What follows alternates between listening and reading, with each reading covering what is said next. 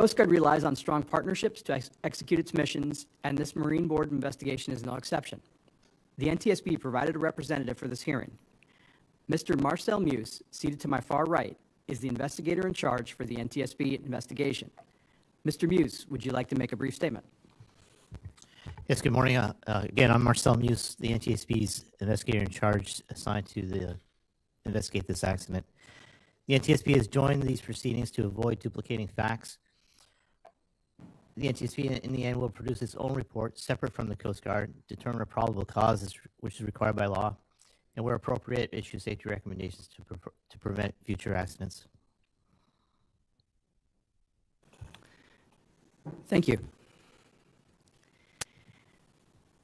We will now call our first witness of the day, Mr. Fred Hagen, who was a mission specialist on a Titan expedition.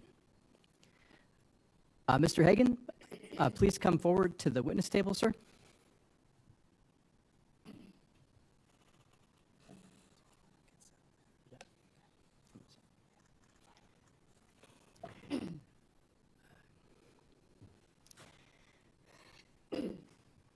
Good morning, sir. I realize we're starting a bit early. Would you like 10 minutes just to get settled and before we begin the proceedings? Yes, sir. Well, we'll go into a brief recess and reconvene at 8:45. Thank you. So I'm not late, right?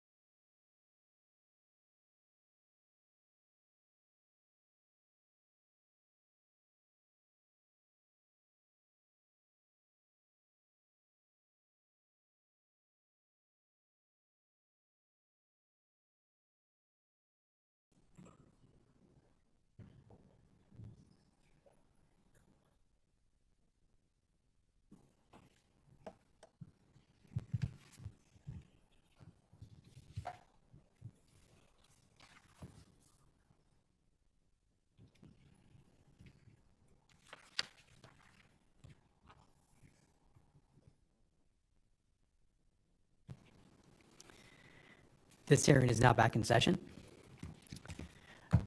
Good morning again, Mr. Hagen. Lieutenant Steele, our recorder for this proceeding, will now administer your oath, sir. Could you raise your right hand for me, please? Thank you. A false statement given to an agency of the United States is punishable by fine and/or imprisonment under 18 U.S.C. 1001. Knowing this, do you solemnly swear that the testimony you're about to give will be the truth, the whole truth, and nothing but the truth? So help you God. Thank you. You may be seated.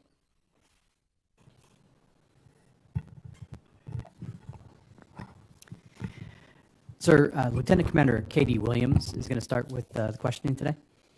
Okay. Good morning, Mr. Hagen. Good morning. Thank you for being here with us this morning. As we ask you questions, if you need a break, please let us know. All of my questions are related to your background and your experience as with OceanGate as a mission specialist. Before we begin, I will ask you to please refrain from using any acronyms. If you should use an acronym, I will stop you and ask for you to explain what the acronym means. Could you explain your background and work history before you became involved with OceanGate? My background is a commercial building contractor and developer, and I specialize in hospitals, build a number of museums. We do multifamily housing, and so I have a background in construction. I did not have a specific background in the deep diving world. I have had a background in searching for missing aircraft and archaeological projects. So I've spent years, found 8 missing World War II airplanes, returned the remains of 18 airmen for burial, and also excavated a Roman shipwreck on the Adriatic coast. So I have had some experience underwater, and I am a diver, but I'm certainly not a professional mariner. How did you become a mission specialist with OceanGate? I became a mission specialist because I found it's a convoluted story, but I'll try to give you the Reader's Digest version. I located 2 Corsairs in Lake Sebago that have been sold to Great Britain through Lend-Lease.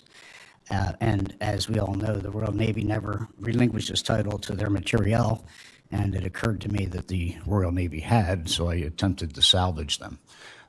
Being as the bodies of the British pilots were still on board, I was prevented by Great Britain. But during that endeavor, I met a lawyer named Dave Kincannon, who happened to be a lawyer assisting OceanGate. And he had dove numerous times on the Titanic, had been involved in a number of missions. And when I heard that OceanGate was going to descend for the first time in 2021, I approached Dave and told him that I wanted to be on the first mission. In your opinion, how would you define a mission specialist? A mission specialist is an individual who is paying to participate in the great adventure of exploring the deep.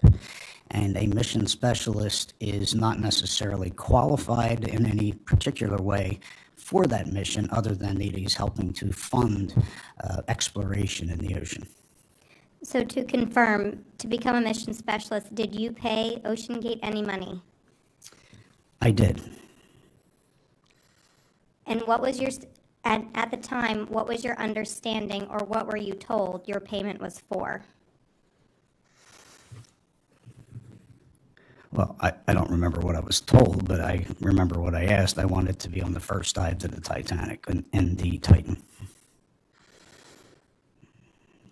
As a mission specialist, were you part of the submersible crew, or were you a passenger?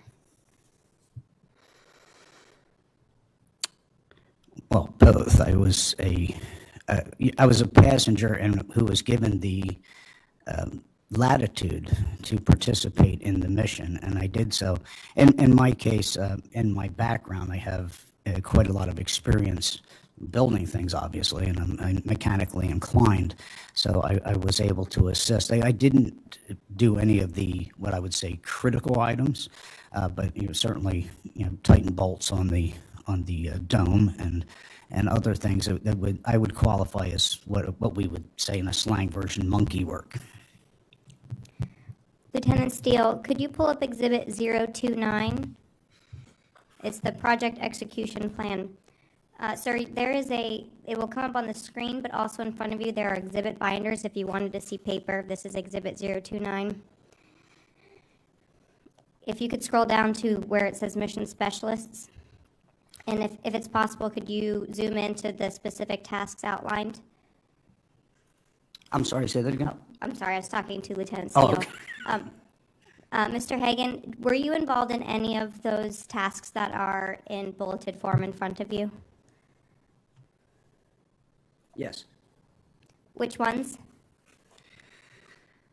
Well, they certainly did not want me communicating, so I didn't do that. I wasn't tracking.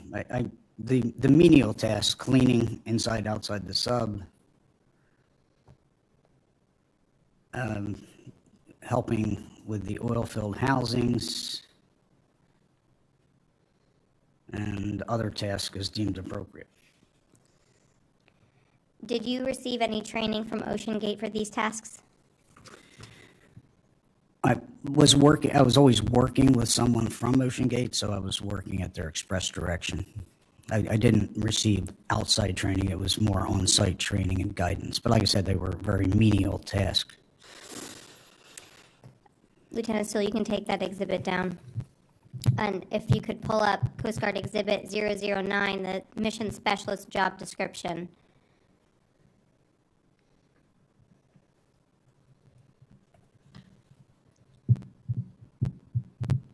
And if you could scroll down to paragraphs 2 and 3, the physical duties.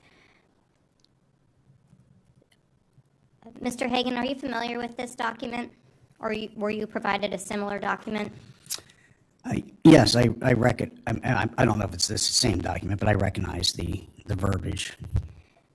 Were you asked about your color vision or your hearing prior to going on board with OceanGate? Yes. And were you given a duty during an emergency while on board? I have no recollection of that. Lieutenant Steele, if you could scroll down to the expedition duties.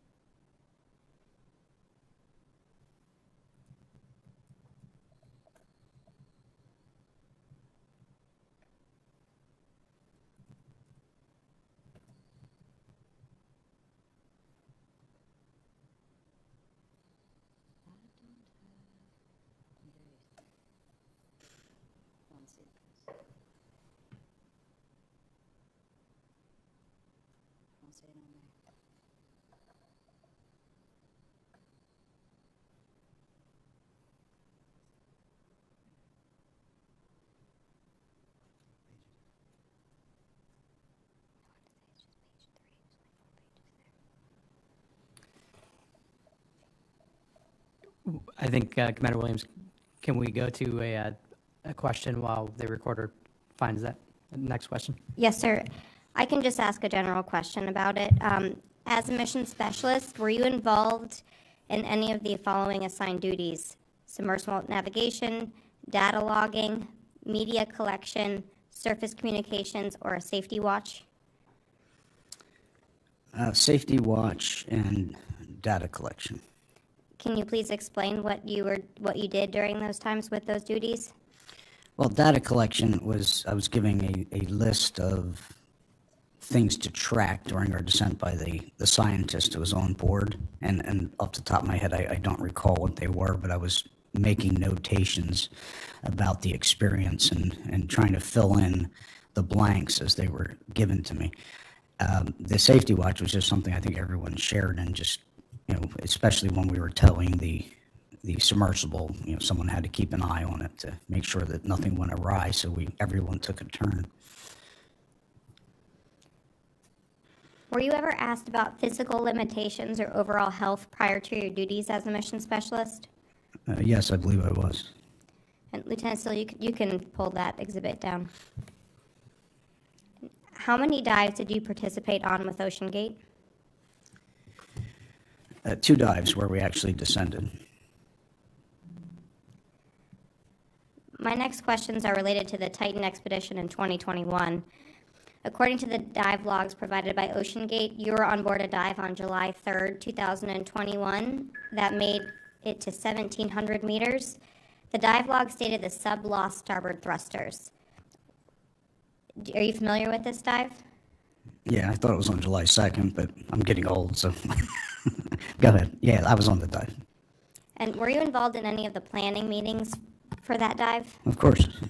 Can you please walk us through what a planning meeting looked like?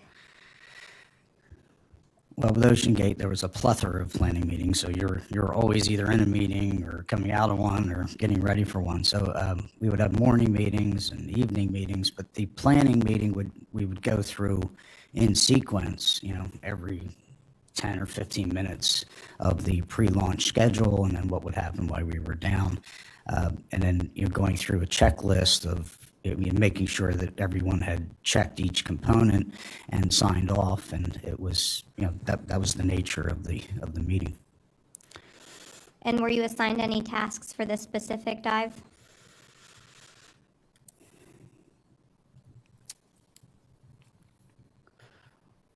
Well, I was just given a sheet of data by the scientist, and I don't think I was given a specific task, but they basically accepted me as a member of their team, and we were all basically together, enjoying the experience and making sure that it went smoothly. And they weren't supposed to take mission specialist on this dive because there had been an incident a couple of days before, but I had prevailed upon Stockton. I reminded him that my intent was to be on the first descent, so that's why I was on board. You just mentioned a previous incident. Can you go into detail what you understood happened, or were you present for that incident? I was present. Can you please talk about that incident? Well, we attempted to launch the Titan, and we experienced some issues, and when they were pulling it back up onto the deck, I believe what happened was that it came up and the crane was pulling it up the ramp, and it got to a point where it was seesawing. There's the flat plane of the deck, and then there's the angled plane of the ramp, which is fairly steep, probably a little too steep. But again, this was all experimental, and we were feeling our way through it. So it was teetering back and forth, and then the crane operator let it go a little bit too abruptly. And it slammed down on the deck with quite a bit of force. Now, the complicating factor was that a decision had been made to only install 4 of the 18 bolts in the 3,500-pound titanium dome. And that decision was made. I was there when the decision was made. I was not. I did not articulate any opinions one way or the other. But the thought was that once the ship went, or the Titan went to depth, that the pressure would be so intense that you didn't need any bolts. You wouldn't be able to pry it off with a jack. So they were trying to minimize the time it took to get the mission specialist out of the Titan after the mission ended. And that decision was made. The problem was no one anticipated that the platform was going to be dropped with such force. And you're also in the North Atlantic, so the ship's going up and down. There's a lot of factors that combine together. The force of the platform hitting the deck of the was that the Horizon Arctic that year? Yeah. The Horizon Arctic, it just basically sheared off several bolts, and they shot off like bullets. And as you know, the titanium dome fell off. Yes, thank you. Did you witness or did you notice any damage to the forward dome? No, there was no visible damage. It was obviously a very robust structure. It was just the connecting points that severed. Can you explain why you were allowed to dive when there weren't supposed to be any mission specialists on board? Well, when I say no one was supposed to, the original mandate was that, okay, we've had an incident, we're going to go down and not take any mission specialists. It wasn't like some legal reality because this was all operating in an experimental environment. I reminded Stockton that it was my intent to be on the first dive and that I was comfortable getting in and was willing to accept that risk. Going back to the dive on July 3rd or around July 3rd, 2021, can you tell me about this dive and why the dive was aborted? Yes, I can. And you want me to do so, obviously. Yes, we went down, it was PH, Nargeolet, Stockton, Scott Griffith, and myself.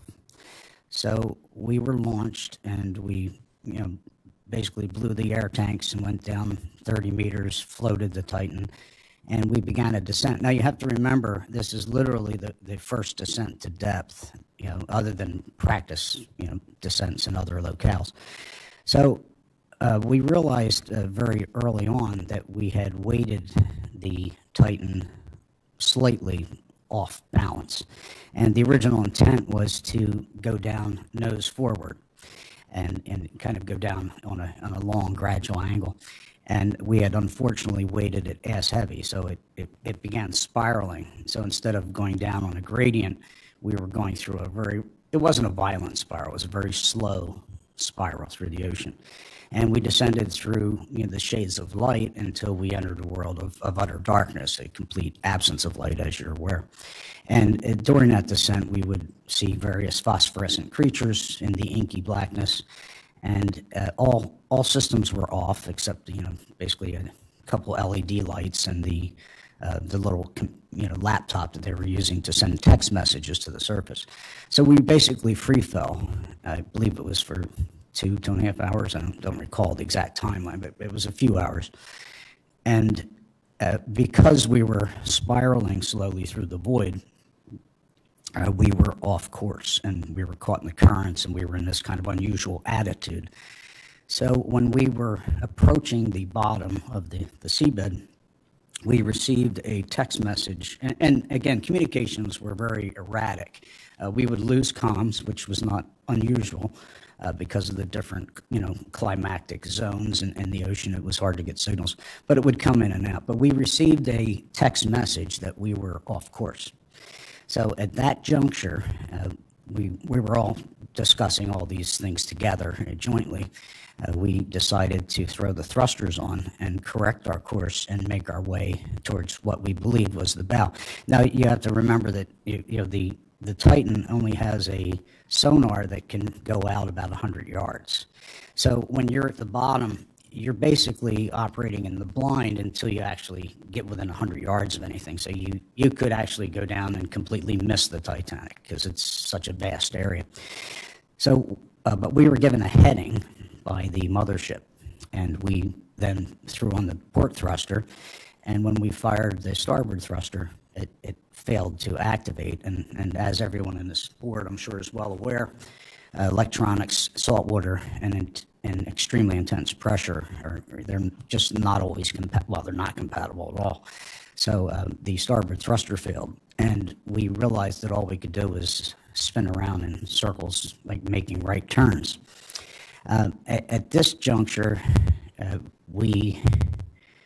obviously we weren't going to be able to navigate to the Titanic, so the decision was made to jettison our weights. And there were a number of weights. There were the sandbags that were attached. There were also the pipe weights, and the pipe weights were released mechanically by rocking the Titan back and forth. And we dropped, I believe, 3 of the 4. The 4th one got stuck, so we couldn't get it off. So it took us probably 20 minutes before we actually saw a perceptible rate of ascent that, other than maybe just a couple feet. And then we began ascending, and again, these are just very approximate timelines because I don't exactly remember, but I think it was 3.5 hours to come up to the surface. It was quite a while, but we came up But no, we weren't making much time. So we left the port thruster run, and then we began making long spiraling turns, or just long turns to the right during the ascent. So I think we did speed up. So, and I don't remember how long it was. It seemed like a long time, but we got up and got back on the platform, and they filled the tanks. We came up, and then we had to tow it back to St. John for repairs. And the decision was made by Stockton not to put it back on the ship because of the damage that had been sustained on the previous time to take it on deck. So the decision was made to tow it at about 5 to 8 knots. Since you paid to go to the Titanic, did you get reimbursed since you didn't make it to the Titanic? No, I did not. I don't believe there was any provision to be reimbursed, but Stockton made it clear that if you did not get to the Titanic, you would get another opportunity. And eventually, and I can't say I was overjoyed that I went that year and didn't get to the Titanic, but as it turned out, I went back the next year, so I had 2 expeditions basically for the price of one. And you have to remember that this was all in the service of an experimental vessel. Titan, or Stockton, was not necessarily fascinated by the Titanic. What he was trying to do was create a paradigm where he could take people and resources into the abyss, and the Titanic served as this iconic destination that people would pay to go to and help him perfect his technology. I mean, that's really what this was about. Did I answer your question? You did, thank you. Moving to the Titanic expedition in 2022, according to the dive logs provided by OceanGate, you completed a successful Titanic wreck site dive on the Titan on July 15th, 2022, which we labeled as Dive 80. Is that correct? That is correct.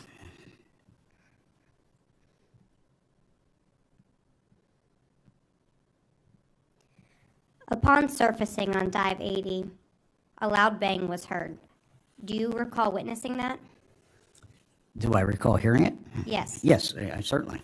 Can you please describe what you heard? Well, we were ascending, and I don't recall the depth. I think we were fairly close to the surface, but we were still underwater, and there was just a large bang or cracking sound. And of course, sonic events in a submersible are alarming, so we were all concerned that maybe there was a crack in the hull. But it turned out that upon inspection, after we got on the ship, that the body of the fuselage of the Titan had just jumped in its carriage. So there was no damage. Did anyone check the real-time monitoring system screen inside the submersible to see if there was any indication by the system that something went wrong? Of course. And do you remember witnessing, or is there anything that showed that something went wrong inside? No, not that I know of. I mean, no one read any data that caused them concern. We were all concerned by the sonic event, but we didn't detect anything on the monitor. During the debrief, was this loud bang discussed by any OceanGate employees? It must have been, but I really don't recall it. We went out and looked to see what had happened, and I think we determined what had happened. I'm sure it was, but I don't remember discussing it. Prior to what you were told for the reason for the loud bang, were there any discussions about the possibilities for the loud bang? Well, yeah, obviously the concern was that maybe the hull had cracked. Do you know what investigation was done into the cause of the bang? What specifically was looked at?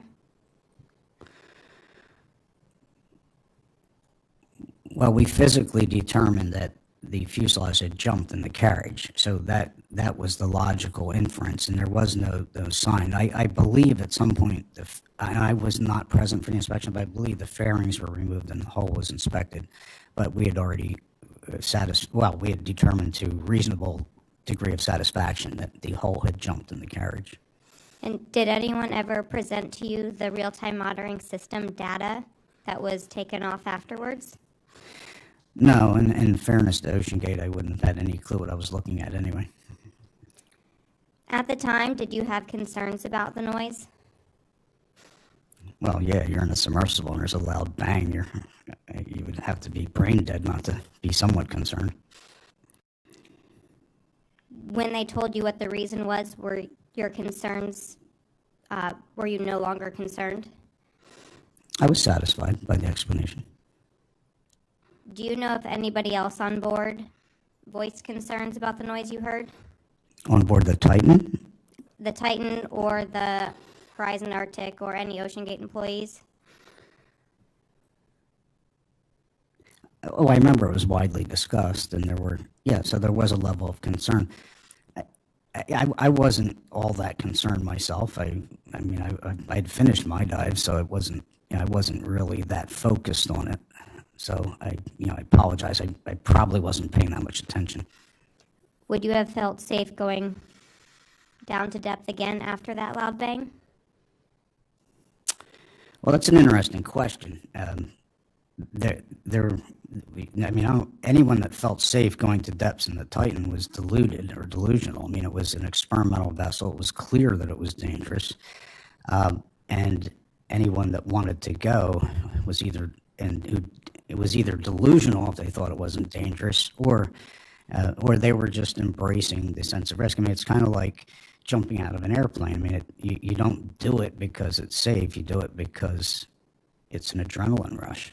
And yeah, I would have gone back down again. I mean, that we weren't going down in search of safety. We were going down in search of adventure and exploration. What was your overall impression of the safety culture at OceanGate?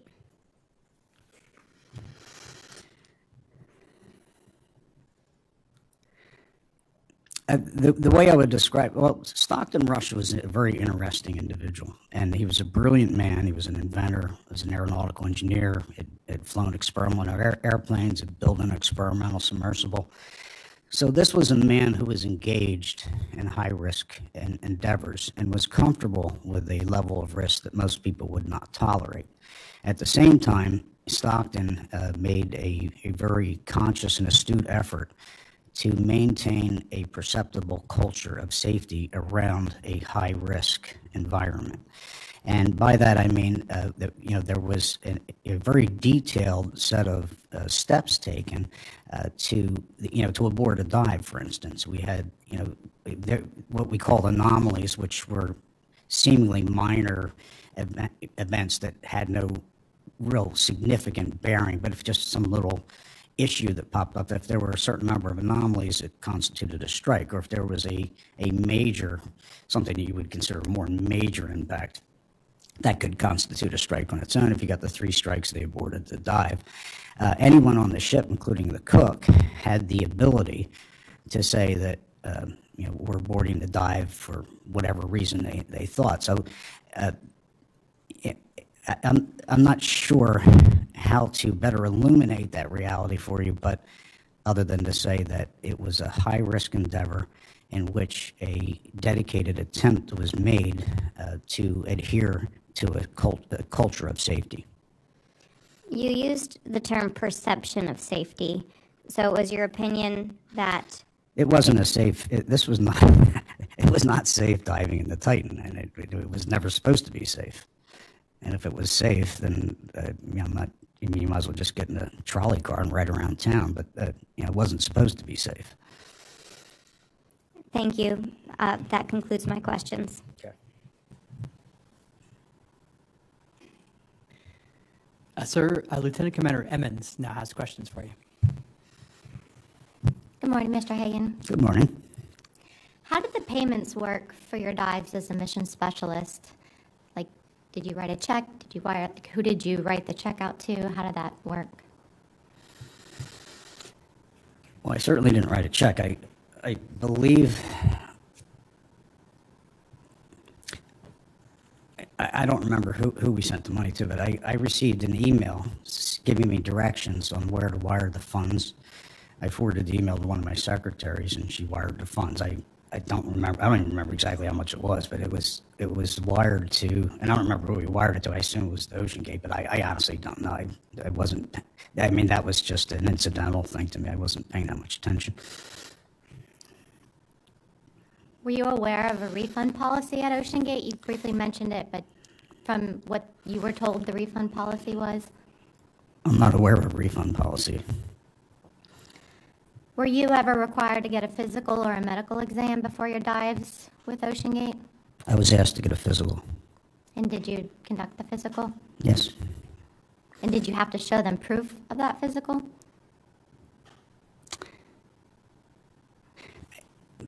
I mean, my memory's not exactly clear. I believe that I emailed them a physical report, but again, that's, I'm a little foggy. I'm getting old. You'll have to excuse me. You had stated earlier that you conducted some training with OceanGate members. Yes. Lieutenant Steele, can you pull up Coast Guard Exhibit 101, which this is the 2023 Mission Specialist Crew Agreement, but I just want to see if you were provided with a similar document. And please go to page 5.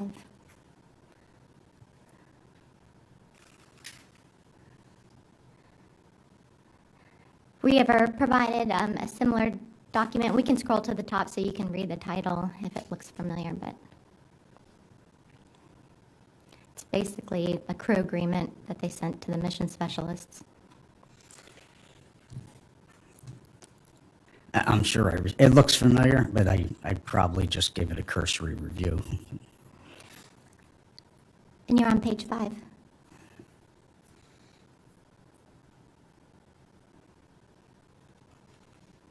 Okay. Under there on this second paragraph, I believe,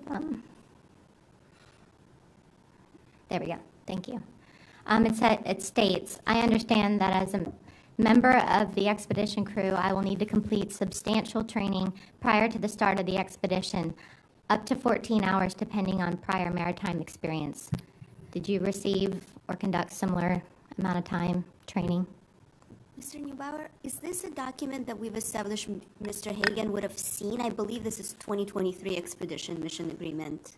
Yes, ma'am, it is. I asked if he saw a similar agreement. Okay, but Right, and he but- said he doesn't recall. And he Okay. hasn't read it. So maybe we can ask if he recalls this. Yes, and I think to frame it, sir, this is a later document for 2023. If you want to take a moment to review it and then say if it looks familiar. I just read it. Okay. Yeah, I recall that we were to receive training. Now, in terms of, you mean training, well, it says prior to the start of the expedition. So we received training on site, obviously, but prior to the start of the expedition, we held a series of kind of like webinars or Zoom calls, and in 2020, and I don't recall how long they were, maybe 90 minutes each, and I believe they were actually recorded. So there was a series of those type of things. They sent us a bunch of documentation that we did, I did read through. I didn't dwell on it extensively. It wasn't, it wasn't like that all that illuminating. It was just a bunch of boilerplate and common sense type of directives. But I did skim through it. So there was a level of training. I have no idea whether it constituted 14 hours. Thank you. So, sir, just to clarify too, are you saying that training agreement you just read is similar to the one you had seen previously, but you can't match it exactly? So. It looks familiar. Yeah. Okay. Thank you, sir. Did you attend any testing of the Titan in the Bahamas? I did not. You stated also earlier that you were aware the Titan was an experimental submersible, but were you aware that the Titan wasn't classed or tested or registered? Was that ever brought up to you? I was well aware of that. And there were no protocols in place, as I understand it, to test a cylindrical carbon fiber fuselage for deep ocean diving. So I don't believe there was any facility to actually test it at that level. So Stockton, and again, this is my understanding, Stockton would have had to create the whole testing protocol in order to test his own ship. Did he ever go over the testing protocol that he conducted with you? Only conversationally. And I don't recall the exact conversation, but I mean, I'm certainly was aware of their previous dives, and you know, I discussed it with PH and Stockton at length, and no one tried to deceive me that this was a safe or easy operation, but you know, I was comfortable going down with them. I'm going to kind of move to the Titanic Expedition 2021. Again, I know we briefly talked about that with Lieutenant Commander Williams. As discussed, you were on that test dive to the Titanic wreck site for dive 62 on July 3rd, 2021. The dive that only descended to 1,700 meters. When did you pay to be a part of that dive? What year? I believe it was within 6 months of the launch date. So it was, I approached, it was in the first quarter of 2021, because I approached Dave around Christmas, New Year's, and told him I wanted to go, and he connected me with OceanGate. So it would have been in the first quarter of 2021. And what was the purpose, again, of that dive? It's listed as a systems test. What were they testing, to your awareness? They were testing to make sure the Titan could go to depth. Lieutenant Steele, can you pull up Coast Guard Exhibit 052, which is the dive log and maintenance log, and go to page 2. This is kind of hard to read, but we'll try to zoom in to dive 62. And on the right, as Lieutenant Commander Williams stated, it states that there was a loss of the starboard thrusters. Can you scroll down to page 14?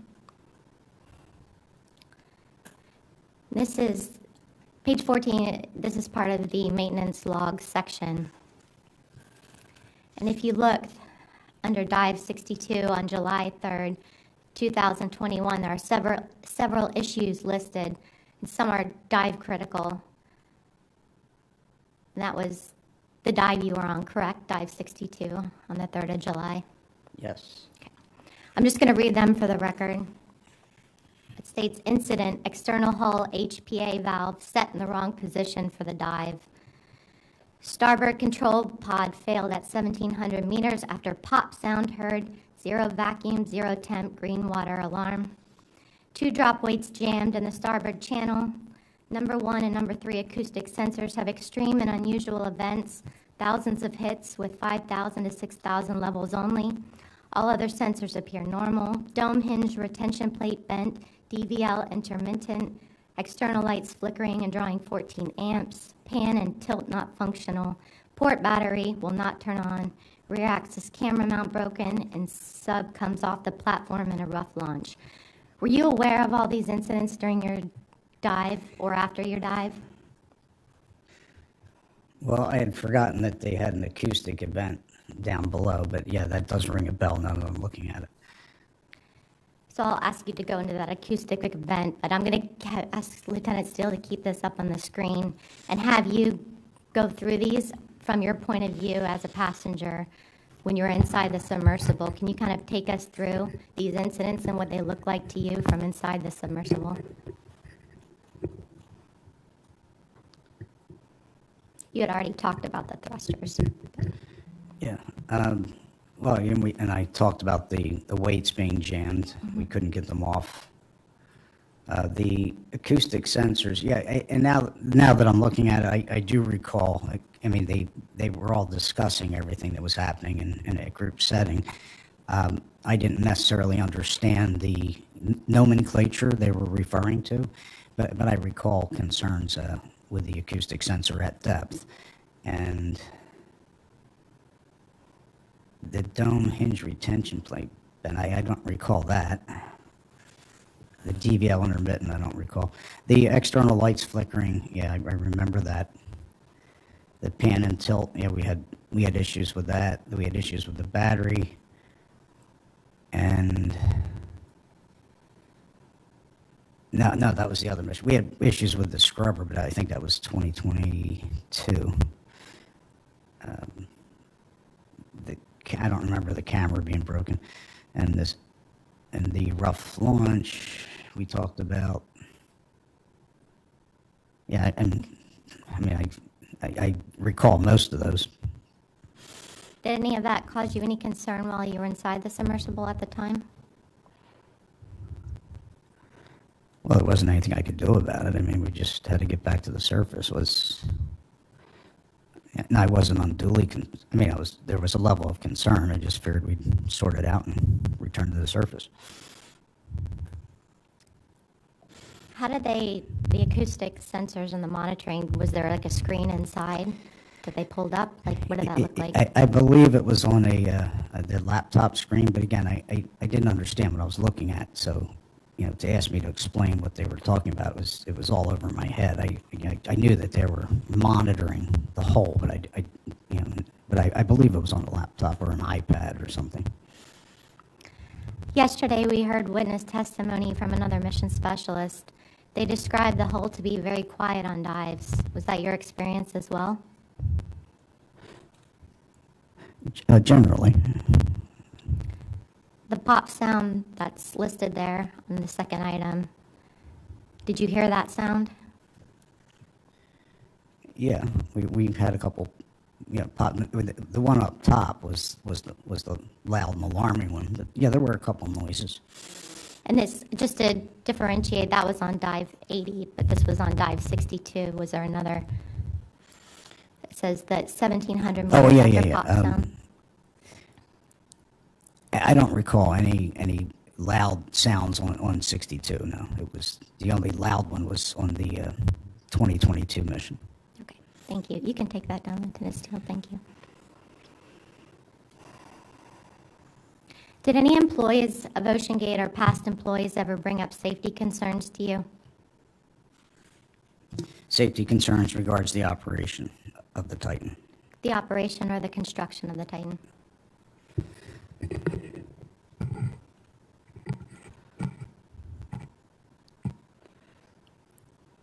Well, I never personally met David Lockridge, who was the main critic, but I was aware of him, and I was aware of some of his concerns. I don't recall specifically talking to OceanGate employees that had concerns that were expressed to me in any really coherent fashion. I mean, there were always general discussions, about the safety of the ship and making it a safer environment. But I think what you're asking is, did somebody tell me that it wasn't structurally intact and I shouldn't get in it? And that never happened. How were you made aware of the concerns from Mr. Lockridge? I believe David Kincannon filled me in on that reality. He knew David, and he knew of the past issues. Can you kind of go through that conversation with Mr. Kincannon about that? I don't recall the exact context of the conversation. It was just a conversation about the evolution of the Titan, and I don't even remember when that conversation was. But yeah, I do remember talking about his concerns, and also one of the elements of that discussion was that most of the concerns that were articulated by that group of people that wrote the letter, that was a previous iteration of the Titan. And some of those concerns had been addressed in the construction of the Titan that I was on. So, you have to clarify, as I'm sure you're well aware, that a lot of the complaints that David Lockridge had and that the panel had when they wrote were about the previous iteration, previous submersible. And some of those issues were tested and corrected in the construction of the Titan. Was there ever a time you were on a dive in the Titan that you ever felt unsafe?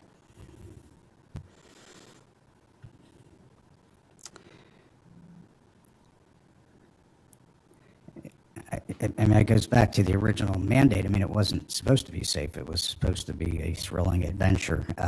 So in a broad sense, I didn't feel completely safe at any time, but I never felt personally that I was, well, we got stuck momentarily in the Titanic, but with Stockton, but he was absolutely unflappable, and I was sitting at his right shoulder, and I'd asked him to go around where the brake was, and we had, for a few moments, we had gotten stuck, and I said, and he was very quiet, and he was working the controls, and did I say Stockton? I meant PH. And I leaned over and I said, PH, it seems that we're stuck. And he says, yes, Fred, we are. And then he got it out, and we went on and I tried to reach the stern element. So, yeah, in that moment, I don't think, in fact, everyone else on the sub at that point wanted to go back to the surface. But I prevailed upon PH to making a shot for the stern, which we attempted to do until Wendy got concerned about what we were up to and told us to come up immediately. So I answered your question.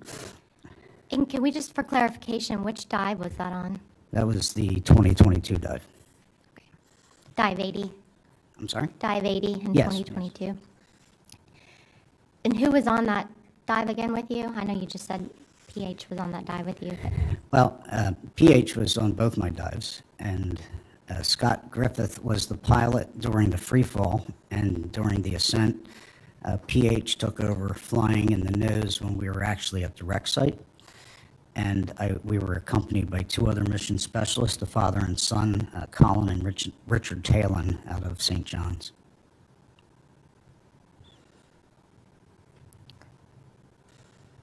Can you kind of tell us about your relationship with Mr. Rush? What was that like?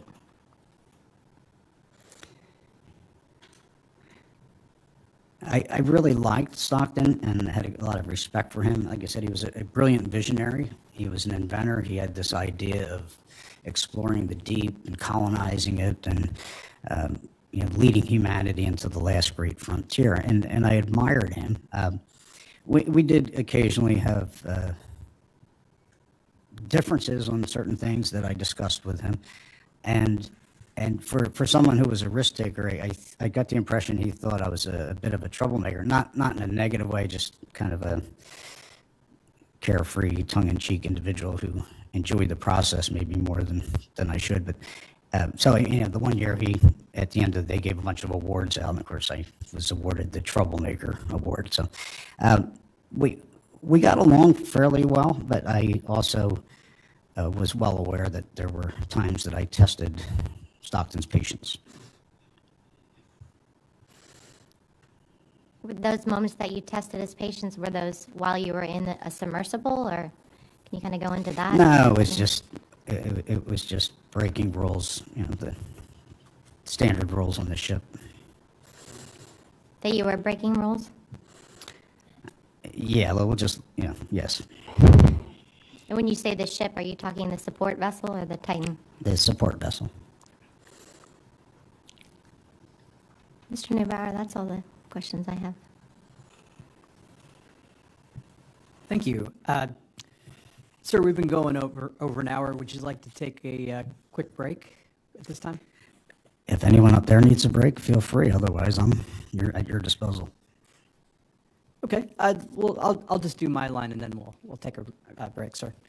I just have some follow-ups from the initial 2 rounds of questioning. First, going back to the incident involving the dome, sir, did you observe the incident as the dome fell off? Yes, I did. Do you recall which side of the dome was on the deck of the vessel? The outside. And did the dome slide down the ramp? A short distance, and I got stuck. I actually have a picture of it on my phone. Yes, sir. I'd like to get that after the proceedings, to the board, if you don't mind. Sure. And the picture you have, is it of the dome stuck on the ramp? Yes, I was on deck. I was on board when blew off. But then afterwards, I got out in the, the little Zodiac, and I took a picture from the Zodiac, and it's looking right up the ramp, and you see the dome laying on the ramp. And sir, just to clarify, it was I think you said face down. Is that it wasn't on the ring side, but on the front of the dome? It was the exterior of the dome. Yeah, it fell forward, and it bounced and got stuck. I mean, it weighed 3,500 pounds. It wasn't easy to move, so Yes, sir. it didn't flop around. How did they recover that? Do you remember? I believe they had a crane on board, so they basically rigged it and lifted it up and reset it. And then that's why the next dive was supposed to be basically a test to make sure that everything worked, and I insisted on going. And along that line, sir, who made the call that you shouldn't go on the dive? Well, they allowed me on the dive. I'm not sure I follow your question. I'm sorry, I'll rephrase. Who made the initial call that you shouldn't, as a mission specialist, be part of that dive? Well, Stockton, I think, made a very logical decision that they should do it with their inner team, and and PH wasn't going to be left out of that, and Scott was the co-pilot, so that was the team that was going to descend, and I prevailed upon him to let me participate. In your opinion, was Mr. Rush the final authority for safety issues? In my opinion, yes.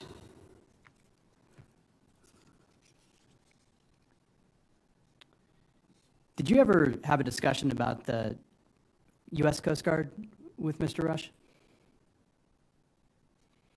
The U.S. Coast Guard. Did the U.S. Coast Guard ever come up in any discussions with Mr. Rush?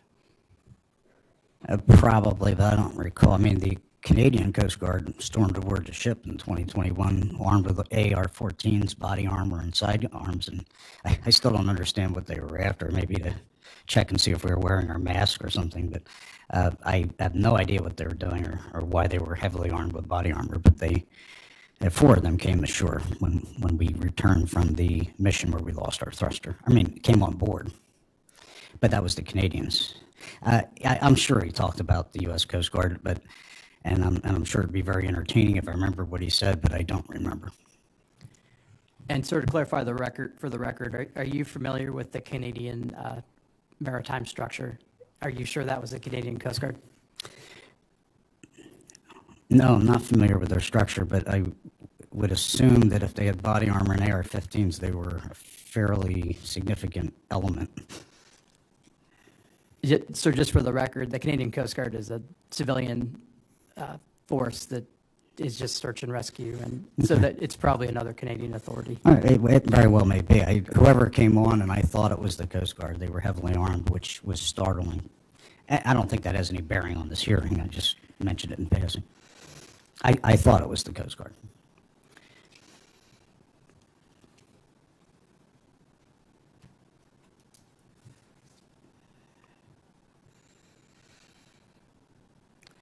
Sir, going back to Dive 80, you mentioned that the Titan was entangled for a short period of time. Is that correct? That is correct. Do you remember what the Titan was entangled with?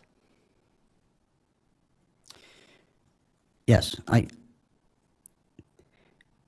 For my own reasons, I wanted to investigate. The ship broke in half, and normally everybody wants to see the iconic bow shot or the recognizable components, which I wanted to see as well. And we kind of descended a little bit into the grand staircase because the skylight was gone, and so we saw all the normal iconic sites, and I wanted to investigate the area of the rupture, and I asked PH to get back. And of course, there's a lot of current swirling around, and we briefly got stuck. It was just like pipes and things, and PH very quickly. When I say stuck, we weren't stuck. I doubt if it was more than a minute or two. And we were definitely stuck. Yeah. And just to clarify, the Titan was entangled with the wreckage of the Titanic. Would that be accurate? Yes.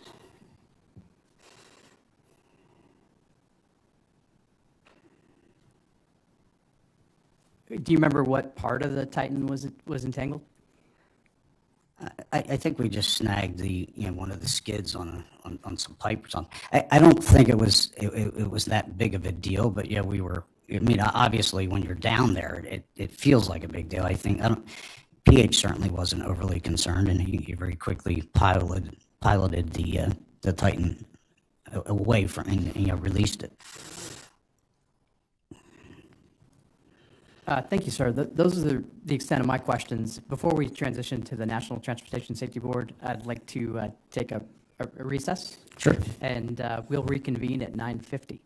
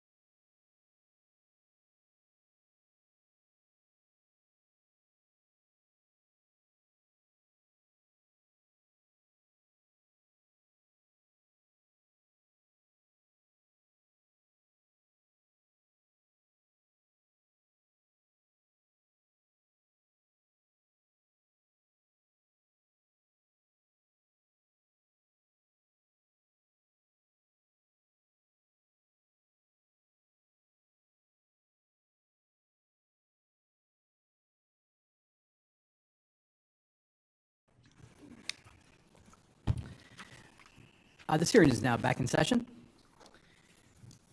Mr. Hagen, I just had one follow-up question before we go to the NTSB. In regard to the incident with the Titanic, was that reported to topside, to the Horizon Arctic? You mean when we got stuck? Yes, sir. I mean, I may be overblowing the whole experience. I mean, we had a skid stuck for a minute, maybe. It wasn't a big deal, and I'm sure it was discussed. I don't remember. Was there a discussion after the mission was over, topside? I don't remember. At this time, I'd like to go to Mr. Muse.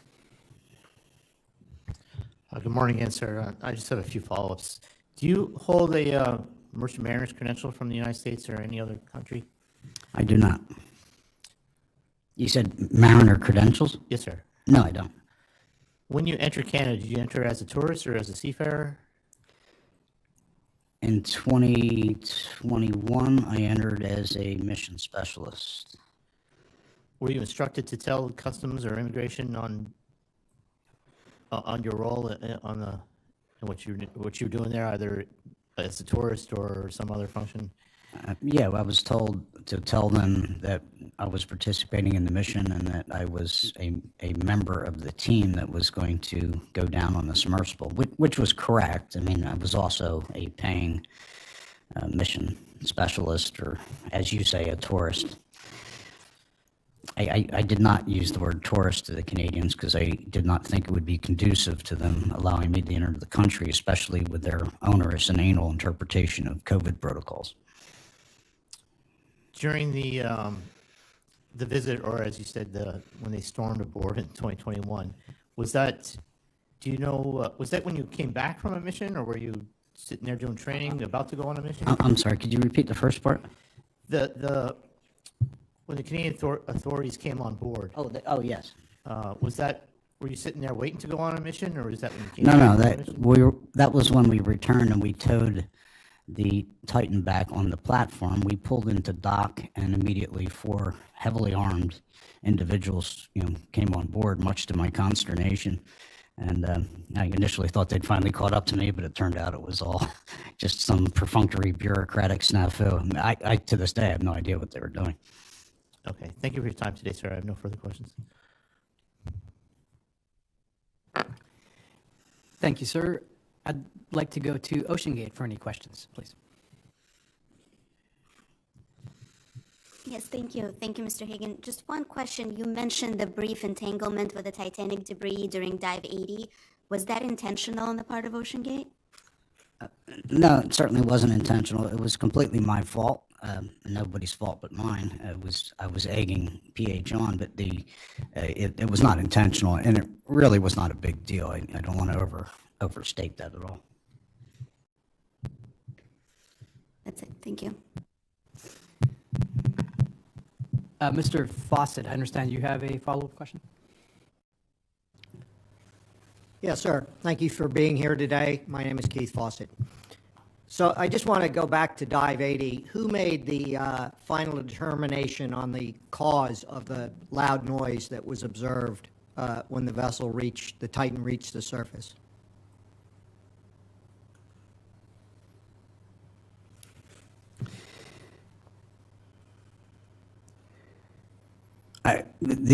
Scott Griffith and Stockton were the two that were actually taking responsibility to investigate that, and they jointly made that determination.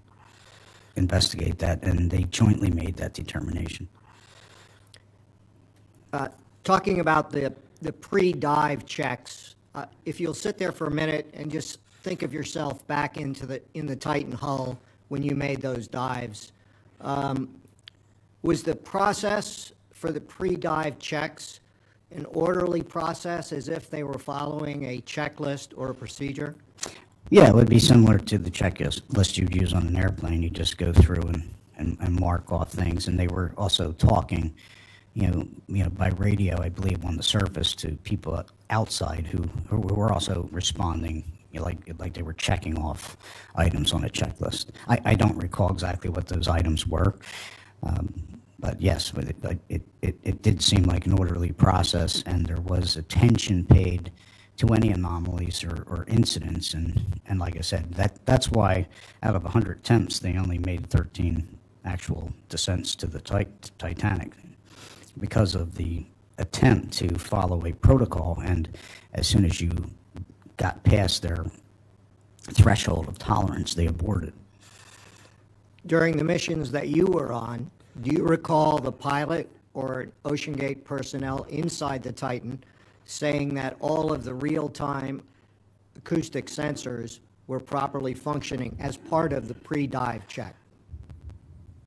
I don't remember.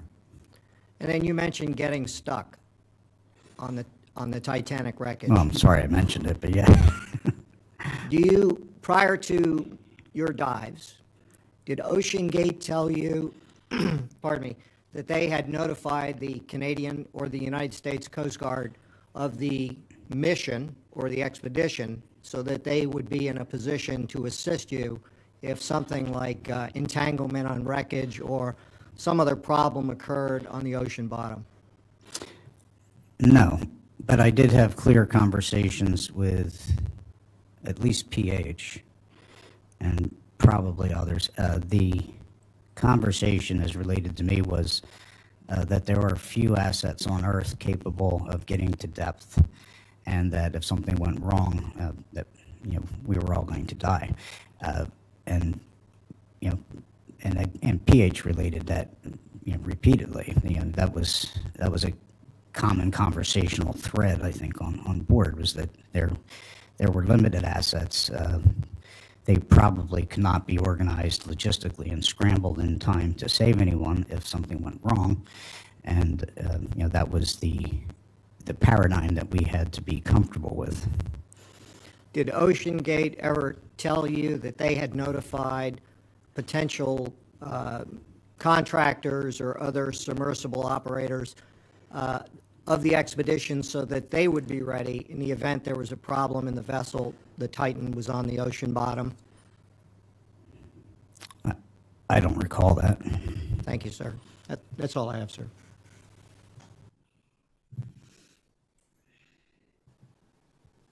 Mr. Hagen, I have a question about your perception of Mr. Nargelet's role at OceanGate, or during the role during the excursions. Did you understand him to be an employee of OceanGate? No, he was an employee of RMS Titanic, Inc. And can you explain the process for the piloting on board for Dive 80? Like, was it either Mr. Griffiths or Mr. Nargelet? Scott basically was in command during the free fall, which there's not a whole lot to do other than free fall. When we got near the bottom, they moved the controller into the nose, and Scott was flying by referencing an onboard camera, an external camera. PH took over and did the visual flying by the wreck site, and I believe everyone was aware that PH was not an employee of OceanGate. He was there as an expert. He was, his nickname was Mr. Titanic, and he was just this warm, vital, extremely likable guy that you couldn't help but feel comfortable with, regardless of who you were, and he was a wonderful addition to the team. But when I say he wasn't an employee, I think everyone also viewed him as an integral part of the OceanGate team. And was part of that to provide kind of a narration as a guide? Oh yeah, he would definitely. PH was definitely a draw, and he was such a wonderful human being that he just added a special element to any mission that you were on with him, and even on board ship, he just he made it a pleasure to endure even the most mundane experiences. Understand. At this time, are there any final questions for Mr. Hagen?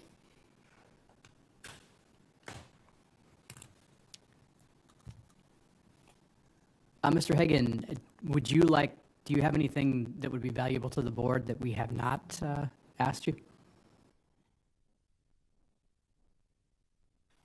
Well, if I'm done, I'll just, express my thoughts very briefly. I don't know if it's any value to anyone, but, one of the concerns that I have is that the world at large viewed this from the outset as this disaster where somebody had to be blamed, and without access to the facts. First off, I want to profoundly thank this board for your attempts to deliberate what happened in a calm manner and come to the facts in hopes of preventing a recurrence. At the same time, I think my worry is that the greater tragedy than the OceanGate tragedy is if we use this event to inhibit future innovation, and if the regulations derived from this may prevent that kind of innovative approach to the undersea world.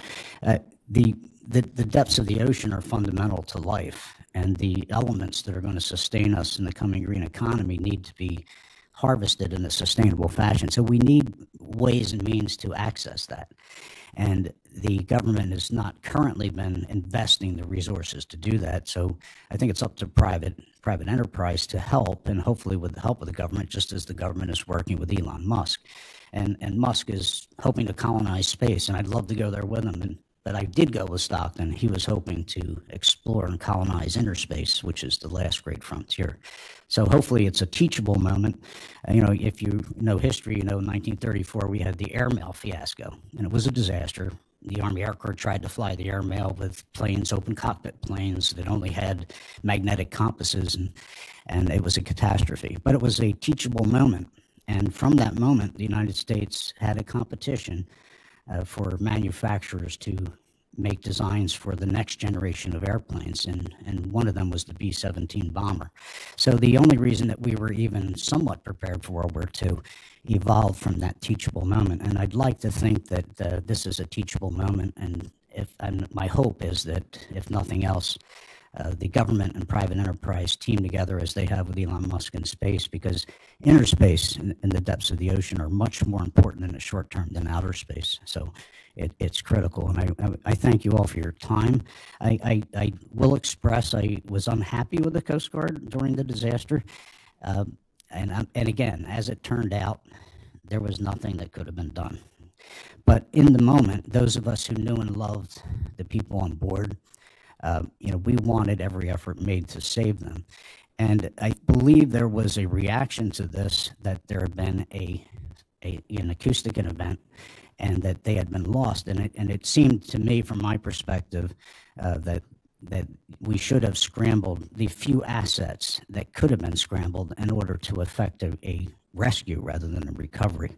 And I believe there was an asset in Buffalo that was not sent out. So even if there was evidence suggesting an implosion, my feeling was that we should have pursued every possible avenue until we knew definitively that my friends were dead.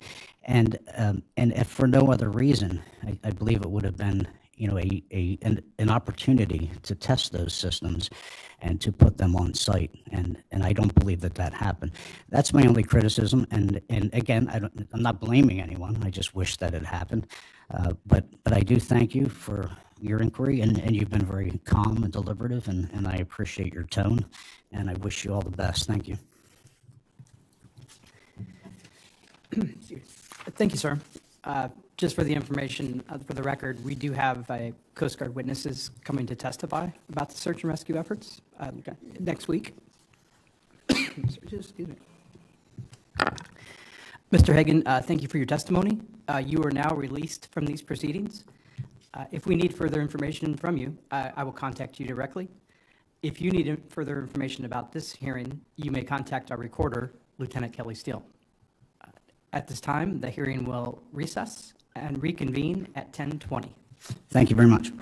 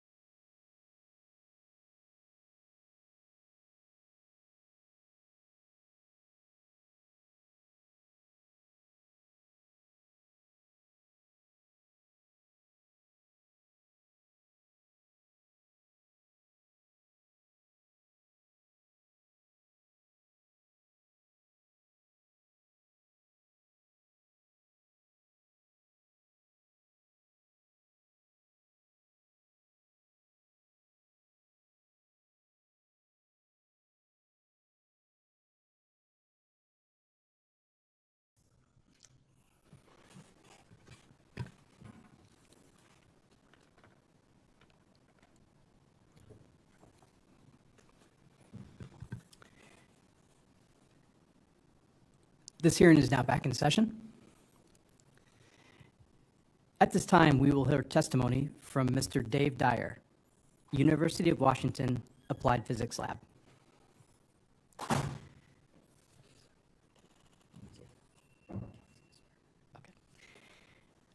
Mr. Dyer? Yes. The recorder will now administer the oath. Okay. Good morning, sir. Could you please stand and raise your right hand for me? A false statement given to an agency of the United States is punishable by fine and/or imprisonment under 18 U.S.C. 1001.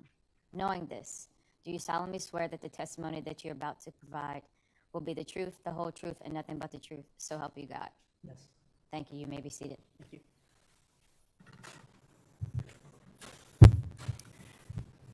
Mr. Dyer, thank you for being here today. Yes. Lieutenant Commander Williams is going to start with your question answer. Okay. Good morning, Mr. Dyer. Hi. Thank you for being with us here this morning. As we ask you questions, we will take breaks. If you need a break, please let us know. Okay. All of my questions are related to your background and your experience with OceanGate. Okay. Before we begin, I will ask you to please refrain from using acronyms. If you should use an acronym, I will stop you and ask you to explain what that acronym means. Can you please explain your background and history before you became involved with OceanGate?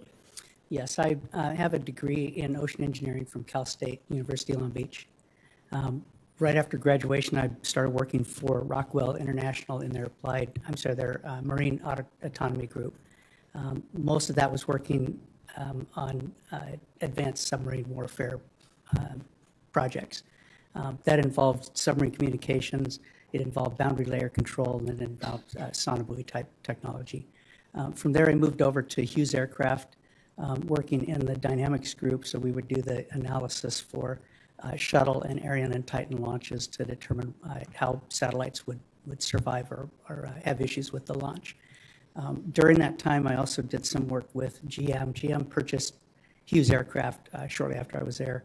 I did a little bit of work on some of their solar-powered cars, specifically looking at their carbon fiber structures for solar panels. At that time, after that, then I moved up to Washington, working for Hughes Aircraft at a Boeing facility. Was working on satellite integration, so that was looking at the entire satellite systems, integrating it together, doing the testing on it, and getting it ready for launch. And then I participated in the launch support for those satellites. Then I moved over to Boeing, started working for Boeing in the Sea Launch program, worked there for a period of time, and then moved into their Advanced Composites Research Group, where we were really given free rein to work on whatever projects we felt were applicable to Boeing and what they were doing. Then moved over to Precor, doing exercise equipment. Started off in the consumer part of that, working on the actual products, and then I was put in charge of the research and development group. And we were responsible for kinematics, so how does the equipment interact with the human body, and the exercise physiology portion of that, making sure that people were able to use the equipment to the best of their advantage on there. Then moved over to Applied Physics Lab, was brought in specifically to work with the associate director on bringing new programs into the lab, whether they were ONR, Office of Naval Research, or DARPA, which is Defense Advanced Research Programs Administration, I think is what that one is. Working on programs on there, so those were things where we would do conceptual work, looking at underwater vehicles, crawlers, things like that, that would be applicable to what Office of Naval Research and DARPA needed to do.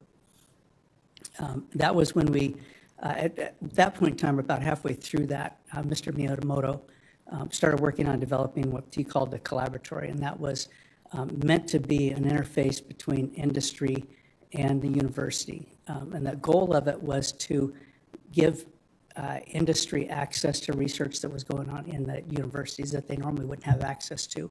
And then we would also work to help them find partners that could help them through technology. So most of the companies, when they start off in these high-tech things, they don't necessarily have all the expertise on their company. So we would help them find people that could come in and kind of bridge that gap for them. And that's really how we got started with OceanGate, is we used OceanGate submersibles, the existing ones that they had. I believe it was SUDS at the time is the one that he used. We used that for obstacle avoidance program. that we were working on for Office of Naval Research. Who initiated the conversation between OceanGate and the University of Washington Applied Physics Lab? It's hard to tell who initiated that. Bob and Stockton were talking together. Bob sought Stockton out to use their submersibles. And when Stockton started talking about what his vision for the company was, Bob offered to have APL come on and help him get going on there. At the time, OceanGate didn't have any engineering capability. So the idea was that we would come in and provide that engineering capability while they built up their engineering staff. And at that point in time, we could then step back and just come in occasionally or be advisors to them from that point on. So I believe it was kind of a lunchtime discussion between Mr. Miyamoto and Stockton. And how did the relationship start out? We started working with that project on them, the obstacle avoidance program. And then once it was determined that we were going to help them out, Mr. Miyamoto and Stockton put together a contract, and that contract was a very wide open contract. It was meant to be something that allowed a lot of flexibility in there. It allowed us to come in and go in and out on these programs as needed by OceanGate. And what year was that? That was about 2012, 2013. And how far along was the design of Cyclops 2, which later became Titan, when you started working with OceanGate? Cyclops, we started working with Cyclops 1. Once Cyclops 1 was working, we started working on Cyclops 2. So when we started that contract with them, Cyclops 2 was on the books. It was just something that was to be worked, but we had not started off on Cyclops 2 right off the bat. And are you aware of how far along OceanGate had gotten in the design process for Cyclops 2 at the time? I think it was all conceptual stuff from Stockton. I don't think they had really any design work at that point. Were you involved in any conversations for the carbon fiber hull, where the hull was originally designed from 10 inches, then to 7 inches, and then it was finally 5 inches thick? We were involved in some of those discussions. I believe that started off with Boeing, working with Boeing on that. I don't ever remember it being up to 10 inches. I do remember it being closer to 5, somewhere between 5 to 7 inches under that part. Then Boeing worked that for a while, and then it was shifted over to Spencer Composites that continued working on that. So the University of Washington Applied Physics Lab didn't have any maybe stock in changing it from 7 inches to 5 inches? No, we were not the carbon fiber experts. We were relying on the other ones, and that was part of our deal with Stockton of, if we don't have that expertise on there, we will help them find someone. We pointed them to Boeing because of our work that we had done with Boeing and some of the composites. And then Stockton later shifted that work to Spencer Composites. What was your experience working with the operations department of OceanGate? I worked fairly closely with them. I'm a huge fan of when you're developing something, you work with the people who are going to be the end users of it. So I worked closely with the operations group when we were doing the Cyclops 1 vehicle. And then early in the process of Cyclops 2, we were still continuing that relationship with them, working with them. And I would describe it as a very good relationship. Lieutenant Steele, could you please bring up Exhibit 16, the University of Washington research proposal on page 2?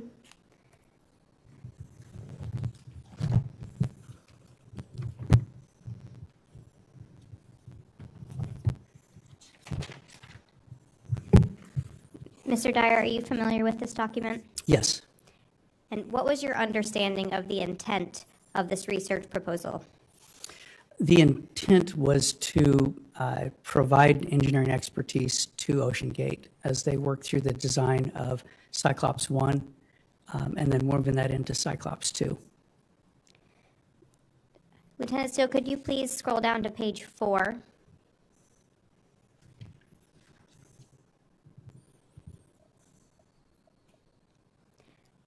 I'd like to draw your attention. Oh, can you scroll up just a little bit up? Thank you. I'd like to draw your attention to the number 6 and number 7 of the technical approach outlined in your proposal. Yes. Can you explain to me the importance of assessing performance and reevaluation?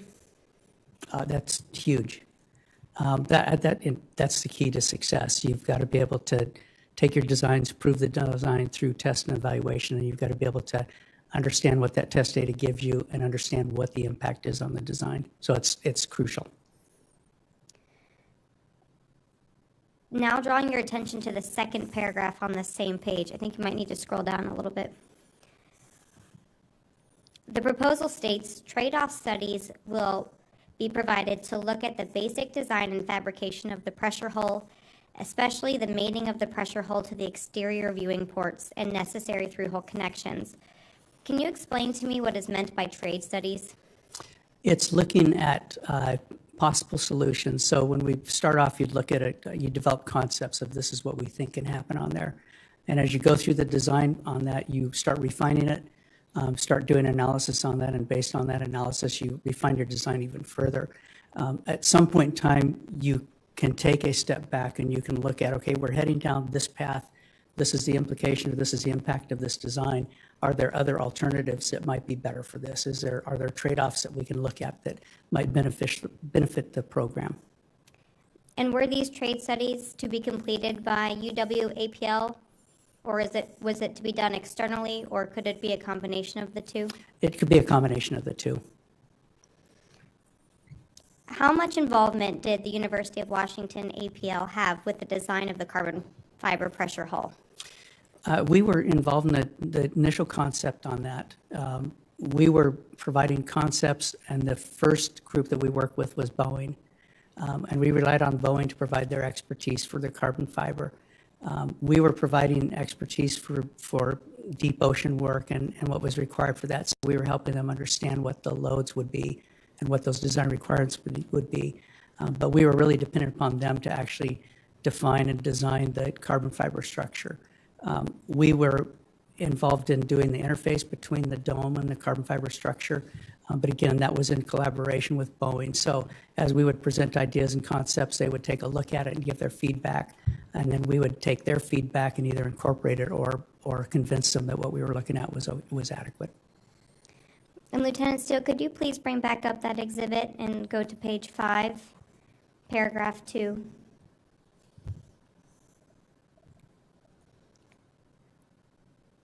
At the end of paragraph 2, it states, testing of the pressure hull will initially be conducted without humans and then turned over to OceanGate for final safety approval and testing. Was the initial thought that UW-APL would test the full-scale pressure hull? No, we didn't have the capability of doing that. If when they got to that point, if they needed our expertise or our help in that, we were going to provide that expertise or that help in it. But we don't have the capacity to do the full scale. At the time, did OceanGate agree to the initial testing that it should be unmanned? Yes. And what is the importance of conducting unmanned testing? Especially something where you're pushing the envelope on technology. You're making changes that are not something that the industry necessarily is used to. You want to test that without human life involvement in that. You want to make that as safe as possible. So it'd be crucial to do those initial tests without a human involved. Would you consider one unmanned dive to be sufficient before putting people on board? No, I wouldn't. In your experience, do you have an approximate amount of unmanned dives that would be appropriate? I don't know if I could give you a number. It would be something where we would look at the data after each test and see what the data is doing, see if it's repeatable. Are you seeing change from dive to dive? And that would be the key for me for making a decision on how many you would need to do. Lieutenant Steele, could you bring up Exhibit CG018? It's the email correspondence between the University of Washington and OceanGate, specifically page 15.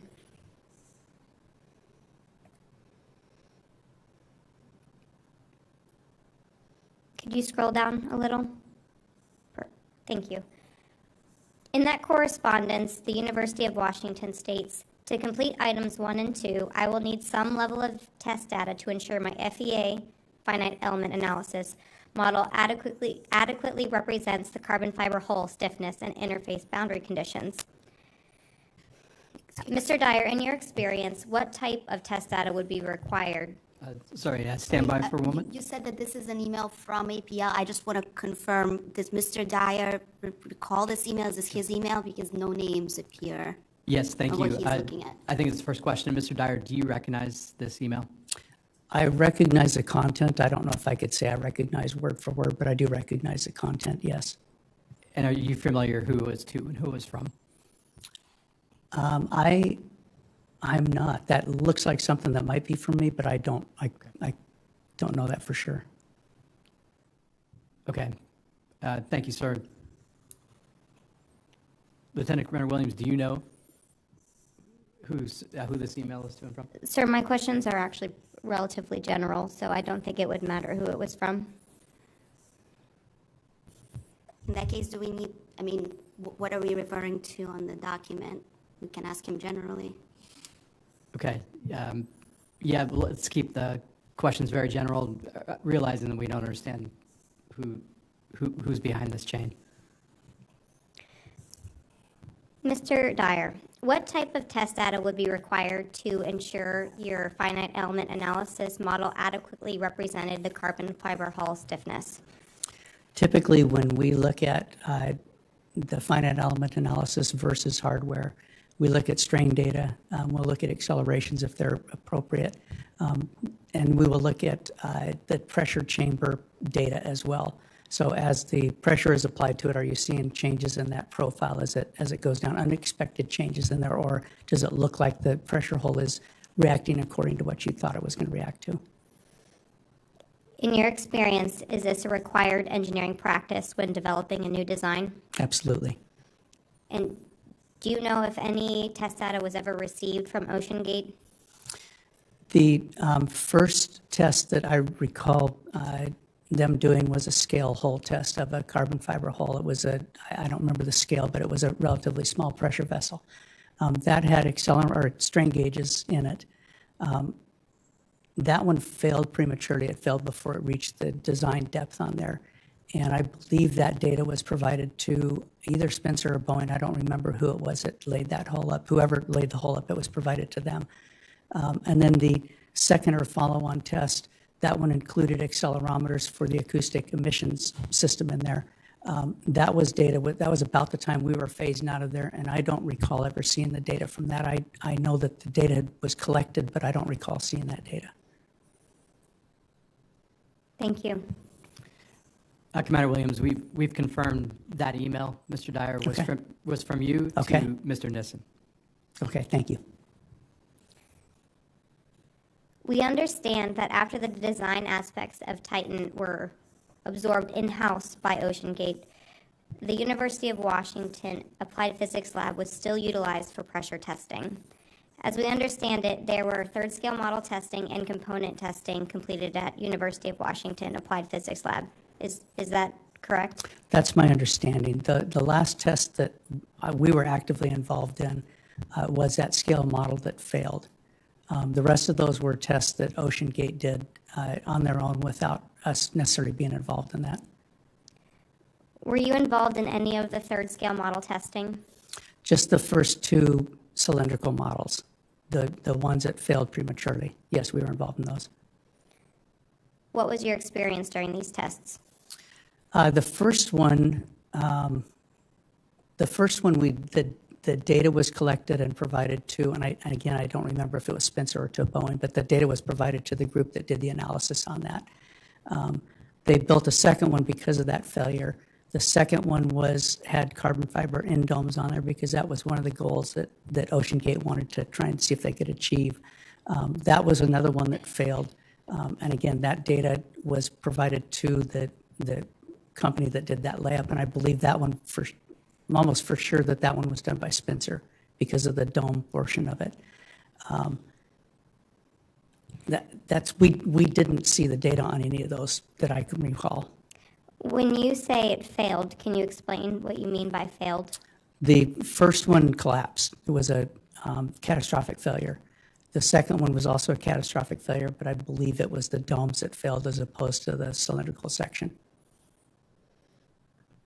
Were you involved in conversations after those failures with how to make design improvements? No. In your experience, would you recommend constructing a full-scale hull if there was not a successful third-scale model test? Yes, I actually would have recommended to continue with the third scale until you had a success before you did the full scale for cost purposes. Switching subjects now to the real-time monitoring system, were you involved in the real-time monitoring system? We spoke to Boeing about that. They were the group that had the experience with that system.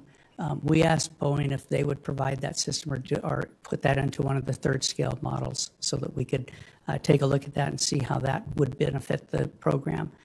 So we were involved in getting that set up, and we worked with Boeing to get that installed into the system. I was there during that test, and I saw the data being collected on there. But again, it was we did not get that data. That was something that was between Boeing and OceanGate. I believe we saw the final report on that, but we were not involved in the analysis of that data. What was your impression of the engineering department at OceanGate?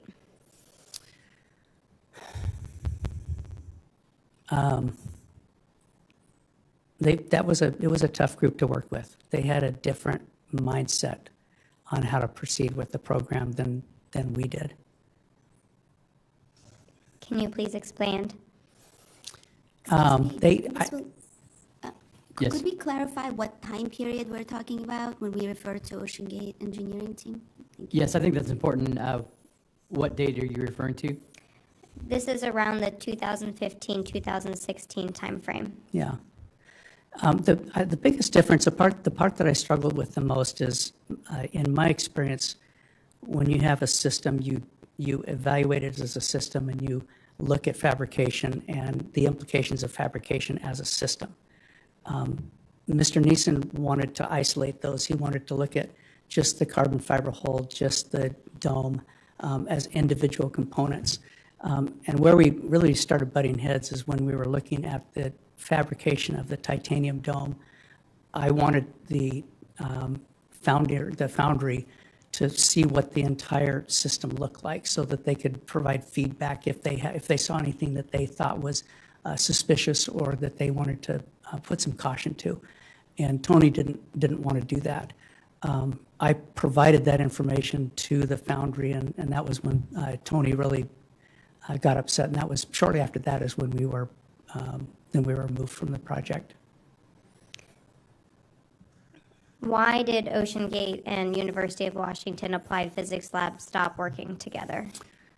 It was the engineering. We were butting heads too much on there, and OceanGate felt that it was better to terminate that and let their group take over the engineering.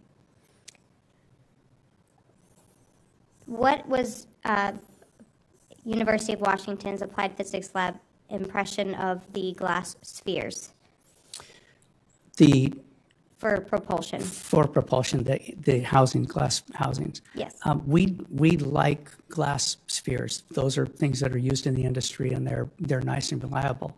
But they do have some unexpected failures that most people can't explain, typically at significant depths. We did not like the idea of using glass spheres on a manned vehicle, especially when they were going to the depth that they were trying to go to.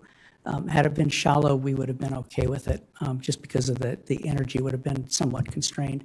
But at the depths that they were going to, we didn't like the idea of those spheres out there. If they had an implosion, that's a pretty catastrophic implosion, and we didn't know what that could potentially do to the pressure vessel, to the hull.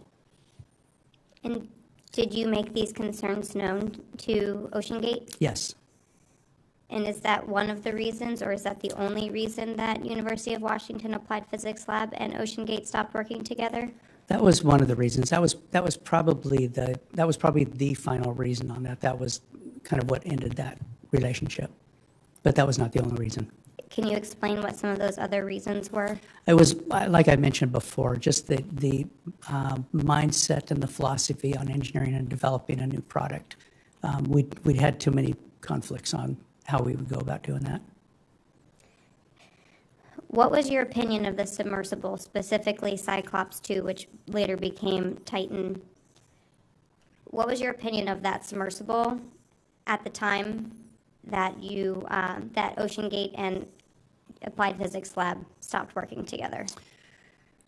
With the initial concept, it was early enough in it that we felt like there was a very good chance it could be successful. The design looked like it was heading down the right path on there. Once we severed that relationship, I don't really know the direction. I would hear bits and pieces.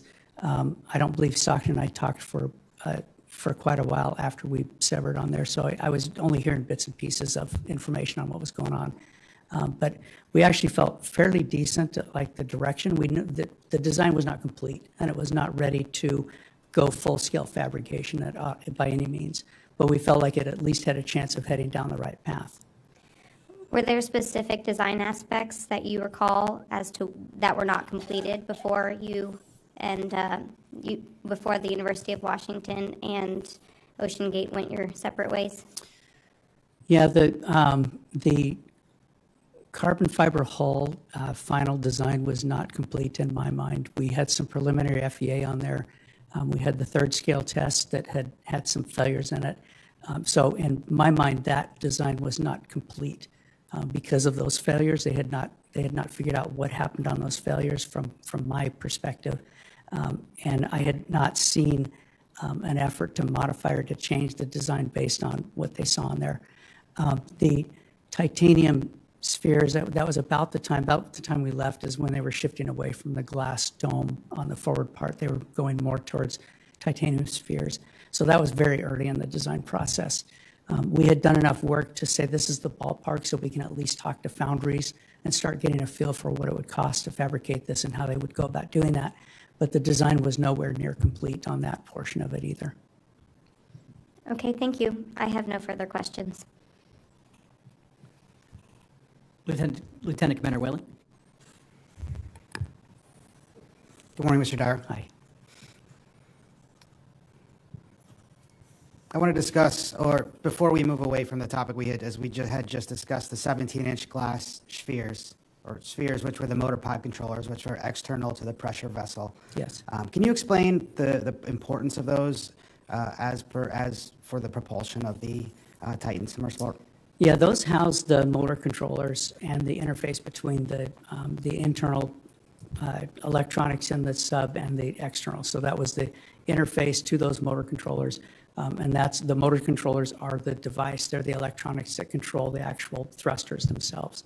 So those house the motor controllers and that interface electronics. And in providing your professional and technical opinion to OceanGate at that time, had you conducted your own technical research as to what a failure of one of those would do? We only heard anecdotally of the industry and experiences of researchers who had used those in deep ocean work.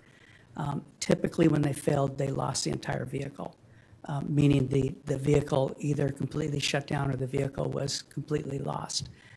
Prior to that, I believe there was a Hui vehicle that had been operating fairly deep. I think it was deeper than 6,000 meters, and they lost that vehicle. And the reason for that, the potential reason for that was they believed that the glass spheres had failed and taken the vehicle out. I don't know if that was ever proven or not, but that was what was suspect at the time of that failure, and that was about the time that we were pushing back on using glass spheres for the manned vehicle. So within that statement, you used the acronym HUI. Can you please tell me who that's HUI is? Woods Hole Oceanographic Institute. And then, oh, sorry, thank you. Yeah. And then you also, by lost, can you please explain what lost means? It's my understanding that the vehicle, they did not recover the vehicle. If they did recover the vehicle, it was probably in pieces, but my understanding is it was a non-functional vehicle at some point in time during that dive, and they believe that was because the glass spheres had failed. Is there ever, did you uncover or discover any evidence as to the amount of pressure or that would be caused by one of the failures of the sphere at the depth of 4,000 meters? We had a young engineer that was assisting on other programs, not the OceanGate one, but he was curious and he ran some numbers on it, and it was pretty astounding, the amount of energy that was released. I don't remember the numbers, but it was it was significant. It was as though a bomb had gone off. And again, I don't remember the exact numbers, but it was eyebrow raising. Was it close to about a half kilogram of TNT explosion? That sounds about right. Thank you. How familiar are you with classification societies and the classing of submersibles and/or vessels for commercial purposes? We were working with Stockton on the classification process when we through our process, and by the time we were no longer involved in the process, it was my understanding they were still pursuing classification at that time. He had considered several organizations, and he had talked to several organizations. I remember having the GL group. It's Gershwin Lloyd. I'm sorry, it's a German name I can't pronounce. But they were one organization that had a standard for manned submersibles. And that was a group that he brought out to talk to them about what we were doing and things like that. So yes, we were involved in him looking at certification of the manned submersible. And at that time, were there classification rules or standards allowing carbon fiber as a pressure vessel for human occupancy? No, it was unique to the industry. And when the GL representative came out and talked to us, they mentioned that they had a person on staff that would look at the carbon fiber hull as a system and evaluate how that would be classified. They didn't necessarily have an issue with it. They weren't concerned with it. They just knew that they would have to look at it differently than they did a steel hull. So in your opinion, the classification society was open to innovation, but it would require time and testing? Yes. Were you involved in any of those? Were you involved in any of those meetings firsthand? When the GL representative came out, I was involved in the meeting that took place over maybe an hour or two, but that was the only time that I discussed that specifically with them. And what were some of the important points that you found within that meeting? It was a pretty general discussion, so I don't know if there were any specifics talked about other than the fact that since it was a carbon fiber hull, they would have to look at it differently than they do a steel hull. They had regulations that were very defined in steel and titanium hulls. They didn't have anything specific for carbon fiber. So it was going to be something that they had to look at a little bit differently than they did with a normal metal hull. Was that the only meeting that you were involved in with DNVGL? Yes. Did the communications continue pursuing DNVGL and the classification of the pressure vessel? It's my understanding that they did. Stockton did start looking at having them certified just the hull and then later just the propulsion. So looking at system by system, having them certified system by system, as opposed to trying to do the entire sub in one foul swoop. But it's my understanding that they did continue to communicate on certifying the hull. In the end, did the hull, to your knowledge, ever get certified by DNVGL or any other classification society? I'm not aware of it. Okay.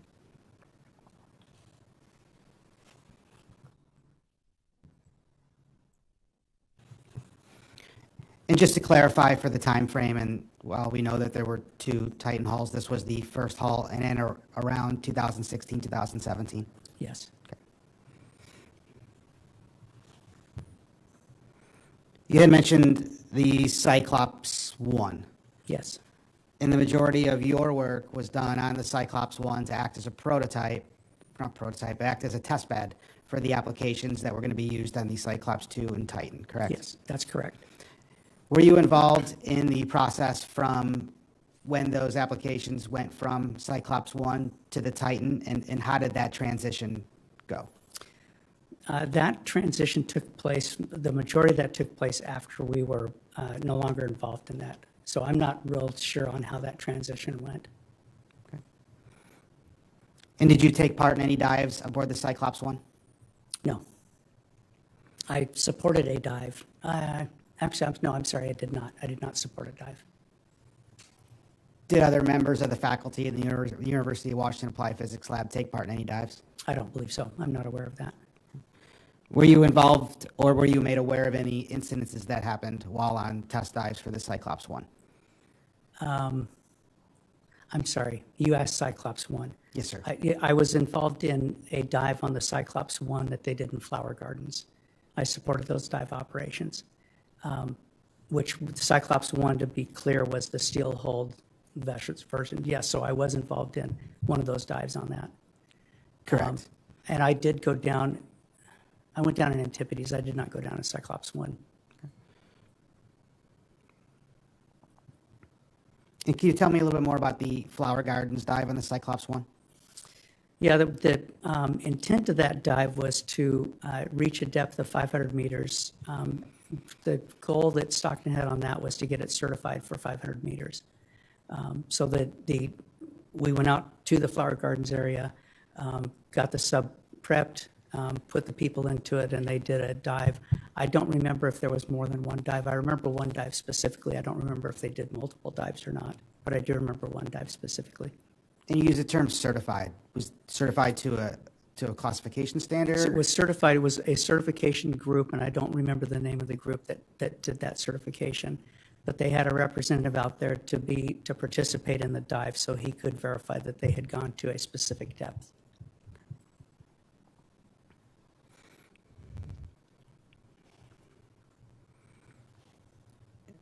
With Lieutenant Commander Williams, you discussed the titanium domes and rings. Yes. Can you tell me the difference between grade 5 and grade 3? Grade 3, I don't remember the specifics of grade 3. Grade 5 is a higher strength titanium, which is it's typically 120,000 pounds per square inch yield. I don't remember what grade 3 is. Grade 3 may be in the casting realm. I don't remember that specifically. And if you were to do a finite element analysis utilizing grade 5 as your titanium or for your domes and your rings, and actually conducted the build utilizing a grade 3 titanium dome and ring, would there be a measurable difference in your opinion? I would have to look at the specs for grade 3. But if you design for grade 5 and you go to a different grade, you've got to make sure that the analysis encompasses the specs for that material. Since I don't recall what grade 3 is on there, I can't answer that specifically. I can just say that looking at grade 5 to grade 3, I would need to make sure that those specs were the same if I was going to assume that the analysis was valid for both. Did you do any work in designing the launch and recovery system? Yes. Can you tell me about the launch and recovery system? Yeah, we did. We worked on the first one. There was a second one that was the one that was used on the later dives. We did work on the first one. We took stocks and concept of how he wanted it to function, and we worked to make that a reality. That design was 2 barges. They were barges that were pretty standard in the barge industry. They were made in a modular fashion so that they could be taken apart and then shipped across road or on trucking without having special permits. Those barges were aluminum. I believe they were steel. A steel hull that had internal structures. They had 3 compartments that were separate from each other so that we could flood and purge the compartments independently. And then they had a system on them that allowed us to flood or purge each of those compartments independently so that it could go submerged as well as come back up to the surface. And what did you believe to be the purpose to utilize this barge system? The goal behind it was to open up the realm of what surface ships could be used for their operations. Typically, if you have a manned vehicle like the Cyclops vehicle, any cranes that would be on board had to be man-rated, which really limited the number of ships that you had access to. Ship time is very expensive, and it's very difficult to come by because ships are utilized almost 100%.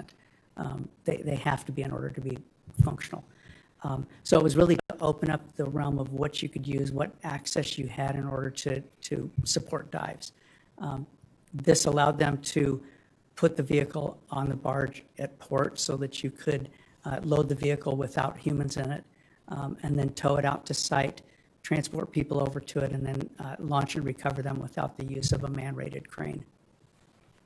And did you ever witness this operation with the Cyclops one? Yes. And in your professional opinion, do you believe that it worked, it functioned properly? Yes, I do. Is this an operation that's used widely throughout the submersible industry? I don't know that. I know that it was used, University of Hawaii had a system like that, and I believe that's where Stockton got the idea. I believe that's the only other group I know of that uses a system like that was University of Hawaii.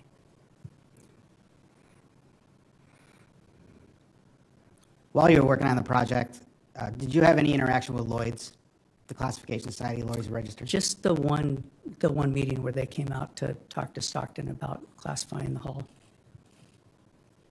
So that was the GL group that I referred to. So just to confirm, it was Lloyd's. They were Gershwitz, Lloyd's. That was the group that came out to discuss that. I don't know if that's separate from Lloyd's specifically. They were known as GL at the time. I believe that's now changed to Lloyd's Registry. I don't think GL is out there any longer. But when we were talking to them, they were referred to GL or Gershwitz, Lloyd's. We'll look into that. I just want to get that for the record. Yes. They're different Yes. classification societies. Okay. You discussed Boeing in a previous project that they had completed and you worked with them on. Yes. I don't remember the exact name, or I forgot the exact name, but it was a underwater vehicle made of carbon fiber. Correct? Was that a pressure vessel for human occupancy? No. No, it was a smaller vessel. It was meant to carry a payload, and it was meant to be deployed and sit down on the seabed at pretty significant depths for a period of time, and then come back to the surface on its own. And was it the same relative size and depth rated? It was 6,000 meter rated, and it was much smaller significantly smaller than Cyclops.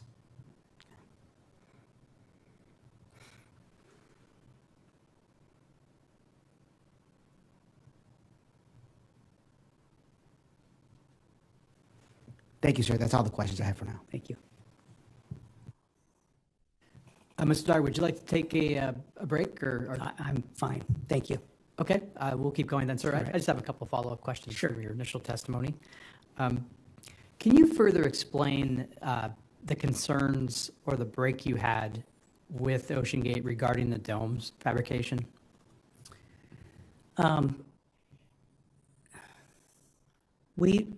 When we were working on the domes, the fabrication part of that, we were working with a foundry who had a significant amount of experience in doing large titanium castings. I didn't have the experience doing large titanium castings. All of my experience with castings have been relatively small, and it's pretty straightforward. Large stuff, I think, is a little bit of a different beast. This group specifically did large titanium castings, and they had several contracts with the Navy on large titanium castings. So combined with their group that was working on it, they had probably over 150 years experience of doing these castings. I wanted to tap into their resources as much as I could because I didn't want to rely on my background alone. I just didn't have what I felt comfortable with. To do that, I wanted them to look at the entire system. So they saw the titanium dome, the interface ring, and the carbon fiber to see how all that went together and how that all made it up so that they could see the full picture. I wanted to make sure that they understood how it was being used and that whole system. In the event that they saw something in there or they had experience with something that I didn't know about or was unaware of, so that they could help us through that design process. That was not something that OceanGate Engineering wanted to do. They wanted them to look at just the dome.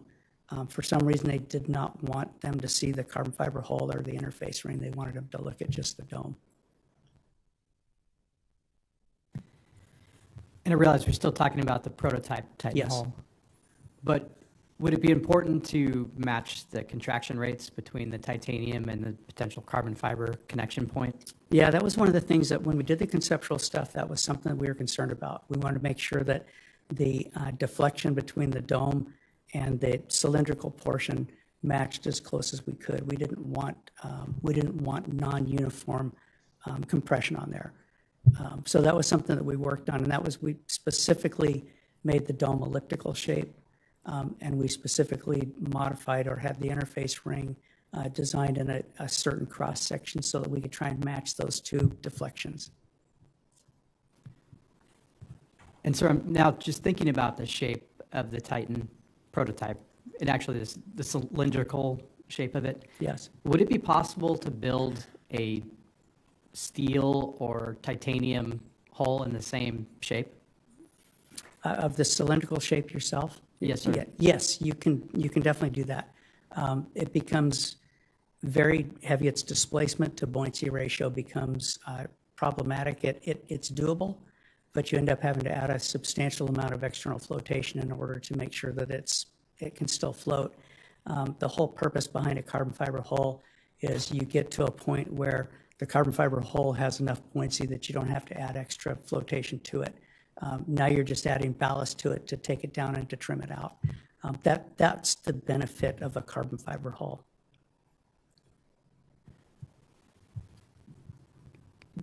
From a material standpoint, could you build a steel hull if you're willing to do the buoyancy provisions that could reach the Titanic, or would it have to be like titanium? It could be steel. I have not actually run the numbers, but based on other pressure hulls that I've done, you could definitely make it out of steel if you needed to.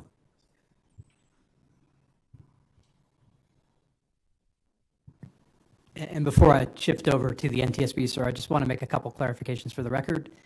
Germanister Lloyd is the GL class society that merged with Detnorsky Veritas in 2013. Okay. So GL and DNV are some acronyms that we're using today. So just for the record.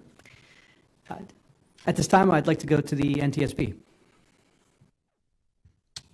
Thank you for your time, Mr. Dyer, and that was the clarification I had as well. I have no further questions. Okay. Yes. I'd like to go to OceanGate, please. Thank you, Mr. Dyer. Just one question. You mentioned the testing of 1/3 scale models at the APL facility that you were doing with OceanGate. Did OceanGate continue to utilize APL facility for those tests after APL was no longer analyzing the data, as you said, for those? Yeah, just for clarification, the pressure vessel is a UW-operated pressure vessel, not an APL pressure vessel. They're distinct organizations. With APL is a part of UW, but we don't have the chambers to do that. So that's run out of the School of Oceanography on campus at the University of Washington. My understanding is that they used that pressure chamber several times after we were no longer involved in the program. Understood. Thank you.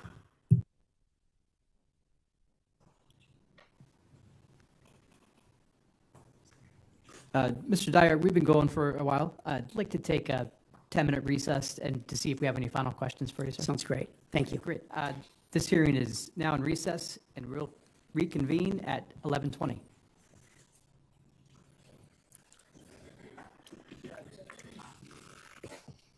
I'm sorry? Oh, no, thank you.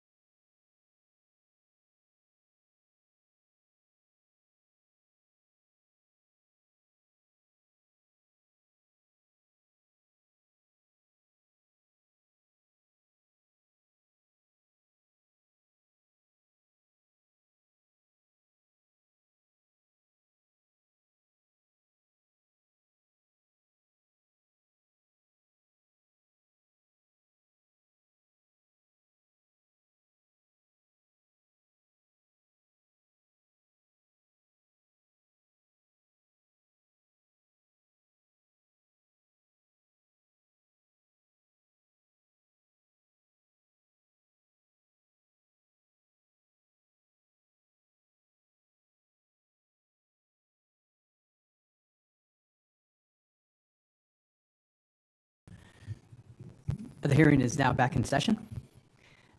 Mr. Dyer, Lieutenant Commander Williams has a follow-up question for you. Okay.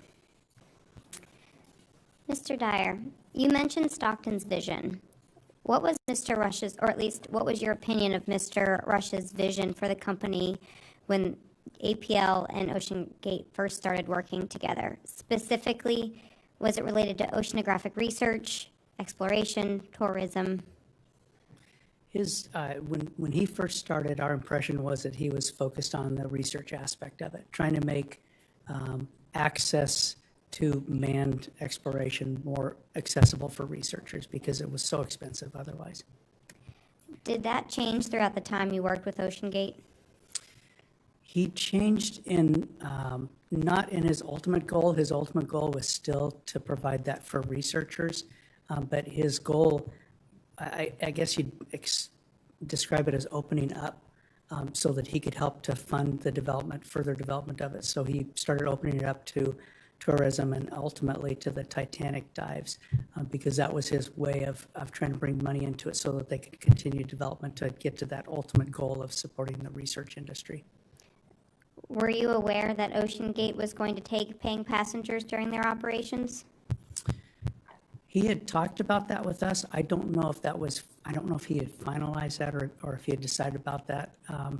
I did have lunch with Stockton a few times between when we stopped working with him and when on their last mission.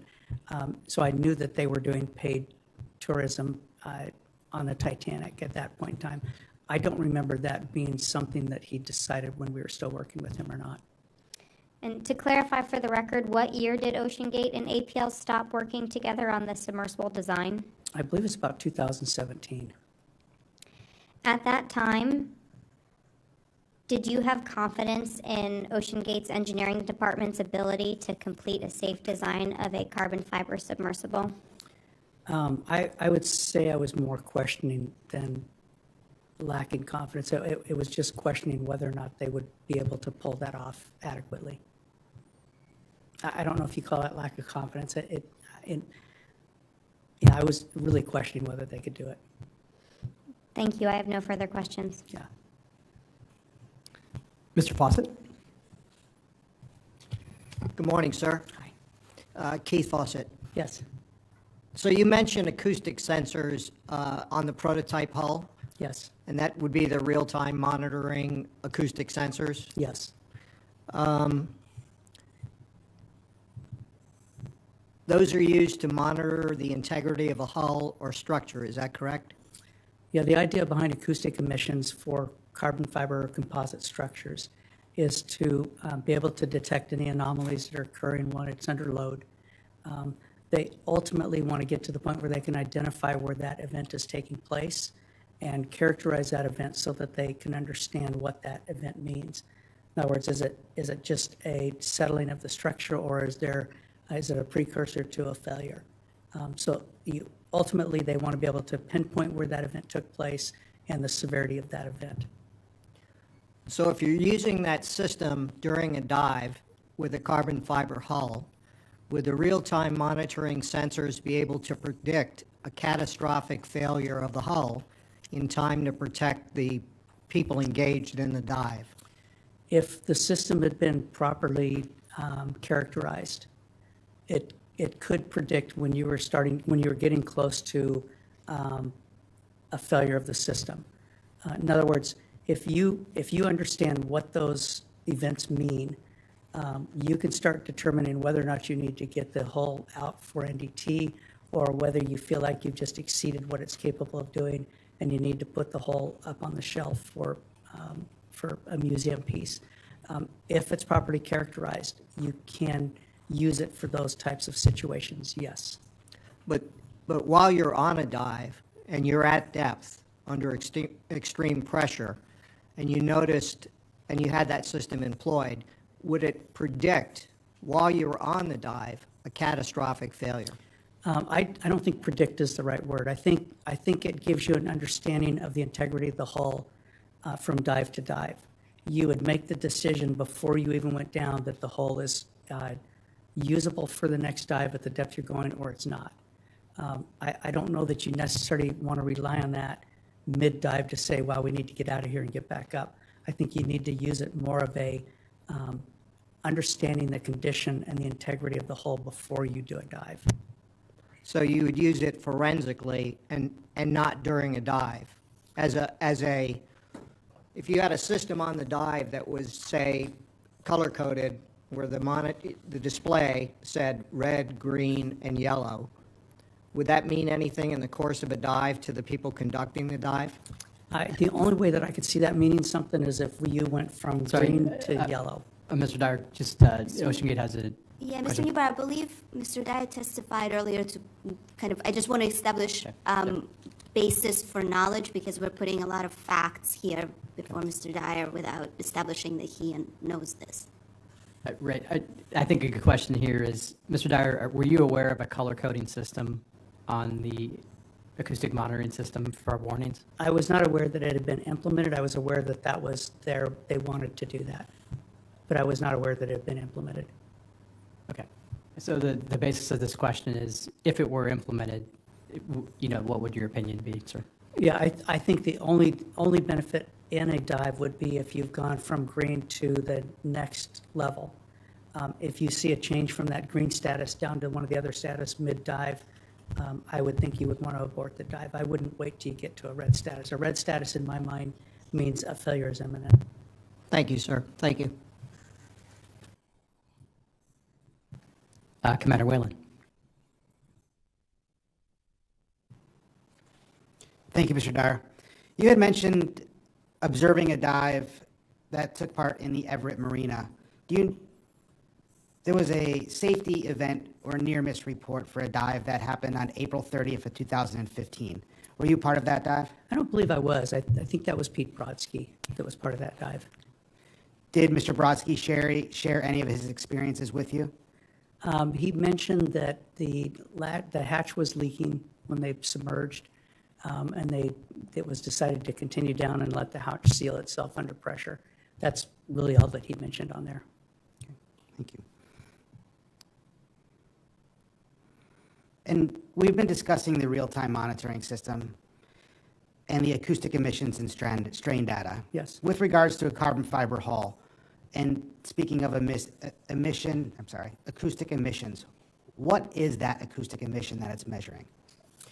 The way that those systems work is they have accelerometers that are located at known locations throughout a structure, whether it's a pressure hull or a bridge or whatever.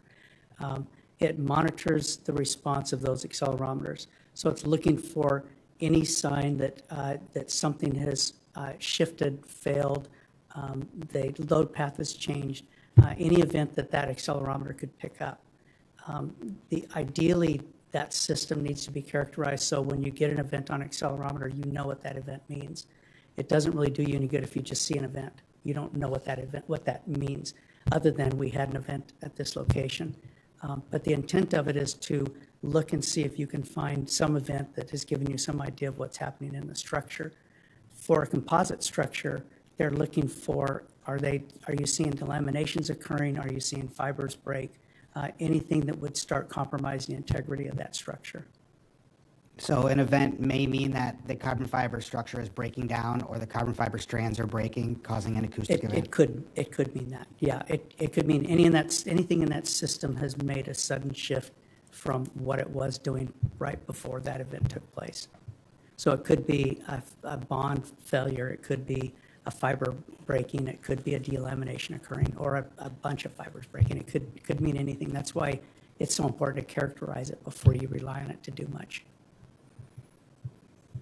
And were you aware of a way that OceanGate planned to utilize this acoustic emissions and strain gauge data to be able to localize and, over time, identify areas that had broken down significantly based upon the acoustic emissions? Our understanding when Stockton was talking about it and when they started working on that system was that they would use that to help them identify when they needed to get NDD testing on there to verify if they're seeing something like fiber breakage or delaminations. I don't believe we were aware at the time that they were going to use that real time during a dive to abort it. I say that because when Stockton was talking about it, I cautioned him of saying, you've got to know what the data means, Stockton. If you think you're going to use that real time. If you don't know what that data means, it's useless to you real time. It doesn't mean anything to you. So we were under the impression that they were not planning on using it for real time, but for a predictive tool like we talked. So, as you stated, this carbon fiber hull for pressure vessel for human occupancy, to your knowledge, hasn't been utilized in the past. There was a carbon fiber hull that was fabricated for, I believe it was Fawcett or Fissett, was someone who was going to go to the Marianas Trench. And I believe that hull was fabricated by Spencer. I don't know the status of that. I do know that they had a failure on that. I don't know if they refabricated it or what, but there was a carbon fiber hull for human occupancy that was done by an individual, by a private citizen. And was any of that, or was any data taken from that pressure hull to help? When Stockton started considering Spencer, we talked to Spencer about that to try and figure out what we knew about that event and the data on that. I don't remember them having specific data on that. I think at the time there was still some questioning as to what exactly happened on that, whether it was a fabrication or whether it was an actual failure of the structure. I believe their conclusion was that there was an issue during manufacturing, and it was not because of the specific design or because of the material, but was more of a manufacturing issue. That's my recollection of what they determined on that failure. So with regards to the Titan, Cyclops Stewart Titan hull, to the best of your knowledge, what was the baseline data for which they were measuring the acoustic emissions and strain gauge? I don't know. I don't know if they had any. So you weren't sure if there was any previous data? When we were working with them, they didn't have any baseline data. They had used it for the first time in that scale version on there. That was the first time they'd collected data on there, so they didn't have anything to compare it to. So I don't know what transpired between that test and when they used it on the real hull. Are you aware of what a delamination would look like in an RTM system? It would be an accelerometer event. You'd see it show up on at least one accelerometer, probably multiple. And with those multiple, you should be able to then, after you've characterized it, you should be able to determine where that took place. That delamination might have a characteristic, I don't know, but it might be a different one than a fiber breaking.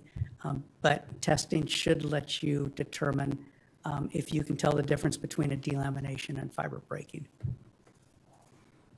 In your experience with carbon fiber, is there an unlimited life cycle? My understanding is there is not an unlimited life cycle, but I don't know that for sure. That's my understanding. Thank you, sir. That's all the questions I have, sir.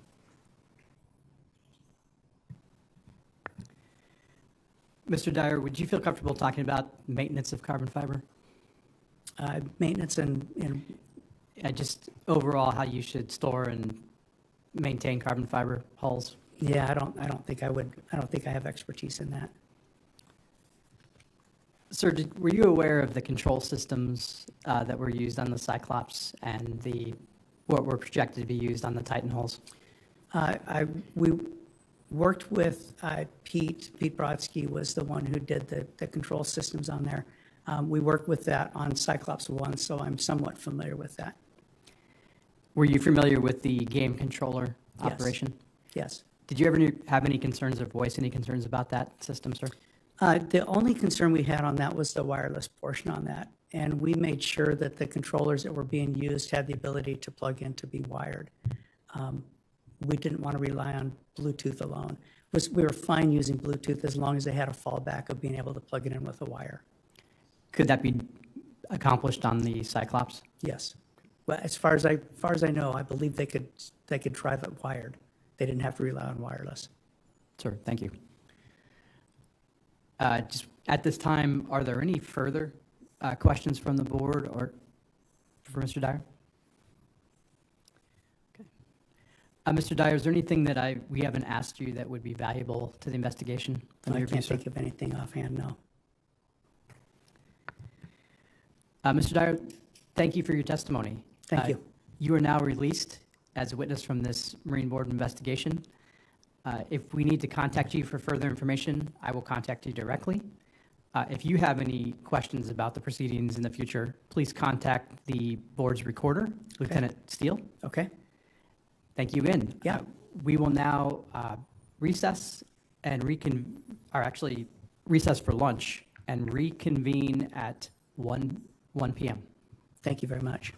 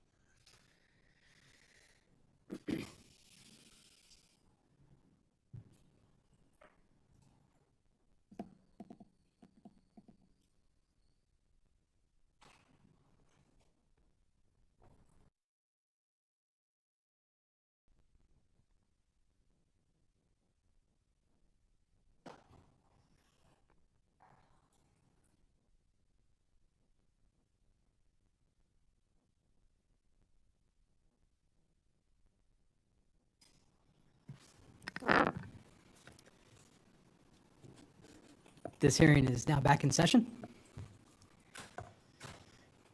At this time, we will hear testimony from Mr. Patrick Lahe, co-founder and CEO of Triton Submarines. Mr. Lahe, thank you for being here today. Thank you. Sir, Lieutenant Steele will now administer the oath. Okay. Please stand and raise your right hand. A false statement given to an agency of the United States is punishable by fine and/or imprisonment under 18 U.S.C. 1001. Knowing this, do you solemnly swear that the information you're about to provide will be the truth, the whole truth, and nothing but the truth, so help you God? I do. Thank you. You may be seated. Mr. Lahe, Lieutenant Commander Tom Whalen is going to start the questioning today. Okay, thank you. Good afternoon, Mr. Lahe. All of my questions are going to be related to your background, Triton Submersibles, and your interactions that you had personally with OceanGate and Mr. Rush. Again, thank you for being here, and as we ask you questions throughout your interview, if you need to take a break, just please let us know. Okay. Before you... Mr. Whalen, I think for the record, just want to make sure it's Triton Submarines. Is that Yes. correct? Okay. Triton Submarines, yes. You had mentioned Triton Submersibles. Just want to... Roger. Yes, sir. Before we begin, I'll ask you to please refrain from using any acronyms. If you should use an acronym, I'll stop you to explain so you can explain what that acronym is. Okay, will do. Can you start off by briefly explaining how you began to focus on designing and building submersibles? Okay, well, I can give you a short answer or a long answer, but I'll try to make it concise. I began my underwater career, my diving career, in about 1981, 1982. I began work as a commercial diver, and I was lucky enough in the early part of my career to work for a commercial diving company by the name of IUC, International Underwater Contractors. They're based out of New York, but they had opened an office in Santa Barbara, California. They had a number of human-occupied vehicles or submersibles, and because I had demonstrated abilities to fix and solve problems, they asked if I'd like to learn how to operate a sub. I piloted my first sub when I was 21. That was 41 years ago, and I was so thrilled by the experience, and it left such an indelible impression on me that I knew from that point on I wanted to devote my life to these incredible machines. So I worked with subs in all kinds of different capacities. I worked with them in oil and gas. I worked with them in tourism, in filming, in science, salvage. And in 2006, I started a company called Triton Submarines with my partner, Bruce Jones at the time. And we decided we were going to we had actually been trying to promote the idea of subs on people's private yachts for about 10 years before that, but we didn't get much traction. You know, there's tremendous resistance or skepticism surrounding human-occupied vehicles or submersibles, and that's actually one of the things I'm here to try and hopefully address.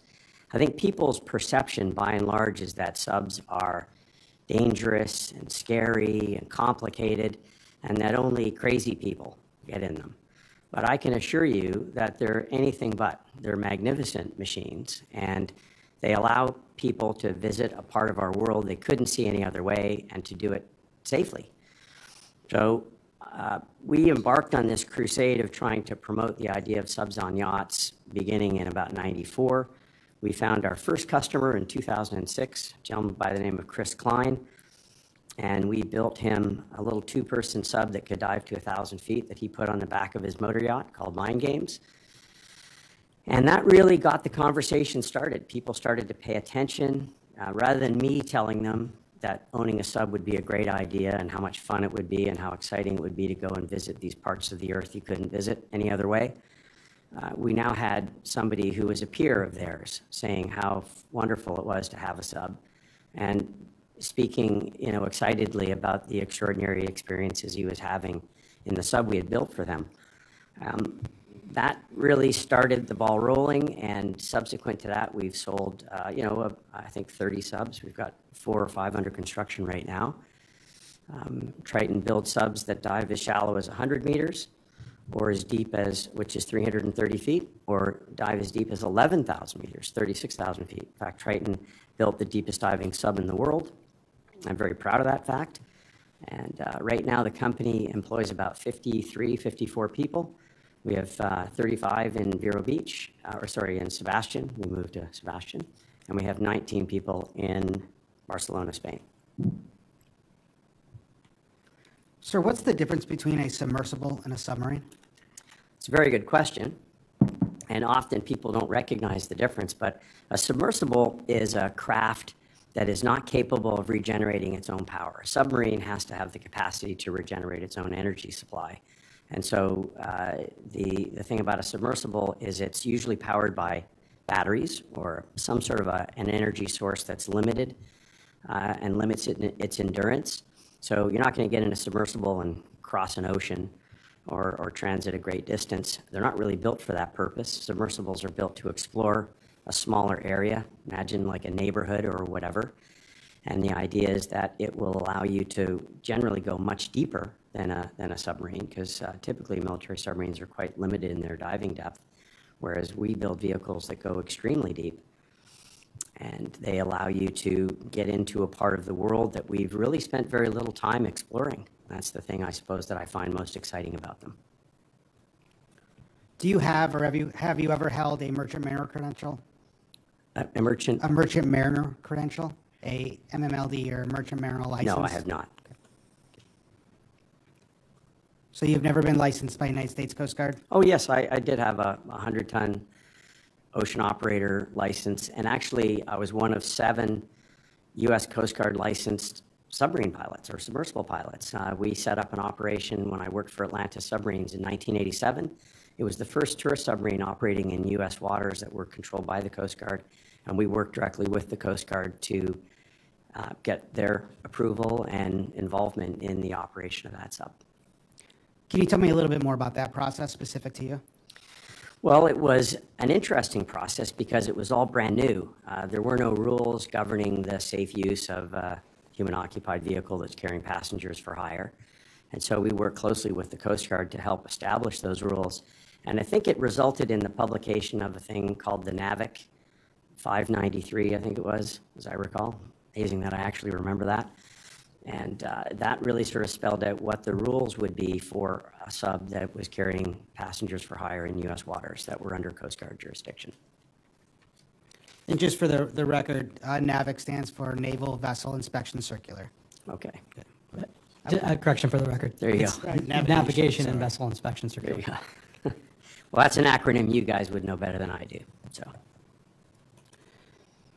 Now, was that, so you had achieved that endorsement on your license for Atlantis Submersibles. As you know, what is the difference between a passenger submersible and do you create passenger submersibles? We do. I mean, any of our subs, I suppose, can be used to carry passengers. Typically, I'm not even sure that you would distinguish them as passengers versus paying passengers. They're people, and as such, the requirements, for carrying people are the same. Having said that, I think typically a passenger carrying submarine would carry more people because, of course, the point of it is to generate revenue. And yes, we do build tourist submarines or passenger carrying submarines. We recently delivered a submarine that carries 24 people and dives to 100 meters or 330 feet. It's called the Deep View 24. It's a modular design where you could make it as little as 12 people all the way up to 66 people. And that sub is operating in Vietnam right now. We also recently delivered a sub, you could call it a tourist submarine, but it carries 9 people, pilot and 8 guests, and it operates off of a cruise ship. And are those built to a different standard? No, they are not. If you were to build one to a United States or a U.S. flag passenger vessel, would it be built to a separate standard or a Coast Guard standard? I'm sure there would be additional requirements that we'd have to comply with. Of course, the certification that we base all of our vehicles on, is usually one of two certification agencies that we work with, the American Bureau of Shipping, and what used to be Det Norske Veritas Germanischer Lloyd, but what is now DNV, because DNV acquired GL. And those certification agencies have had rules governing submersible craft or human-occupied vehicles for over 50 years. And they've evolved over time as those vehicles have evolved. That's the sort of primary, the sort of backbone certification that our vehicles have. But there's additional requirements, too, that we apply. Believe it or not, there's also a Cayman Islands flag registry that we often have to comply with. And that's because many of the yachts that our subs go on are flagged in Cayman. And so we have to comply with their rules. And if the sub is going to be operating in U.S. waters, then of course, especially if it's going to be carrying passengers for hire, then I'm certain we would also have to comply with U.S. Coast Guard rules. So far, we haven't, I think, other than maybe the scenic vessel will be operating in Alaska at some point, and it may, and certainly would get Coast Guard involvement at that time. Sir, in your opinion, what specifically sets Triton submersibles apart from other deep-sea exploration vehicles in the market? Of course, I would say because we build the deepest diving, most capable subs that are out there, but there are other players in the same space that adhere to the same rules that we do. We are entirely focused on safety and certification. No Triton sub would ever be built or delivered that wasn't certified, and that even includes our deepest diving sub. So when we were commissioned by a client to build a sub that could dive to 11,000 meters or 36,000 feet, I insisted that the sub was certified. And that made the project more difficult, more challenging, more time-consuming, and more expensive. But ultimately, I would point to that certification as the primary reason that sub is diving regularly to the deepest places in the ocean. In fact, that sub has made 19 dives to full ocean depth, which is unprecedented. And I've had the privilege of making 5 of those dives. The sub also has made 150 dives beyond 6,000 meters, and I think it's made almost 400 dives now between 4,000 and 6,000 meters. So certification matters because it's about building something that's robust, durable, reliable, something that people can dive in with confidence, knowing that meets an internationally recognized set of standards. And what are the key critical safety features of your vessels? What components do you see as the key critical safety features? Well, there are so many because, of course, the entire vehicle has multiple layers of redundancy in virtually every area. So whether it's life support or it's ballast systems or communications, tracking, navigation, there's redundancies built in because you have to assume that if there's a single system failure, that it doesn't result in the vehicle being in a perilous situation, and that your capacity to sustain life is not affected, for example, by the lack of power. So, for example, you lost all power in the vehicle. That does not prevent you from being able to bring the submarine back to the surface or to be able to maintain a safe, breathable atmosphere inside the craft. And you had mentioned classification societies. How important is a classification society in the manufacturing and certification process of a submersible? Well, it's foundational. It's fundamental. It's essential. To me, I think any machine that's going to be carrying human beings into the deep sea has to meet the high bar of certification by an independent third-party classification society. I don't believe that it's negotiable. I don't believe that we should be operating experimental vehicles in the deep sea. Have you ever delivered an operational submersible that was not inspected or classed by a classification society? No, I have not. And nor would I.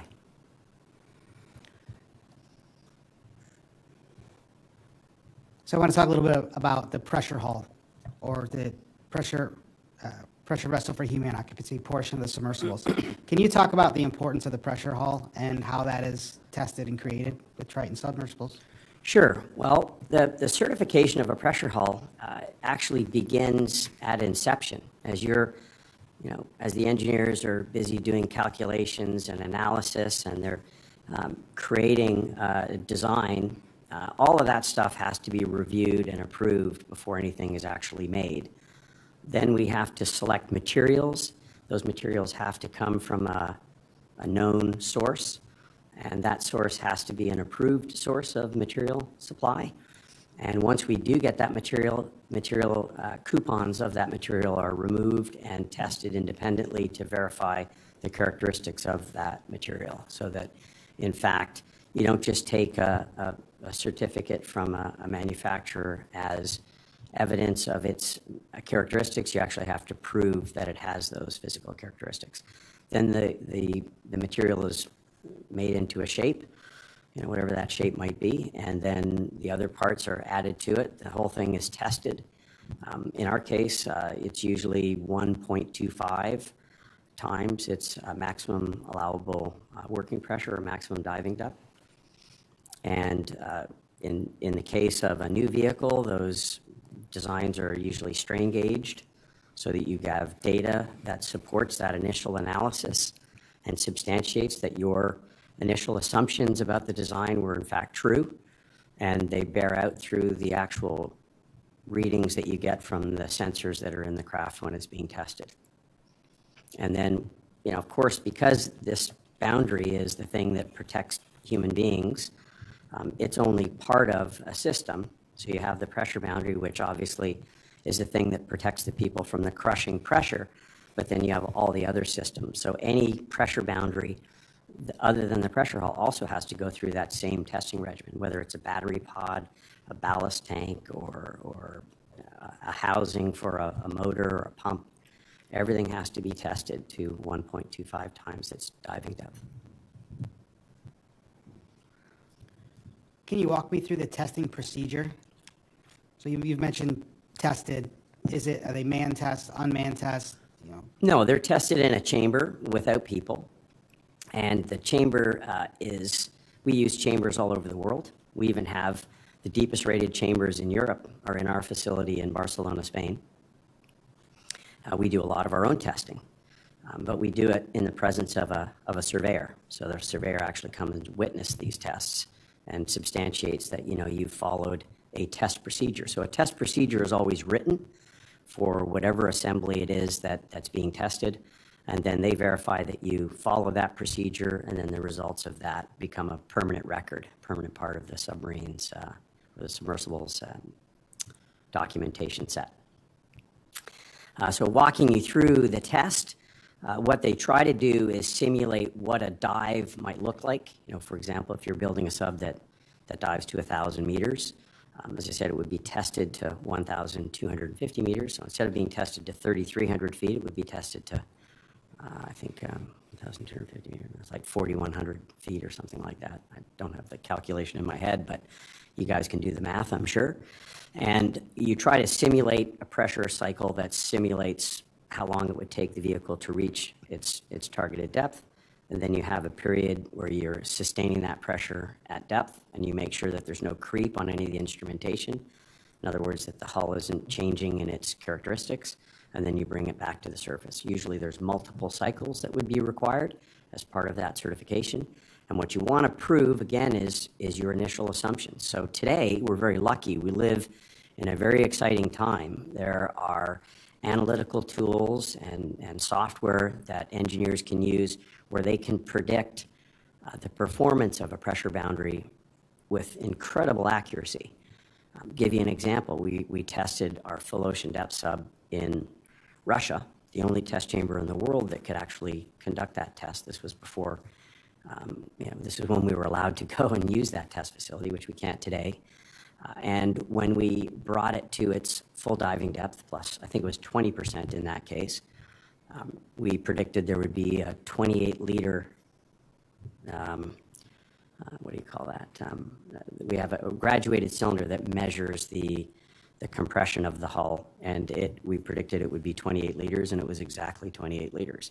And then we do repeated cycles to make sure that that water all goes back in, and then when it comes back out, that kind of thing. So it's all part of verifying that through testing, your assumptions, your analysis, your calculations were correct, and that the machine that you've created is behaving exactly as you expected it to and as you predicted it would.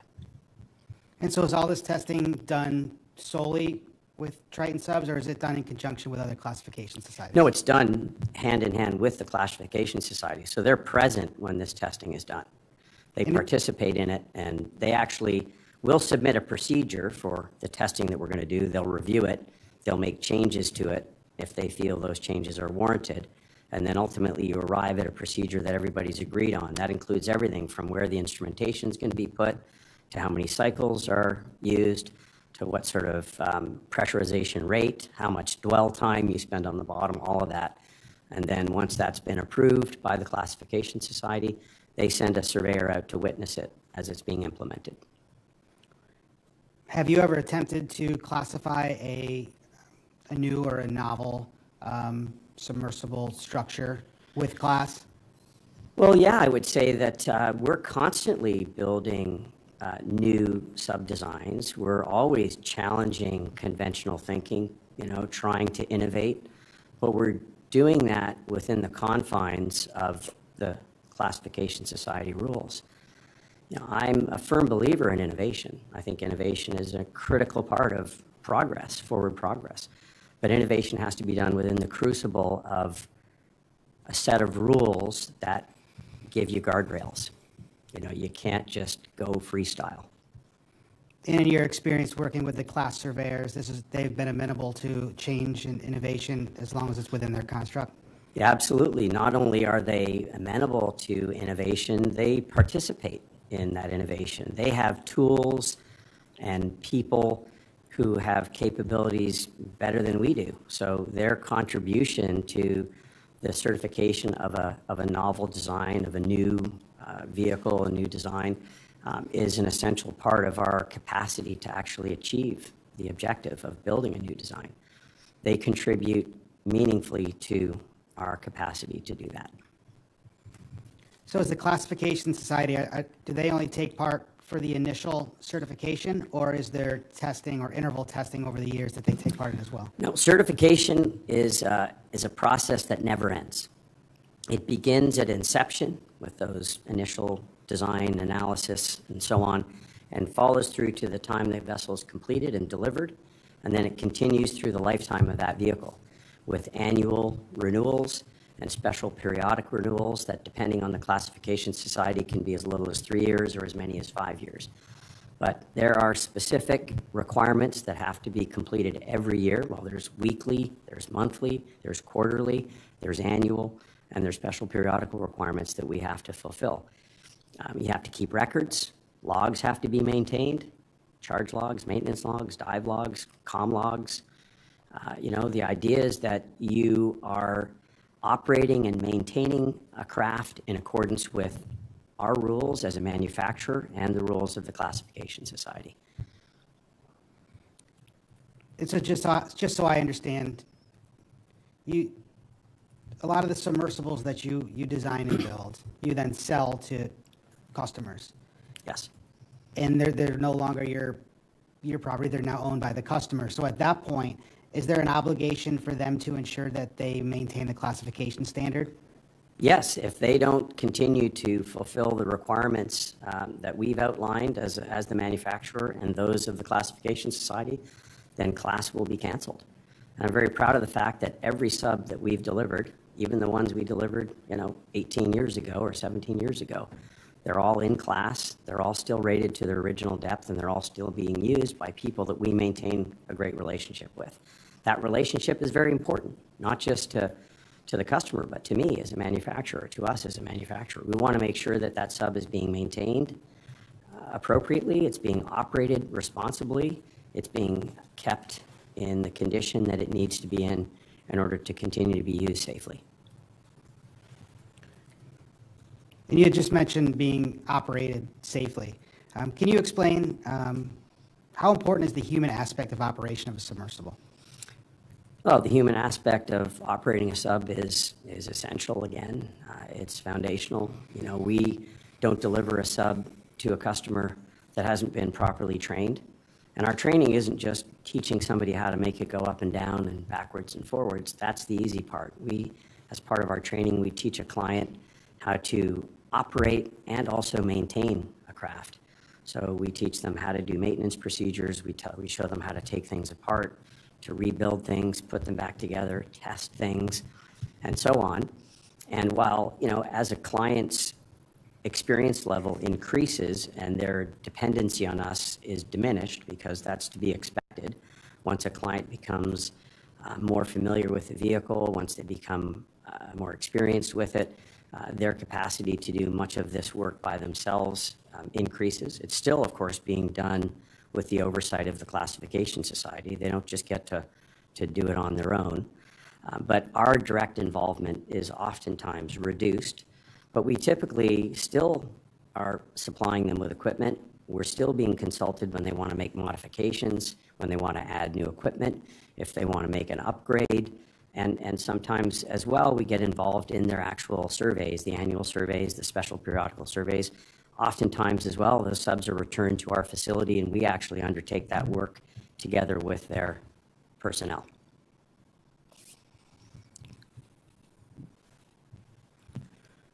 Once they complete the Triton submersible pilot training program, do they receive a certification to become a Triton submersible pilot? They do, but they also have to demonstrate their capabilities to the satisfaction of the attending surveyor. So they don't just take our word for it. Ultimately, the final arbiter of whether an operation is considered safe and the people that are responsible for using the equipment are appropriately trained and experienced, that also falls to the certification agency. Does any part of the training include emergency procedures? Of course. Emergency procedures are an inherent part of the safe operation of a submersible.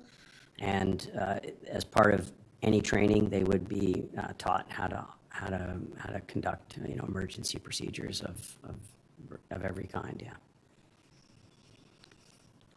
In your experience, how important do you believe it is to have a rescue submersible or an ROV readily available at a dive site?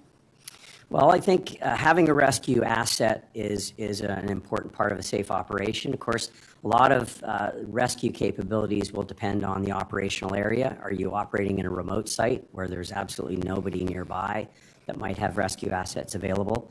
So when we look at diving in a new place, we create two plans. We create a self-help plan and an outside help plan. And the self-help plan is just what do you have on hand, in terms of rescue capabilities. Do you have an ROV? Is there a second sub? Many of our clients have two subs. So you've got your second sub, then you've got your built-in safety system. Some people have an ROV on board. So that would be your self-help plan. And if you're diving shallow, you might even look at what local diving resources there are. Are there technical divers in the area? So obviously, if you're diving to 100 meters, that's starkly different than diving to 11,000 meters or 4,000 meters or 2,000 meters. Anyway, and then the outside help plan, what you do is you take a look at local and regional assets that might be called upon in the event of an emergency. You identify what those assets are. You notify them that you're going to be diving in a given area. And you request their commitment to assist you should such assistance become necessary. And so that's a standard practice, that our clients will observe, and we help them with that because oftentimes we'll have multiple clients in a given area, and that makes it easier. So if you've got 3 or 4 clients diving in the Bahamas, this is sort of a standard practice that this, I'm sure, is the same with you guys in at-sea operations on the surface. You would always pledge your willingness to assist a fellow mariner.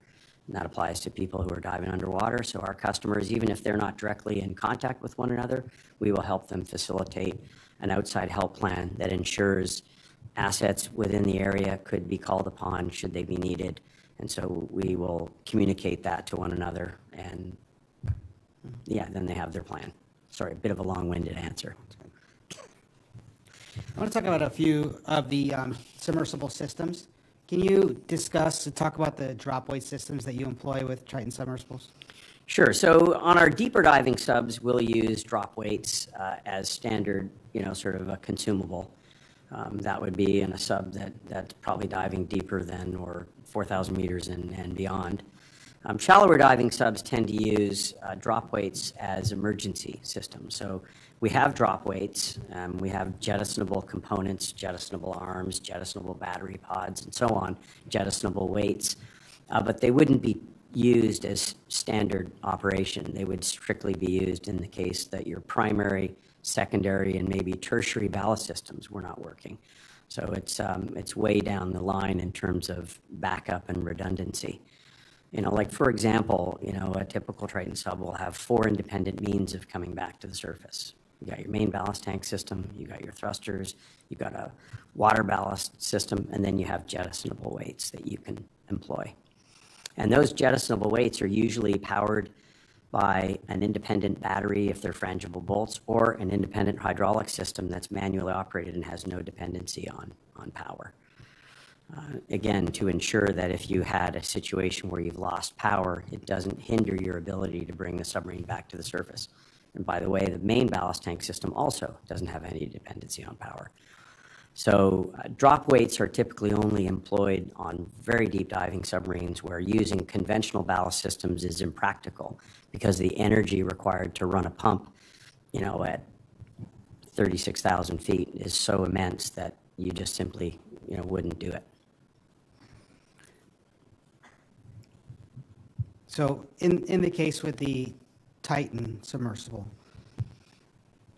they had utilized drop weights to slow their descent through the water column. Is that something that is utilized normally in practice? In a sub diving to 4,000 meters, having jettisonable weights as part of a ballasting system would not be unusual. There would typically be other systems as well, though, not just droppable weights. So, some type of a variable ballast system that probably use, in subs diving to that depth would typically be like pumping oil from a reservoir into a bladder to increase displacement. What are the majority of Triton hulls made of, Triton pressure vessels made of? The majority of our subs are made of transparent material called polymethyl methacrylate, or acrylic. And one of the great things about acrylic is it's strong, it's malleable, but of course it's also transparent, so you can see through it. And it has another interesting characteristic, which is that it has the same refractive index as water. So when you submerge in a pressure boundary made of acrylic, it's almost like there's nothing between you and the environment that you're looking at. So it really makes the experience of being underwater very compelling and very immersive. And so that's the vast majority of our subs do feature acrylic pressure boundaries. However, when you start getting into deeper water, we look at other materials. We're currently developing, coincidentally, a 4,000 meter rated sub that has a transparent pressure hull made of acrylic. And again, this has never been done before. It's a novel design, if you will. But of course, we're working closely with DNV on the development of this very unique sub. And what is the name of that submersible? I think they're calling it, let me just think what it's called, the Triton 4 kilometer, because that's its diving depth, to AE Abyssal Explorer.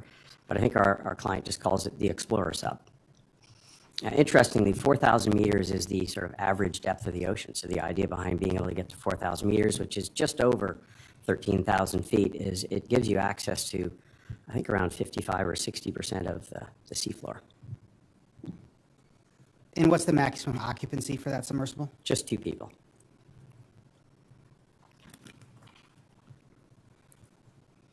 And how far long is that in production? We're expecting to deliver that sub in the spring of 2026. It's a time-consuming process, to design, engineer, build, and then test a machine like this. So it's done according to a timetable, but the timetable doesn't drive the program. The success of The development is what drives it. And, you know, it should take about 2 more or 18 more months, but if it takes 20, then that's what it takes. It'll take whatever is required to make sure that it's right. And for a submersible like the Abyssal Explorer, how many cycles to depth do you believe you'll get to in the testing phase? That's a good question. I don't know that I can even answer it yet because it'll be mandated by the certification agency. I don't know how many they'll require, how many tests that they'll require, but we'll obviously submit to whatever they insist is necessary. And you had mentioned gauges and monitors in the hull. Do you employ monitoring and gauging within your submersibles? During the testing phase, but not when they're being operated. You know, there's no reason, if you've designed a pressure boundary appropriately, there's no reason to have instrumentation in it to monitor its health. The expectation is that you've designed something where the health of the pressure boundary is an inherent part of the design.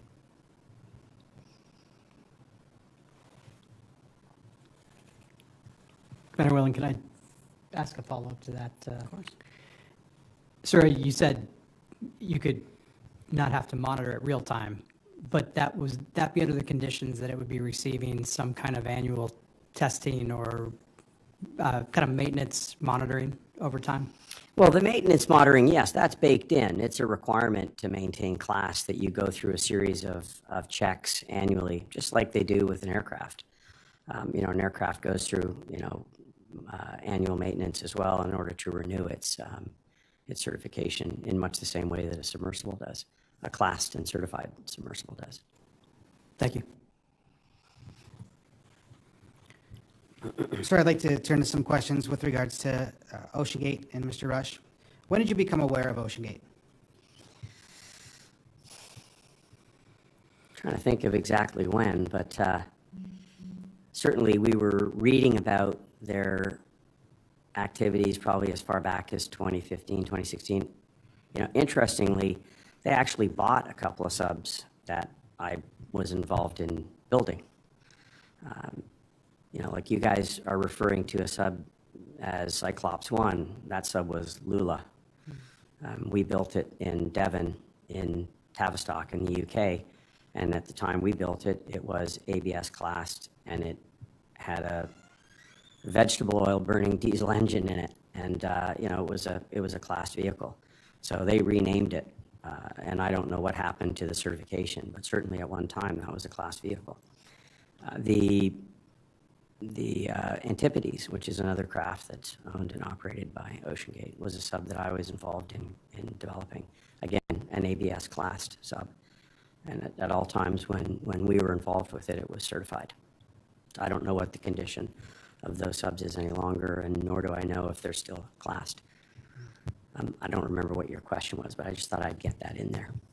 It was when did you become aware of OceanGate? It must have been around 2015 or something like that when we started hearing about some of the things they were doing.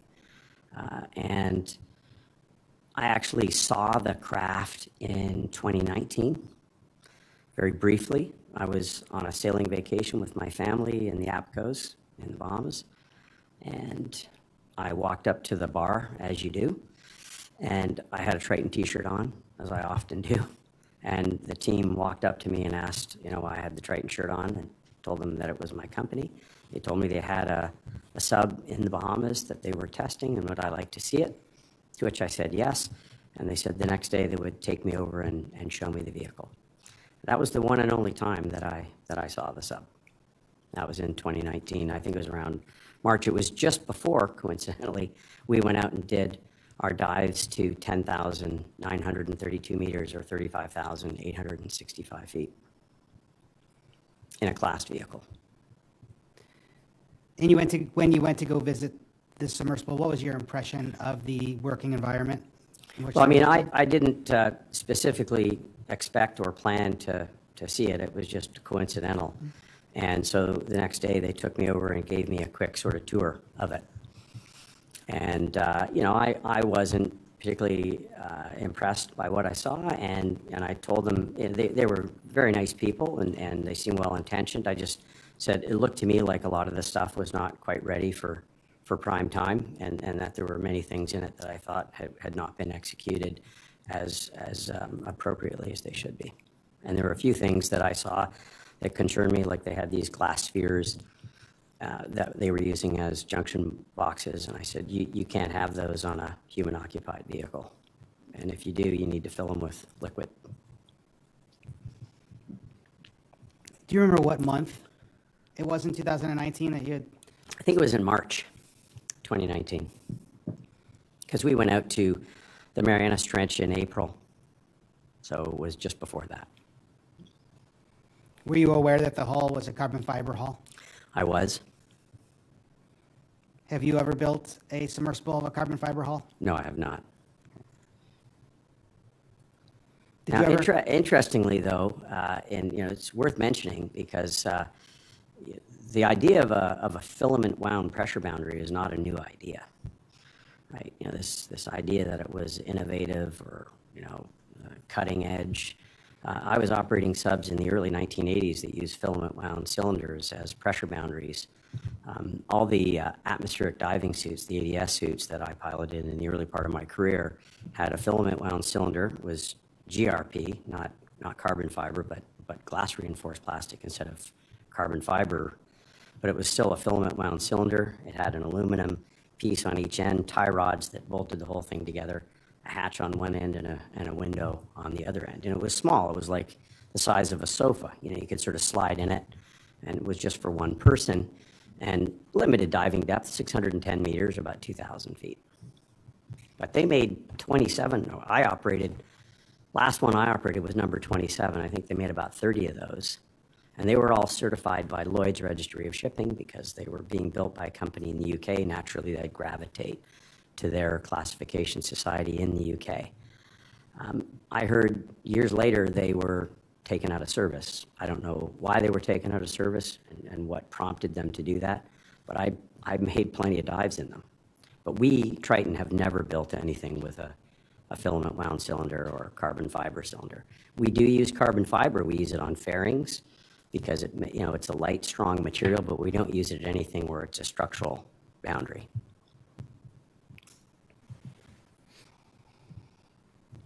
Have you ever had any conversations with Mr. Rush regarding his business plan or company vision? Not really. I think I would bump into him occasionally at the conferences that we would attend. So there was a conference called, I think I'd remember, but I don't.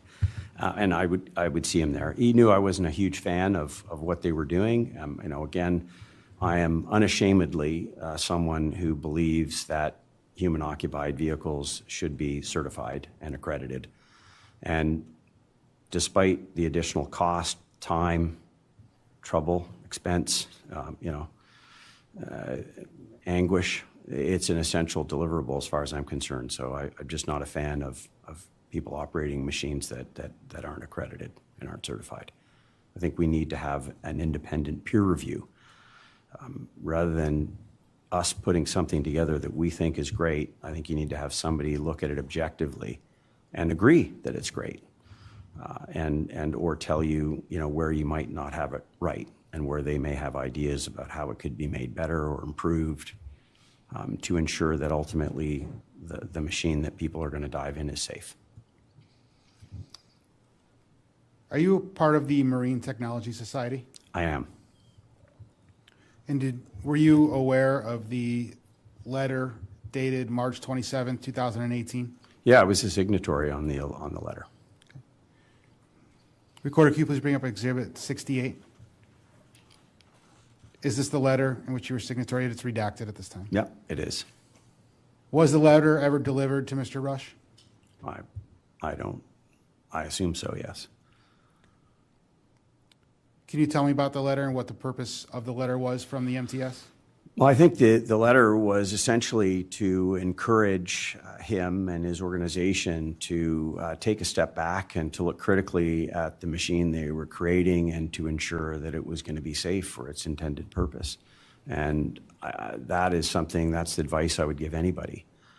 I just feel like it's important for us as manufacturers of machines that carry human beings into a dangerous environment that we're held to a standard, and that standard ensures that those machines are safe. And to your knowledge, did this letter change any of the practices or procedures for OceanGate and Mr. Rush? I would have no way of knowing that. Mr. Lahi, OceanGate, please. Yes, sure. I just wanted to point to the press release also from MTS regarding that letter, just to clarify in terms of its status. And that status was that it was not Well, delivered? I think it's the first page of that exhibit. Can we go to the first page, please? It's not. It's a separate exhibit. Okay, it's Exhibit 96. We can, I don't know if Mr. Lahi is aware of it, but it's dated, it's Exhibit 96, if you want to. Okay. No, please stand by, sir. We'll call that up. Sure. Lieutenant Steele, can you do Exhibit 96?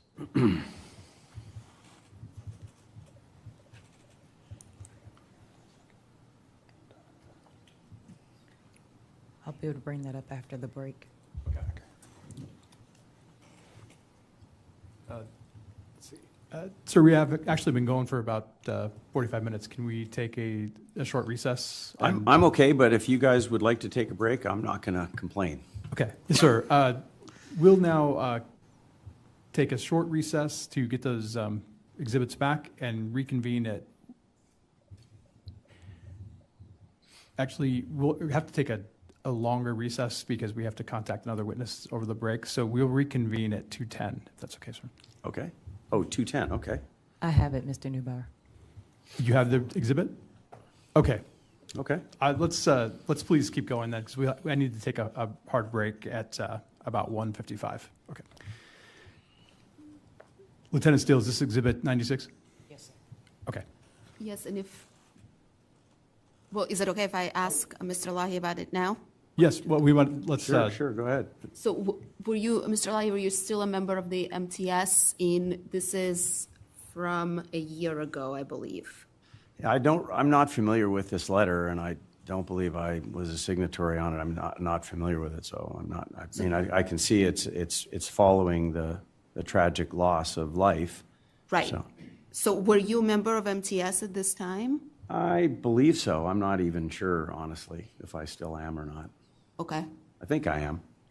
And if we scroll to the end of the first page, the paragraph beginning is in 2018. Yeah.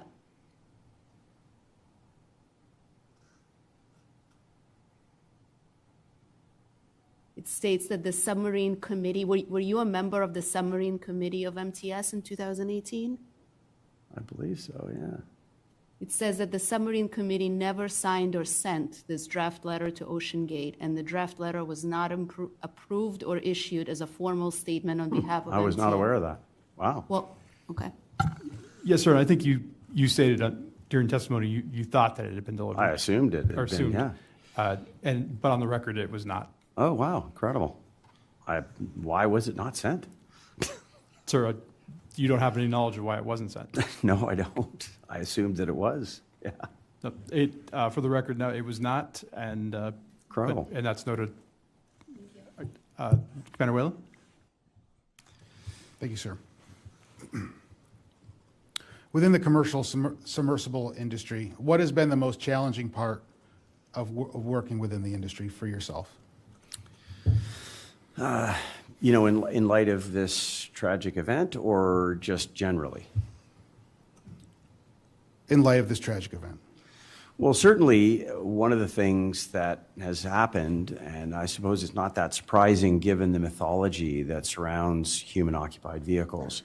You know, go back to this notion that they're dangerous and they're scary and complicated and only crazy people dive in them. Well, the OceanGate tragedy served to reinforce that myth. And it is a myth because it's absolutely not true. You know, when I think about the certified and accredited vehicles that I've been playing around with for 40 plus years, and our track record of safety, which is unblemished for 50 years, that counts for something. And I think it's an important thing to bear in mind. The certification process works. We know it does. Our track record of safety proves it. And so, as far as I'm concerned, we need to insist on continued human exploration of the deep sea in certified and accredited machines, not experimental ones. There's no place for experimental machines in the deep sea, not when there's human beings. If you want to use an AUV or an ROV where you're not putting human lives at stake, that's one thing. But if you're putting people in them, I think we have to be held to that high bar of certification and accreditation from an internationally recognized third-party classification society. So, thank you, sir. That's all the questions I have.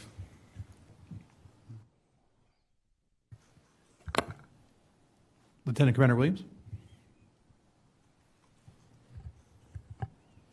Good afternoon, Mr. Leahy. Good afternoon.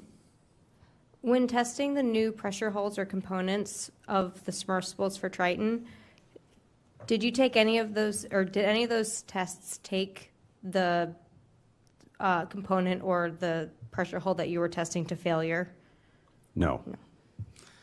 And I suppose that shouldn't be a surprise, because the idea is that your calculations and analysis prove that the thing you're about to test is going to behave exactly as you predicted. And if you had doubts about whether it could actually withstand the pressure testing, then we certainly wouldn't be doing the pressure testing.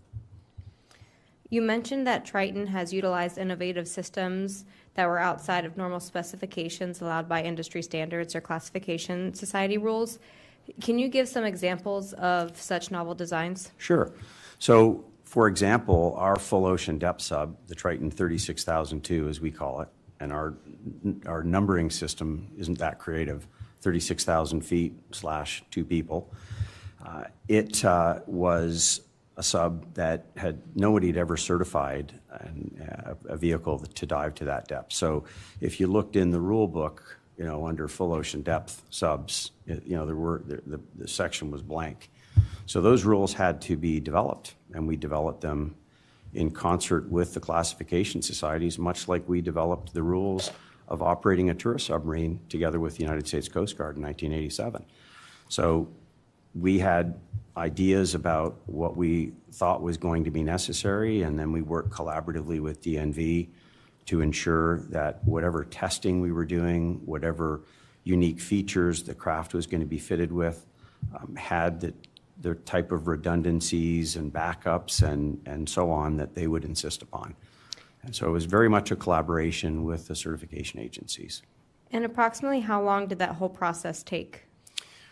From the time we began the project to build the Triton 36002, we did approximately 10 months of preliminary design and engineering.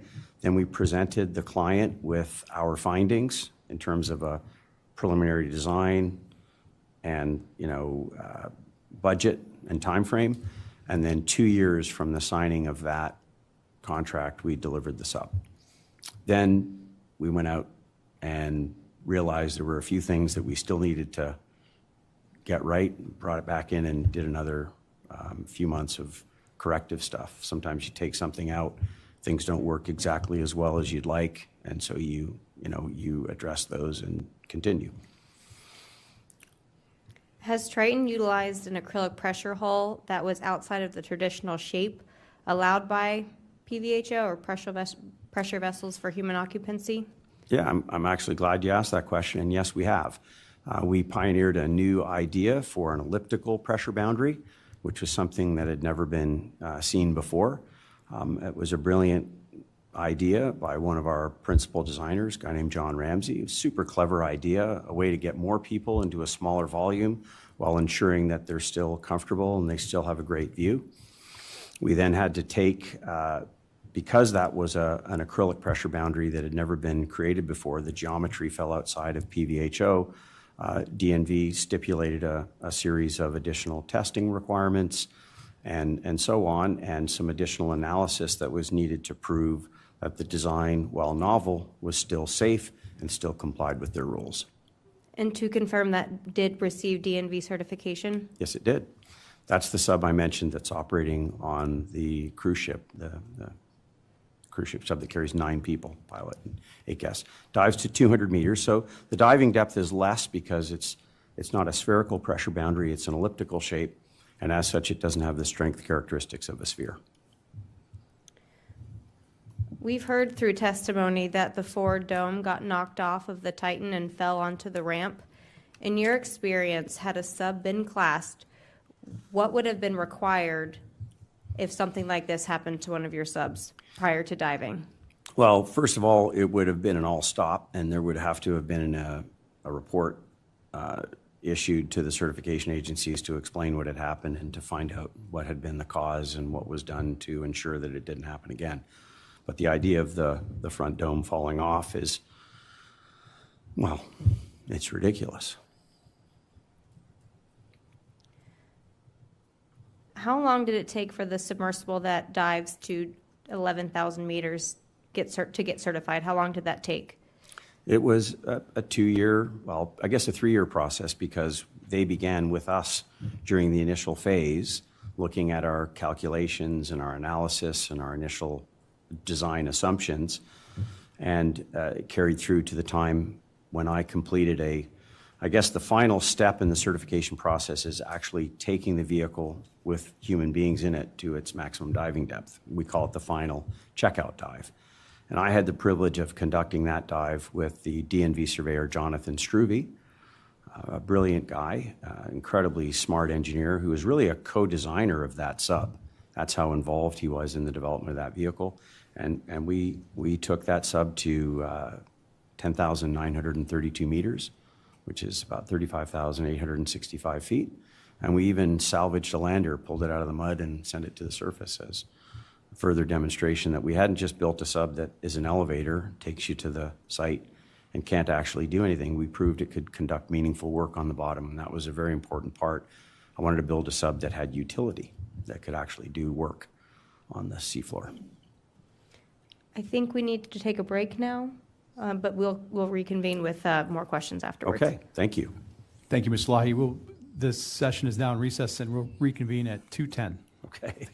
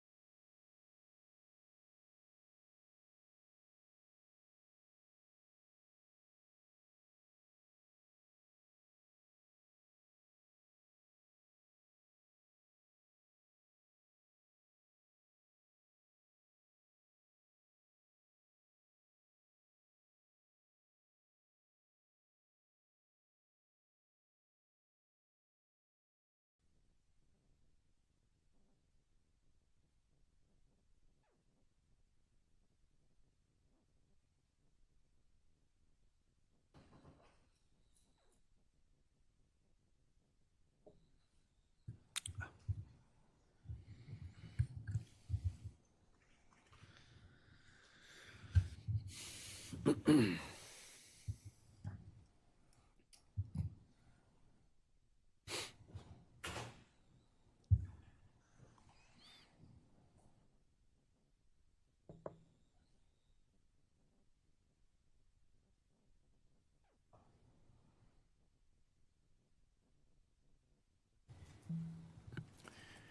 this hearing is now back in session. Before we continue with the line of questioning from Lieutenant Commander Williams, I'd like to make a clarification on the MTS letter that was discussed earlier. Lieutenant Steele, can you bring up Exhibit 96, please?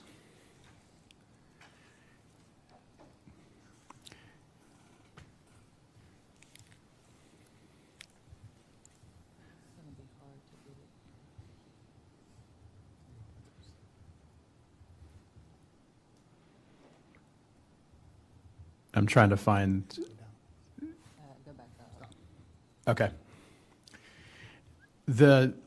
Want to clarify a point in this letter of how it was either delivered or what was given to OceanGate. So I'd like to just read the second paragraph here for the record. It says, in 2018, this group of volunteer members collaborated to draft a cohesive and directed message to OceanGate on best practices for the safe development and operation of new submersible technologies. The content of this draft letter has been widely shared by the media in recent days. The Submarine Committee never signed or sent this draft letter to OceanGate, and the draft letter was not approved or issued as a formal statement on behalf of the MTS or the committee. The letter was shared, though. The letter draft, sorry, I'm just reading. Thank you. The letter draft was shared, though, with OceanGate by a committee member during the drafting process. OceanGate CEO Stockton Rush and the Submarine Committee Chair engaged in discussions and agreed to disagree on the technical topics of the draft letter. It says of the letter, but I assume that was the draft. So that is the, are there any thoughts on that? Well, certainly that's probably what precipitated some of the exchanges that I did have with Stockton, where he knew I was not a fan of a vehicle being developed without the benefit of a class society involvement. And, I maintain that that is the most important takeaway from all of this, that we need to insist upon certification as a requirement of continued human occupied exploration of the deep sea. So, Mr. Lahi, just to kind of clarify that point, around that time that the draft letter was shared with Mr. Rush, you then had direct discussions with him about the contents? Sure. Well, I don't know if we talked directly about the letter, but we talked about, the idea of certification. I think I highlighted the fact that we had developed, the deepest diving sub in the world at the same time they were developing, this contraption. And frankly, there was absolutely no reason you couldn't certify.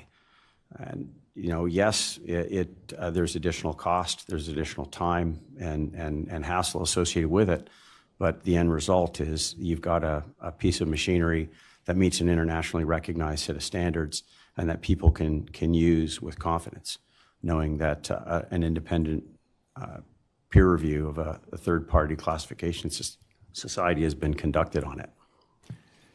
Sir, did you clarify during those discussions that the view was shared by the MTS and that there was a letter either being signed or drafted? I honestly don't remember the specifics of the conversation, except to say that he knew I was a proponent of the certification process, and I knew he felt that it was a waste of time, and I think he described it as an impediment to innovation, which I staunchly disagree with. Understand. OceanGate, are you satisfied that the record's complete now? Yes, thank you. All right, thank you, Mr. Lahi. Yep. I'd like to continue with Lieutenant Please. Commander Williams. You mentioned you train customers on how to operate your submersibles. In your professional opinion, can someone learn to pilot a sub in one day? You might be able to make it go up and down and backwards and forwards, but that doesn't make you a pilot. It means you can try your hand at driving the sub, but to be a pilot, you need to understand what to do if something goes wrong, how to fix things when they break, how to diagnose faults, and that isn't something you can accomplish in a day, no. When you were in the Bahamas, other than the glass spheres you mentioned, you stated you noticed several items that stood out to you, indicating they weren't ready for prime time. Can you expand on those other issues? I just looked at the execution of some of the stuff, you know, the bolt that screws them into the hull, the fact that it didn't have lift points, you know, if something happened to that platform that it was on, how do you get the vehicle back on board? It just didn't seem to me that it had been particularly well thought out or executed. I saw evidence, you know, like where they were crimping cables, you know, to hold on weights, you know, it just looked amateurish in its execution. And so, you know, I kind of left that visit thinking, well, you know, that's a relief. I don't think that'll ever take people on any significant dives. And obviously, Mr. Lott, just to frame this discussion, that was the prototype Titan hull, not the same hull that was used in the... I don't know which one it was. I just know it was March of 2019. So Yes, whatever it was, that's what I saw. I just want to clarify for the record, we know that that was the prototype hull that was not used during okay. 2021, 2022. So they may have made wholesale improvements since that time. I don't know. I didn't sort of stick with it, but I just gave them what I thought were some helpful suggestions of things they could improve to make the vehicle safer and better. But of course, I could never comment on the efficacy of the design. I mean, that's really up to the engineers that designed it. And, you know, I'm not an engineer. For Triton submarines, to clarify, does Triton only build subs and sell them to customers, or does Triton operate other submersibles or any of the ones that are constructed? We're not an operator. We design, engineer, build, and then deliver subs. We will sometimes operate a sub for a client, but we're not in the submarine operations business. Having said that, you know, my team spent 9 months in Vietnam training the crew to operate, you know, their 24-passenger tourist submarine, because until we were satisfied that they could operate and maintain that submarine appropriately and in accordance with our rules and the class society rules, then, you know, we weren't ready to leave. So we're very committed to the subs we deliver and to their continued safe use. Approximately how many submersibles have been constructed by Triton subs? I believe the number is 30, and with about 4 or 5 in construction right now. So not a huge number, but a, you know, a very respectable number. I don't know if you're going to be able to answer this question, but approximately how many dives have been conducted by Triton subs? Well, many thousands of dives. I actually was on a client's vessel last year, and one of the subs they had was completing its 1,000th dive. This is a sub that's rated to 1,000 meters. So how many of them, I don't have the specific numbers, but you know, the customers of ours that are using their subs a lot, I'm sure have done many thousands of dives. And so collectively, I'm sure it's a rather significant number. Has there ever been a catastrophic loss of the Triton submersibles? No, there has not. Are you aware of any incidents on a Triton sub where there was loss of life? No, absolutely not. Of course not. No. And earlier you mentioned that the submersible community has had an unblemished history for the last 50 years. Are you aware of when the last loss of life on a submersible was prior to OceanGate's accident? Yes, I am.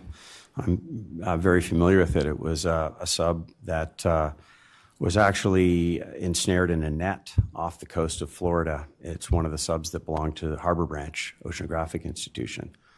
And the JSLs, of which there are 2 of them, one of them became ensnared in a net. And the 2 people in the DLO, the diver lockout compartment, perished when their carbon dioxide level reached a level that, you know, they could no longer sustain, and combination of hypothermia and carbon dioxide poisoning killed them. The 2 people in the acrylic sphere in the front were fine because they didn't have those same challenges. When you're in a metallic boundary and the hull cools to ambient temperature, even in a place like Florida, the temperature was low enough that their soda lime, or the carbon dioxide absorbent that they were using, was no longer effectively removing the CO2. And what year did that occur? I believe it was 1974. or 73. Thank you. I have no further questions. Thank you. Mr. Lahi, I just have some follow-up questions from the earlier lines. Please. For the initial Atlantis submersible certifications that you mentioned, I believe you said it was in the 70s. Is that? No, that was 1987. The 1987. First Atlantis sub operating in U.S. waters was on the island of St. Thomas in the U.S. Virgin Islands, and it was 1987. And you said that was an initial certification with really no federal regulations to oversee that or provide requirements for that. Right. We had, of course, a classed sub. The sub was ABS certified, but the Coast Guard rules had not yet been developed. So, everybody sort of scrambled, and we put our heads together and thought about what we needed to do to ensure a safe operation. Procedures were developed. The crew were trained, and tests were administered actually in Puerto Rico, I believe it was, where we completed our written tests and so on. Were Coast Guard Marine inspectors involved in that process? Yes, they were. How long did that process take, approximately? Might have been 4 to 6 months. But there was work that was happening before the vehicle arrived, and I'm sure there was plenty of work done afterward, because the NAVIC wasn't actually published until 93, I guess. So 6 years later. Yes, sir. NAVIC 593. 593, yeah. Because I think that's the date, right? I picked up on that. Sir, when you design a submarine, do you also design the launching systems? Well, I don't personally design the subs, but we have some very clever people that work at Triton that do that. And when we're asked to get involved in launch and recovery systems, we certainly do. And we often will work with a client or with the client's chosen crane, A-frame manufacturing company to ensure that the launch and recovery systems are compatible with the sub. The features on the vessel for securing the deck to the ship have been addressed. Things like how you're going to tow the sub and all that sort of stuff is part of what we do. We call that part of the delivery process integration.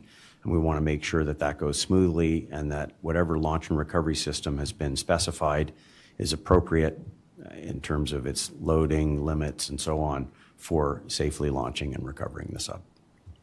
If it's a crane system, is that typically like straps, or do you have lifting points? We have lifting points, but sometimes there are straps involved. But again, those straps would be rated and certified and tested. And when you sell a submersible, do you put a contract or agreement in place with the purchaser that ensures that they will keep the submarine classed? Yes, that's a requirement that they are, that's something they're required to comply with to maintain certification. And of course, we're kept abreast of every one of our subs' status with the certification agencies.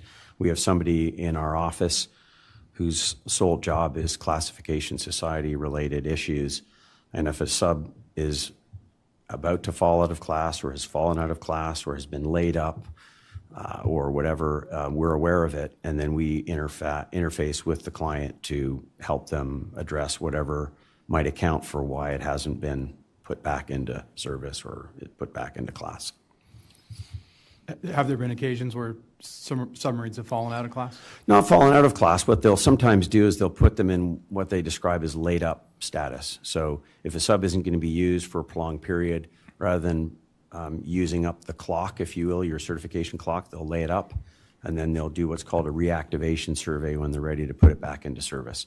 But no, as I said before, every sub that Triton has built in our 17-year history remains in class, certified to its original depth, and in the hands of a client that we have a great relationship with. What would happen if a submarine went out of class and kept operating?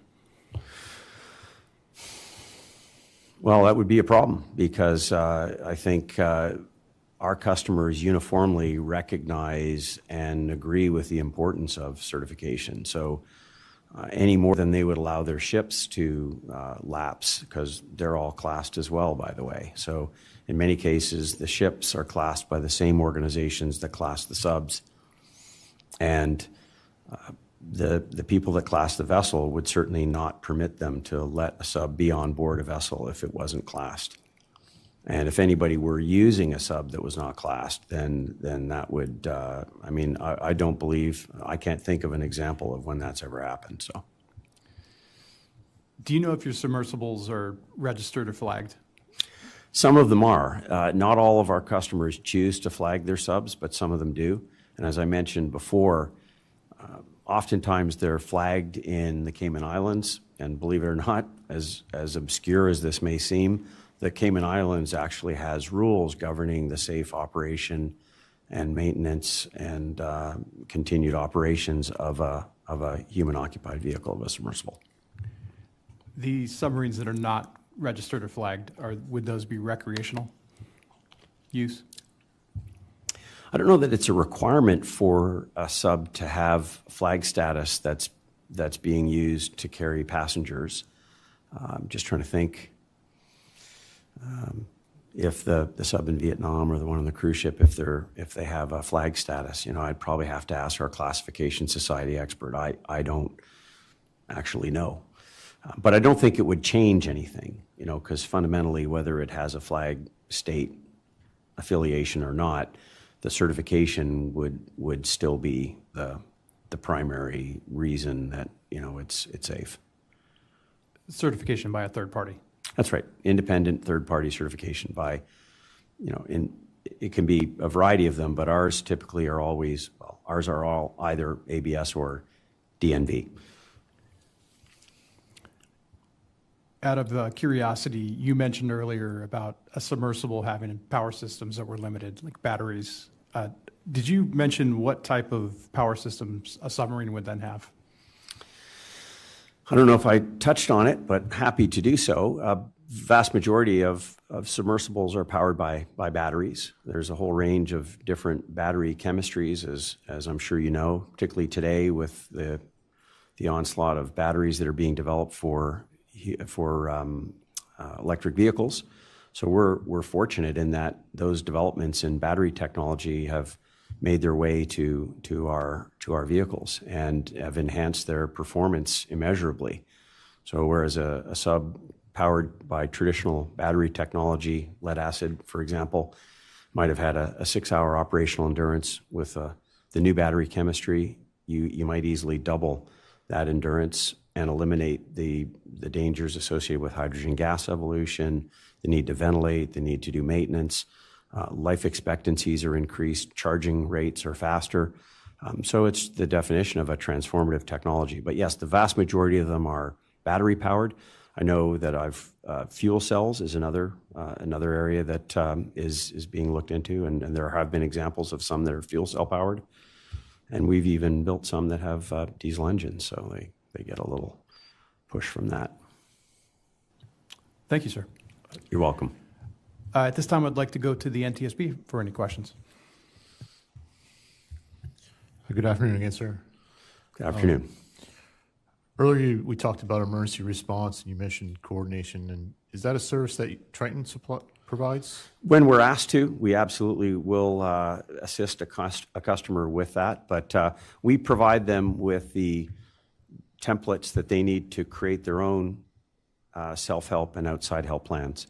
So they don't have to rely on us if they're in a remote part of the world and they would like us to assist them in identifying local and regional assets that could help them in an emergency, then we will. But in many cases, you know, they can do that research on their own.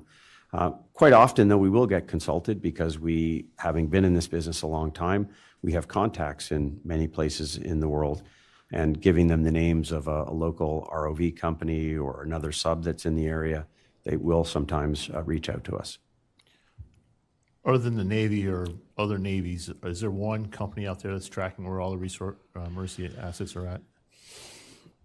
I've heard that, I know that Ismerlo, which is a military submarine kind of group, I think, you know, we certainly stay in touch with all of our customers, but as far as other operators, because we're not the only manufacturers out there, so there are other people who've manufactured subs. And certainly I do know of some examples where there's groups that have been set up, like, where you communicate by instant message and chatting and so on. So if there's a group of people diving in the Bahamas, they'll introduce a new operator, and then the other operators who typically operate in that same area will say, welcome to the area, we're over here, we're over there, and if you need our help, let us know, that kind of thing. Okay. But it's not a formal process. Regarding flagging, you mentioned Cayman Islands, Vietnam. Are there other nations that you have subs flagged with? Well, yeah, U.S., yeah, sure. There are U.S. flag manned submersibles? Well, I'm thinking of the Atlanta subs. They would be U.S. flag, I'm sure. But the ones because we actually had to build them in the United States because of the Jones Act, we couldn't build. It's a Canadian company, Atlantis. So the subs would be built in Canada if they were going to other places other than the United States. But when a sub goes to Hawaii or a U.S. destination like U.S. Virgin Islands or Guam, they have to be flagged U.S., and therefore the subs have to actually be built in the United States. Are there U.S. flagged Triton submersibles? I'm just trying to think if any of our U.S. customers flag them. I just don't think that many of our customers bother with flagging them. The vessels that they're aboard are flagged, certainly, but the sub is sort of almost considered to be a tender to the vessel and doesn't necessarily have a flag affiliation. So I think Marshall Islands is one that I've seen. I know that Norway, we have a client that has a Norwegian flag, Spanish. I'm sure that some of our U.S. clients probably flag their subs, but I don't actually know. Again, I'd probably have to consult with our classification society expert about that. Okay, since you brought up tenders, there's ships out there where the tenders themselves have their own SOLAS passenger safety certificate. Would be similar, I would think, if you're carrying passengers? I imagine it would be. If you're carrying passengers for hire and it's a sub that is being used for tourism, I imagine. So, yes. Are you but aware it's of on a any- private vessel. I think that perhaps the requirements may not be the same. I don't know, actually. Are there any manned submersibles where the flag does not match the surface tender or the surface ship? It's a good question. I don't think so. I think you'd want the two to match. I do know there were examples of a Cayman flagged vessel where they had a sub that couldn't meet the Cayman Islands flag registry requirements, and they had to get rid of their sub. But our subs all comply with the Cayman Islands shipping registry rules for submarines. We talked a little bit about launch and recovery earlier. Is that process part of the classification as well? Certainly would be. The classification society is going to want to make sure that the appliance that's used to launch and recover the sub, meets their requirements. Would it be fair to say that manned submersibles are going to be ubiquitous within a generation? I certainly hope so. So given that, are there opportunities for improvement in either class standard or class rules or flag state regulations? Well, the class rules are constantly evolving, as most things are. So if you were to look at the rules from when I started my career nearly 40 years ago, and you look at the rules today, a lot of things have changed because technology's advanced. We're using systems and components that didn't exist. Our lighting systems, our battery systems, our propulsion systems, methods of communication, navigation, all of it is improved. And with it, the rules have to keep up. So the rules are constantly being updated to reflect, the current technologies.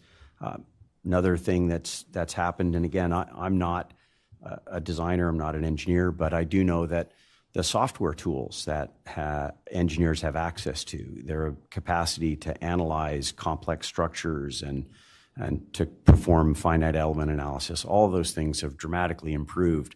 So our capacity to produce better and better vehicles, of course, has improved along with that, with those software developments. And as well, the certification agencies themselves are more receptive to looking at things perhaps differently than they would have in the old days when different types of testing might be required, whereas now there's this idea of design by analysis. Doesn't mean you don't do testing. It just means that design by analysis has gotten some traction because it's so effective. It's such an effective way for you to analyze a complex structure. All right, so speaking of analyzing complex systems, in addition to FEAs, have you ever done an FMEA? Yes, we do those routinely with our vehicles. And for the record, that would be a failure modes and effects analysis. In fact, we just had to do one for a client that's picking up their sub right now. So they wanted one done. We have one done for each model. And I think they had some specific operational things that they wanted us to address in our FMEA. Do any of the classification societies require that? Again, probably something I need to check with my classification society expert. I'm not trying to be evasive. I just don't know the answer. I think, yes, we would, I think, typically supply the classification society with an FMEA. Okay. Yeah. So we've heard you say you're a fan of class societies. I am. So other than marketing and insurance, what requires you to be classified? Common sense, I suppose, a desire to ensure that the equipment we're building meets an internationally recognized set of standards and that people can dive in our machines with confidence and in absolute safety. As I said, you go back to the track record of safety, which is unprecedented. I can't think of any other mode of transportation that can boast a 50-year track record of perfect safety. And I think there's no doubt that the certification process does work. It's tremendously effective. And I think it's effective because of how comprehensive it is in scope. And that because it stays with the vehicle throughout its lifetime, it's a great way to ensure that the continued use of a human-occupied vehicle is going to be something that a person can do and can use with confidence. Okay, so lastly, if there's no requirement to be classed, there's no requirement to be flagged, there's no requirement for the sub to match the surface tender's flag, how can we prevent what happened with Titan? I think insisting on certification, and you say that there's no requirement for it, that's my point. There should be a requirement for it. I believe that continued human exploration of the deep sea requires certification, that we should not be operating experimental vehicles. I'm not a fan of the idea of an experimental airplane. If somebody can throw together an airplane in their garage and take it out flying, and there's plenty of people that do that. I personally would not get in one. I personally believe that having an independent peer review of your design engineering assumptions is a critical part of ensuring that the thing you do eventually manufacture and deliver meets an internationally recognized set of standards. Thank you for your time, Mr. Levy. Thank you.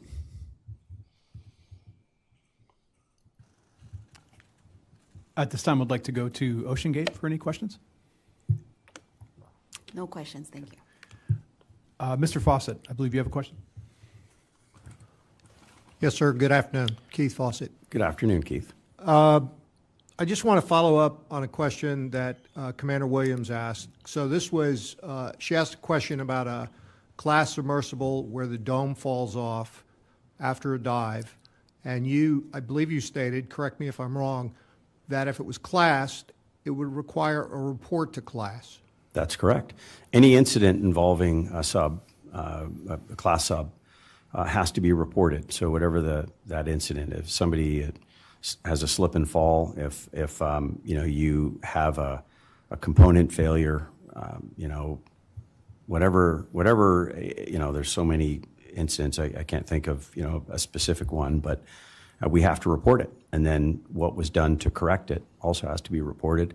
And that includes, like, if a submarine is damaged in shipping, we can't just begin using it. They have to do an inspection, and then they generate a report based on their findings. And if there are things that have to be repaired, those items are repaired. And if there's things that have to be tested after that repair, they have to be tested. And only after it's been given the clean bill of health are you allowed to continue using it. So in that particular case, if you made a report to class, would it be fair to say that class may require a corrective action on the part of the owner of the vessel? I would venture to guess that it's a certainty. They would insist that, you know, the failure that occurred would have to be corrected. There'd have to be an explanation for why it happened and what's been done to ensure that it can't happen again. And might it include a class surveyor attending the site and attending the vessel to make sure, to the satisfaction of the surveyor, that those corrective actions had taken place? It would absolutely include that.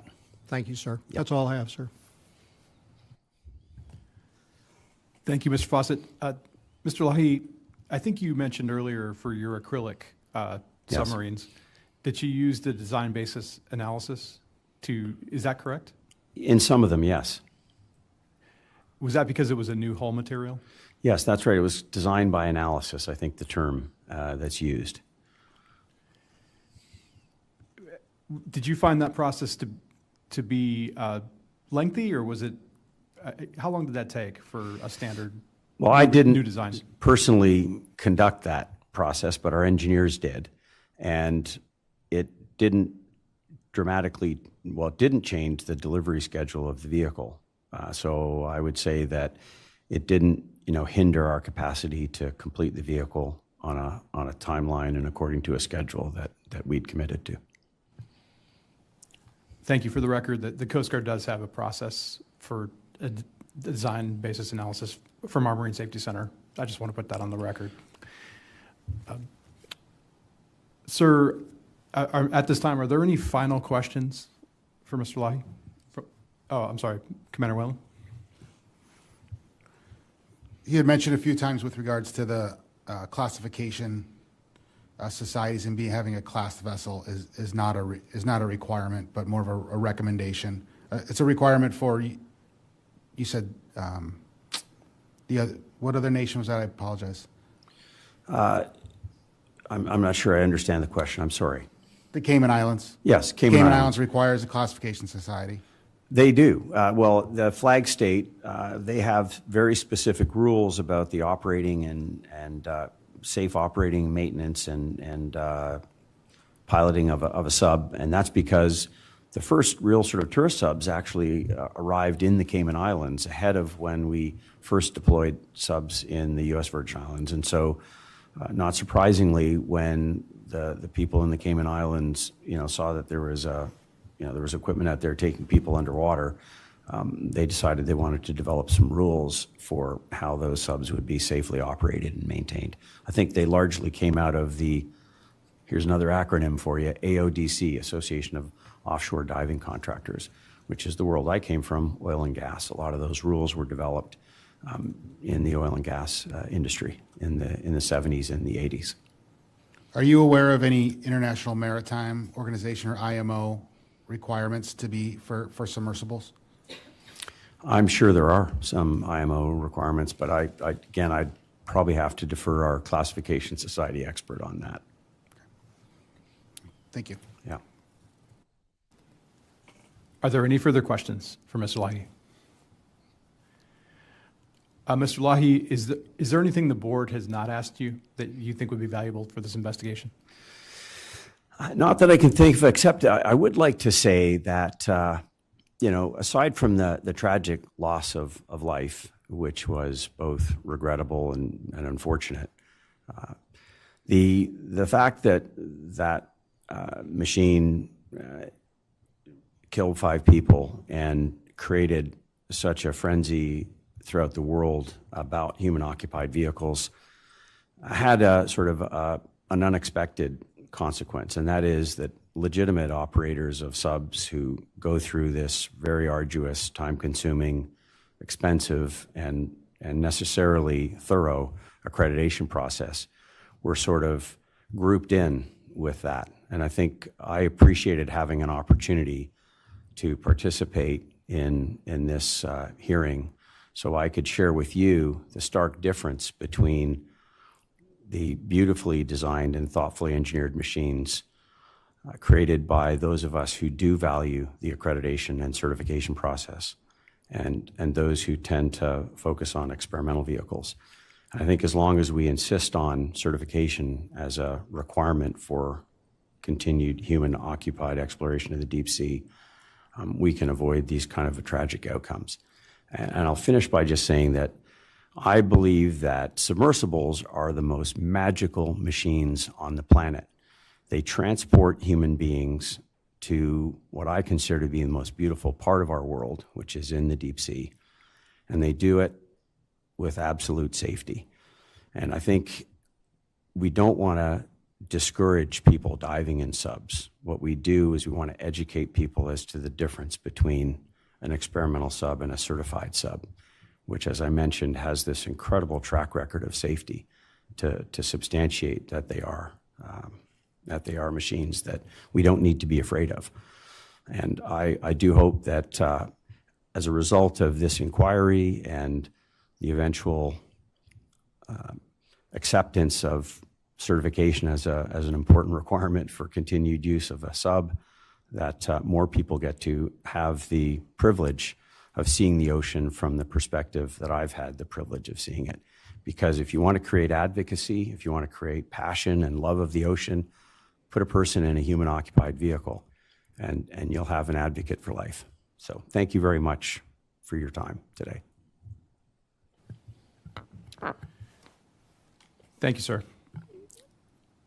Mr. Lahi, you are now released as a witness at this formal hearing. Thank you for your testimony and cooperation. If I later determine that this board needs additional information from you, I will contact you directly. If you have any questions about this investigation, you may contact the investigation recorder, Lieutenant Steele. She was at the podium. At this time, the hearing will recess and reconvene at 1500. Thank you.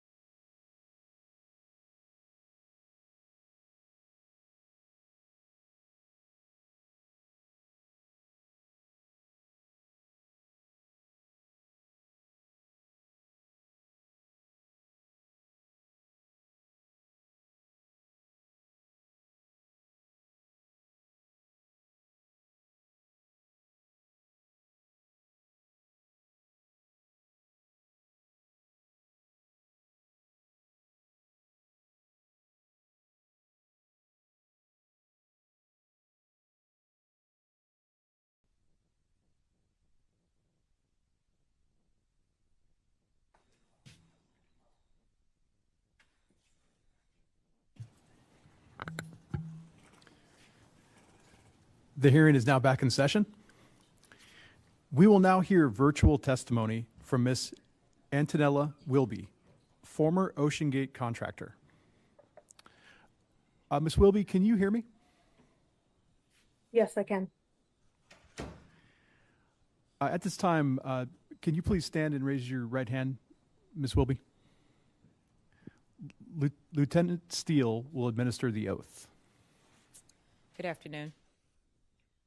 A false statement given to an agency of the United States is punishable by fine and/or imprisonment under 18 U.S.C. 1001. Knowing this, do you solemnly swear that the testimony that you're about to provide will be the truth, the whole truth, and nothing but the truth, so help you God? I do. Thank you. You may be seated.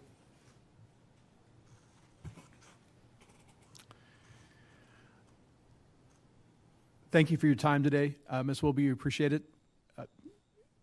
I'm going to have Lieutenant Commander Williams start off with questioning.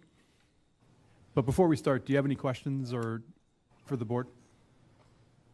Not at this time. Okay, if you ever need a break during this, just let us know, and we'll take a short recess. Lieutenant Commander Williams. Good afternoon, Ms. Wilby. First, I'd like to thank you for being here with us today. Before we begin, I will ask that you please refrain from using any acronyms. If you should use any acronym, I will stop you and ask you to explain the acronym. Can you please tell me about your educational background? My academic degrees are all in computer science, and I'm a PhD candidate where I work on computer vision-based robotic mapping and localization. So I do specialize more in software, but I am a field roboticist, and thus my work does involve hardware, software, and field operations. Did you have any experience in the maritime community prior to working with OceanGate? Yes, since 2018, I have worked part-time, generally between 2 and 5 months a year, as a contracted remotely operated vehicle pilot and technician aboard scientific research vessels, but I had not worked in crewed submersibles. When did you begin working with OceanGate? I began working with OceanGate in July 2022. I had been contracted for missions 3 through 5 of the 2022 Titanic expedition in July 2022. I had visited their facility in April as an interview, April of 2022, but I didn't officially work for them or have any involvement until July 2022. And what were your intended roles and responsibilities as you understood them as an operations and engineering tech contractor? Maintenance of the vehicle, of any subsea systems, software, not software development, but sort of maintaining computer systems, downloading data. I was led to believe I would be a pilot in training as well. That didn't occur. And so it was sort of a general position spanning maintenance and then also operations. So I was in mission control, serving as a navigator for many of the dives. As I understand it, you were responsible for helping navigate the Triton to the shipwreck from the topside during one of the missions. Can you explain what that experience was like? I think for all dives but dive 80, I was, at least for part of the dive, in the navigation seat. So having had experience as an ROV pilot, the experience was significantly different. Basically, the procedure was the sub had a sonardyne, a USBL, which is ultra short baseline, and it's acoustic positioning system. It doesn't work the same way as GPS. It's all acoustic based, but you can kind of think about it like a GPS. And that gives an XY position and depth of the sub. And this is, a standard system that I've used, but in this case, the procedure was looking at the sonardyne software on a computer, writing the lat-long coordinates down in a notebook, typing those coordinates into Excel, and then importing that Excel spreadsheet into an ArcGIS map where they had a few layers loaded. There was some side scan from somewhere, I don't know, but the primary navigational map was a hand-drawn map that sort of showed, the bow of the Titanic and the debris field in the stern.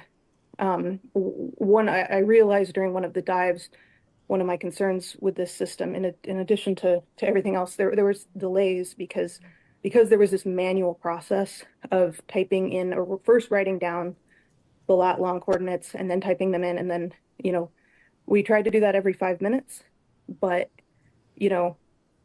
it was a lot to do and a lot in the software, rather than just having every other system I've used has your bathymetry, and then there's a software that just loads those USBL pings as they're coming in on that bathymetry, so you know exactly where you are. There's not this process where it has to be manually inputted.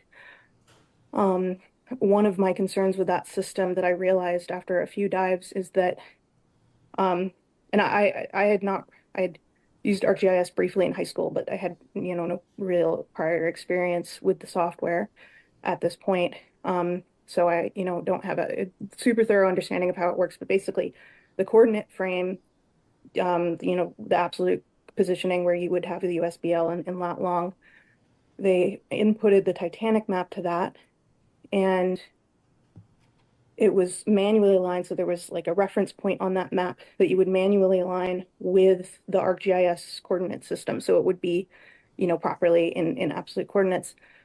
The problem was that it never seemed to be fixed to me. So you could accidentally click and drag this map.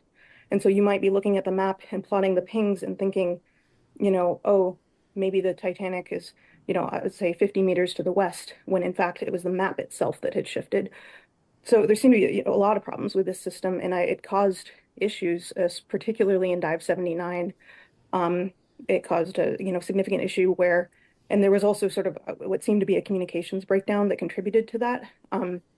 But the sub had landed somewhere in the debris field, but never gave confirmation that they were in the debris field. And then somehow some confusion occurred where it seemed like they weren't where I thought they were on the map. And then they were, sort of the pilot Stockton for this dive took off towards the bow, but never found it. And they just sort of flew around for 3 hours looking for it while we tried to figure out what was going on, both with what had broken down with the navigation system and the acoustic communications. So that's sort of the overview that I recall of that system. When you were having issues, or when OceanGate was having issues with this system, did you voice any concerns or any improvement suggestions to anyone at OceanGate? Yes, I suggested, only because it's a software I've used before and it's widely used in industry, not recommending this exact software, but I informed them that there's software that exists that does this exact thing, that plots plots USBL pings on your bathymetry, and you use that for navigation, and you can get bearings and headings. And I've used HiPAC. I suggested that to them as a possible option that does this. I had some conversations with Phil Brooks where they had said maybe they wanted to do an in-house system, but they hadn't had the software team having time to do that.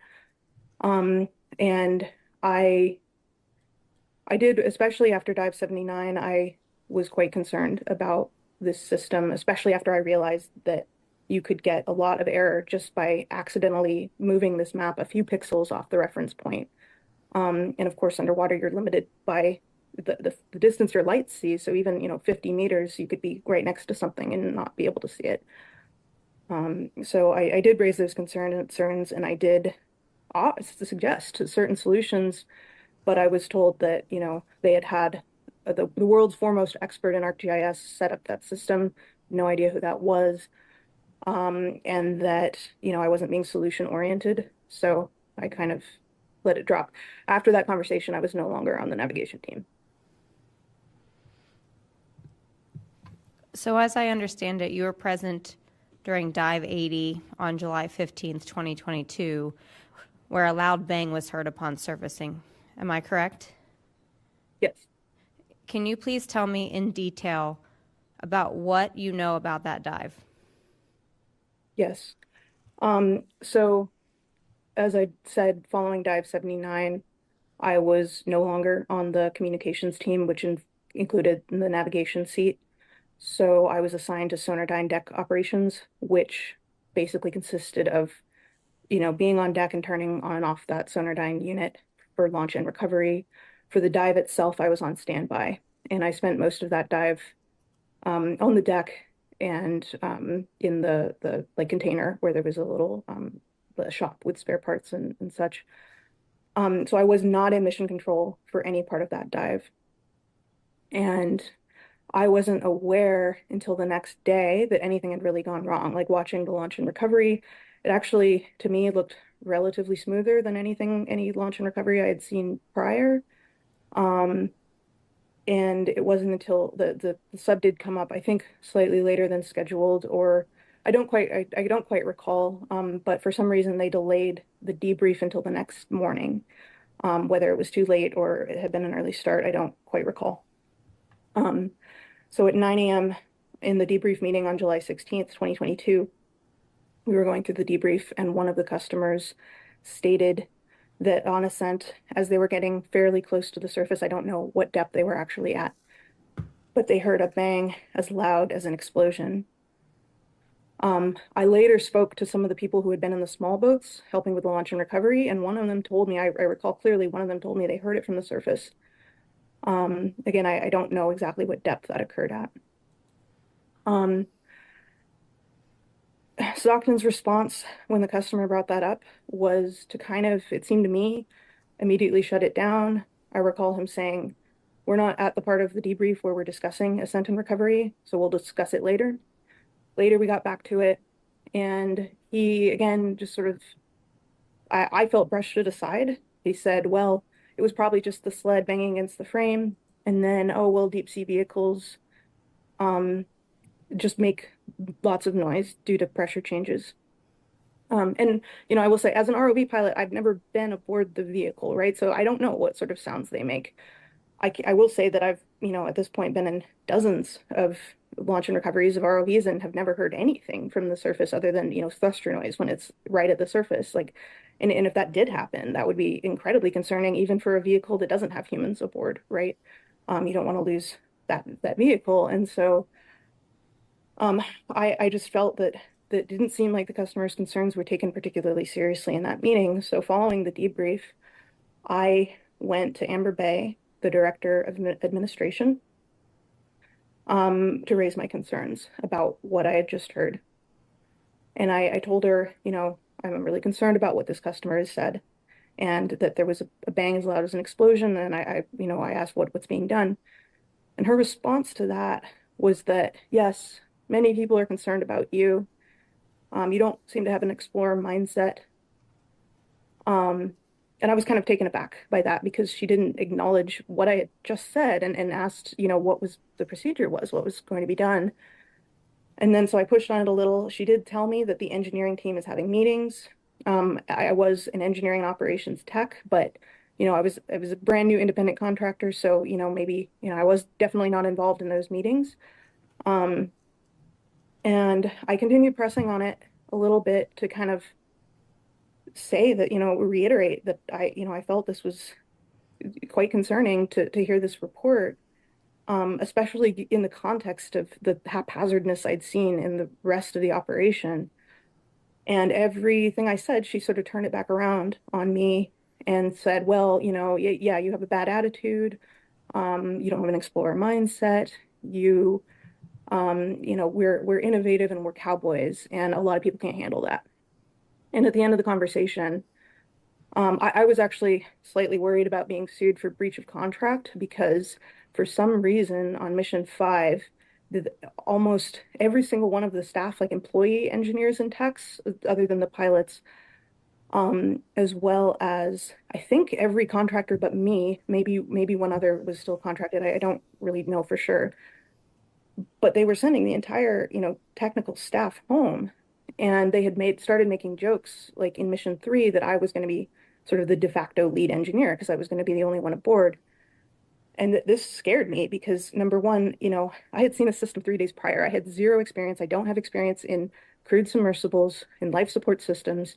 And even on an ROV team, even not an experimental ROV, like ROVs that have been routinely deployed for 20 years, and have, very well established procedures. We have a team of, I've never worked on a team of fewer than 6.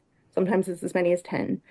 And so the thought of being the only person out there on a system that I had never seen before was, frightening. And I didn't know if that would expose me to liability.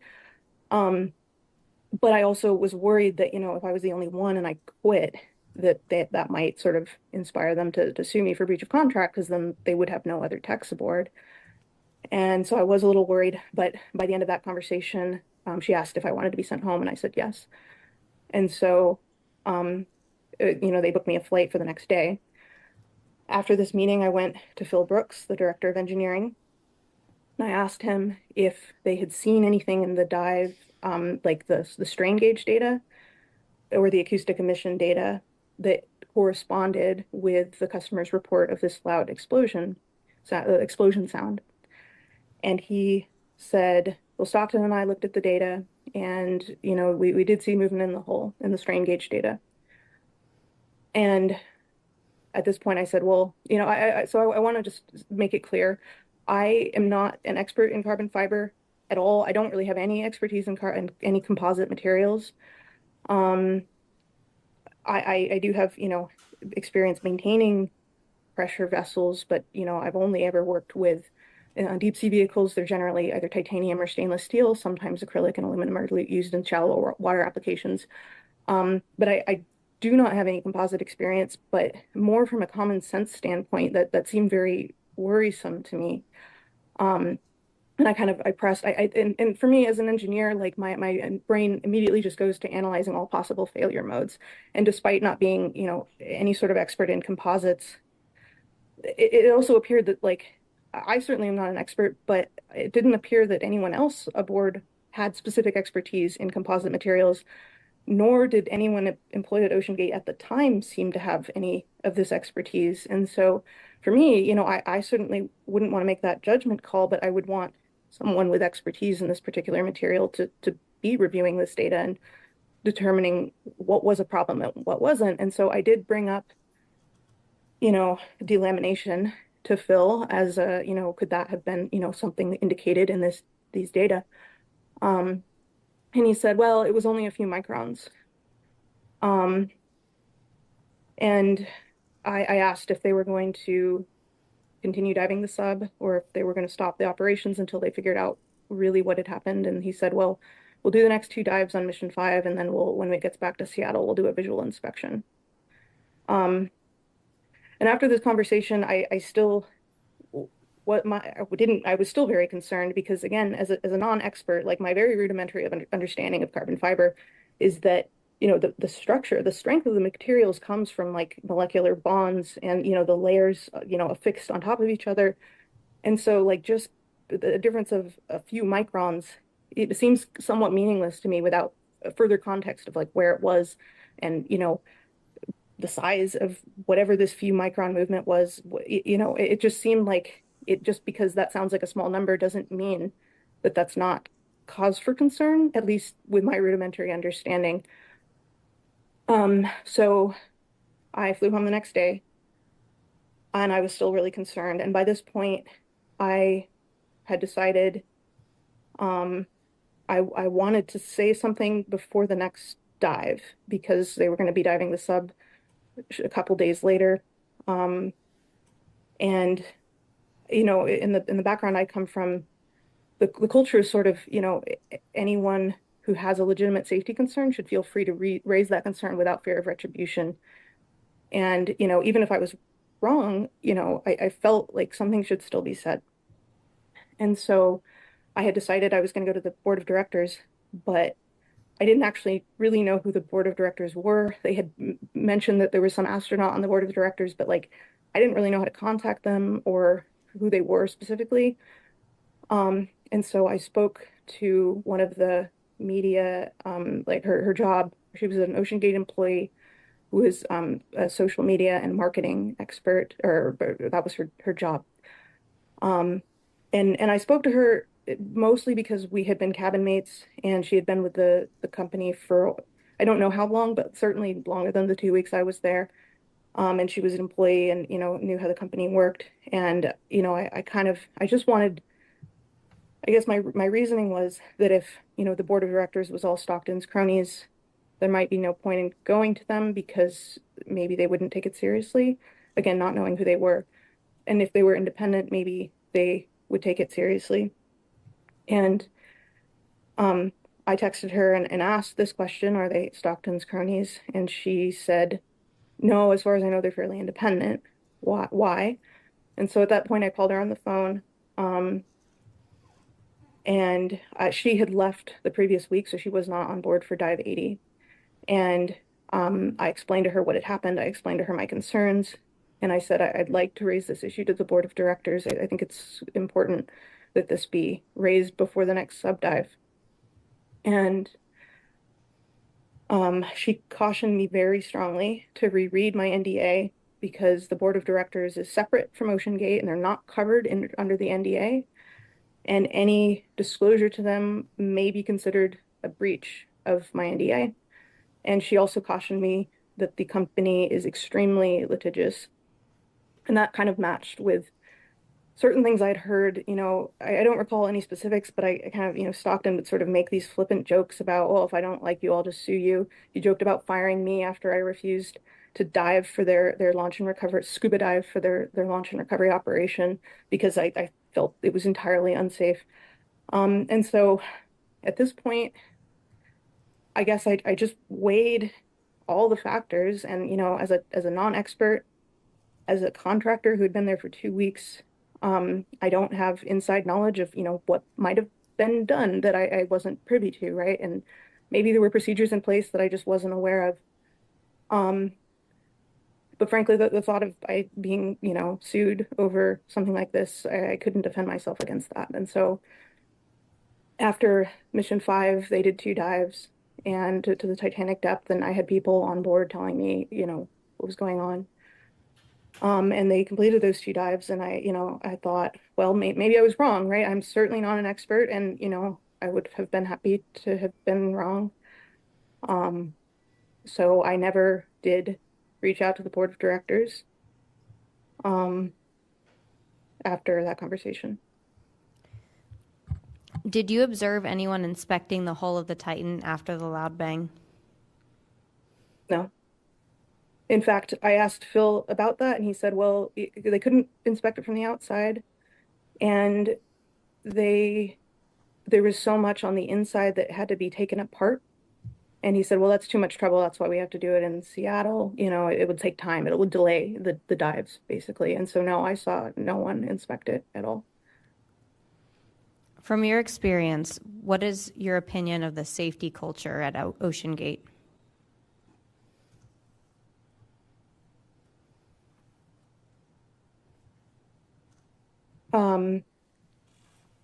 Just based on the other outfits I've worked with and, my experience in this industry, I saw what I would classify as safety theater.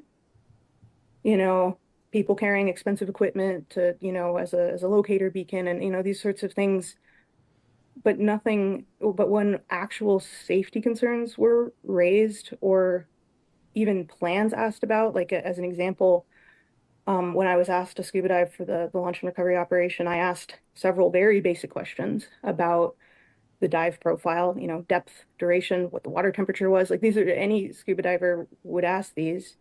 I asked about a dive medicine plan, if there was medical evac in place. Where is the nearest hyperbaric chamber? I mean, we're 400 miles off the coast of Newfoundland, so like any evacuation would be delayed significantly.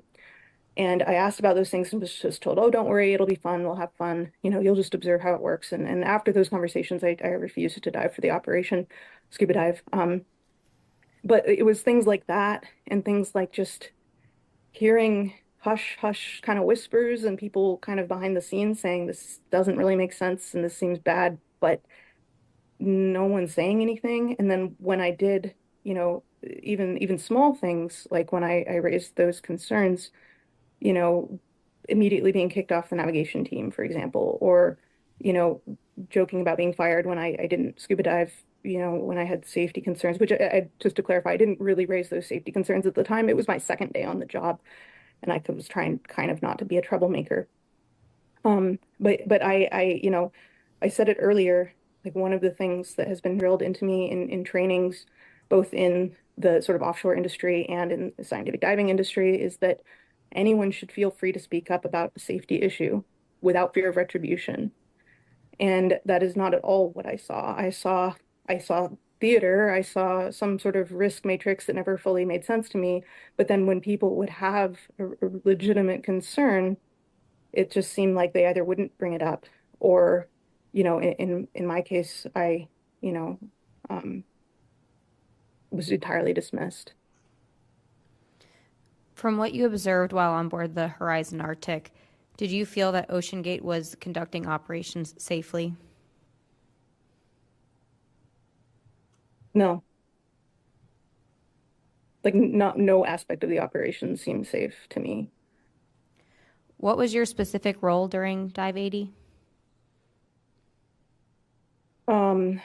I was assigned to, I can share the dive plan if you'd like, but I was assigned to Sonardyne deck operations, which basically involved me turning on the beacon on the vehicle, and some of the topside stuff, like, you know, making sure one of the computers was on. And then I was on standby for the entire dive. And then again, I, you know, was in charge of shutting those things down after the recovery.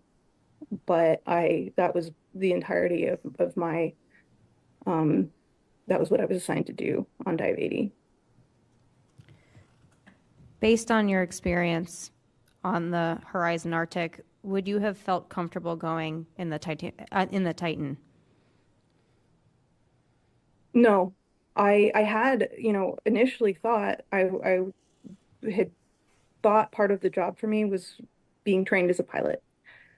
And I've wanted, you know, the ROV industry, I've kind of wanted to diversify and, you know, work in both industries, but having had no crewed sub experience, I had thought that this might be, you know, an initial training, and I did want to be trained because I've wanted to, you know, pilot a crewed sub for a long time. But haven't, you know, been hired. This was the first job I was ever hired for, and it kind of felt like they pulled a bait and switch. There wasn't really time, you know, in the operation to train me, but I saw the sub, and, you know, I was fine with that. You know, I've for years have been trying to get, you know, training on a crewed sub, but when I saw the sub, there were just so many aspects of it that just seemed kind of thrown together. And even every question I asked about any of the engineering or design, the answer was never, you know, well, here's the data, here's the analysis we did, here's the testing. It was always, well, this is what Stockton wants, or, you know, the foremost expert on whatever said it should be this way. But like there was never any, it was sort of just was name dropping, like, well, NASA does it this way, with no real context. And it just seemed like there was no, at least it wasn't apparent to me what the engineering rigor had been, because, you know, when you answer specific questions with like, that's just what the company founder wants, instead of like actual design decisions and data and analysis, like that just, it was a red flag to me. And so I would not have, after seeing the sub, I didn't see it. I think it was already in transit. So when I went to the headquarters in April to interview, the sub was not there. And so I didn't see it. But when I saw it, and, you know, I was in it, I was seeing the systems, I was working on it, but I you know, did not want to pilot it at that point. Do you feel the reason you left early from your contract was because you had raised safety concerns to OceanGate employees? Yes. Thank you. I have no further questions. Ms. Wilby, Lieutenant Commander Emmons has the next line of questions for you. Good afternoon, Ms. Wilby. I just have a few follow-up questions for you. When you were taken off the comms and navigation team, You were told that you were not solution-oriented. What did that mean to you?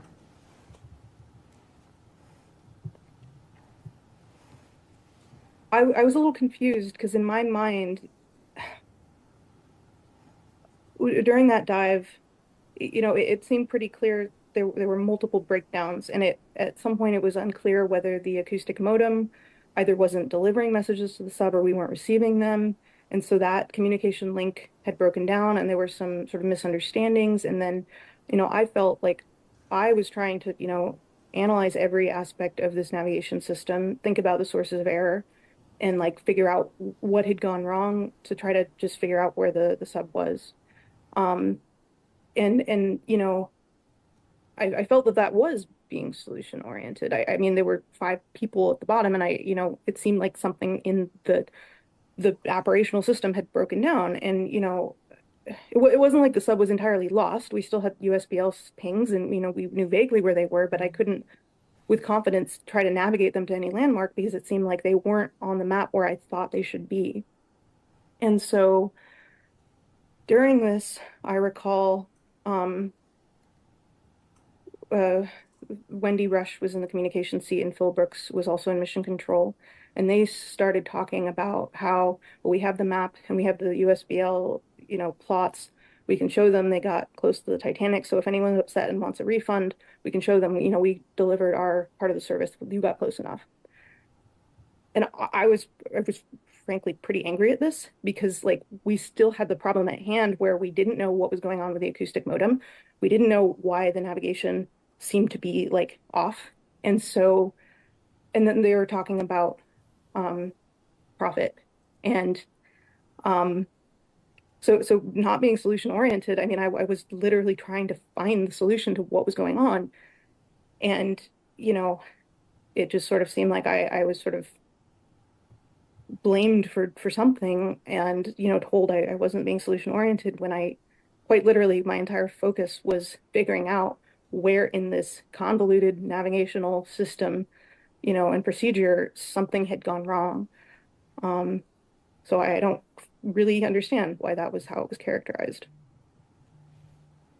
Do you have an opinion as to why you were taken off the comms and navigation team?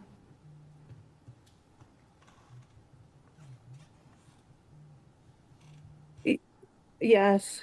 I mean, I will admit, when I was quite frustrated, I was very frustrated hearing the discussions while the issue was still actively ongoing about, whether the customers would be upset and want their money back.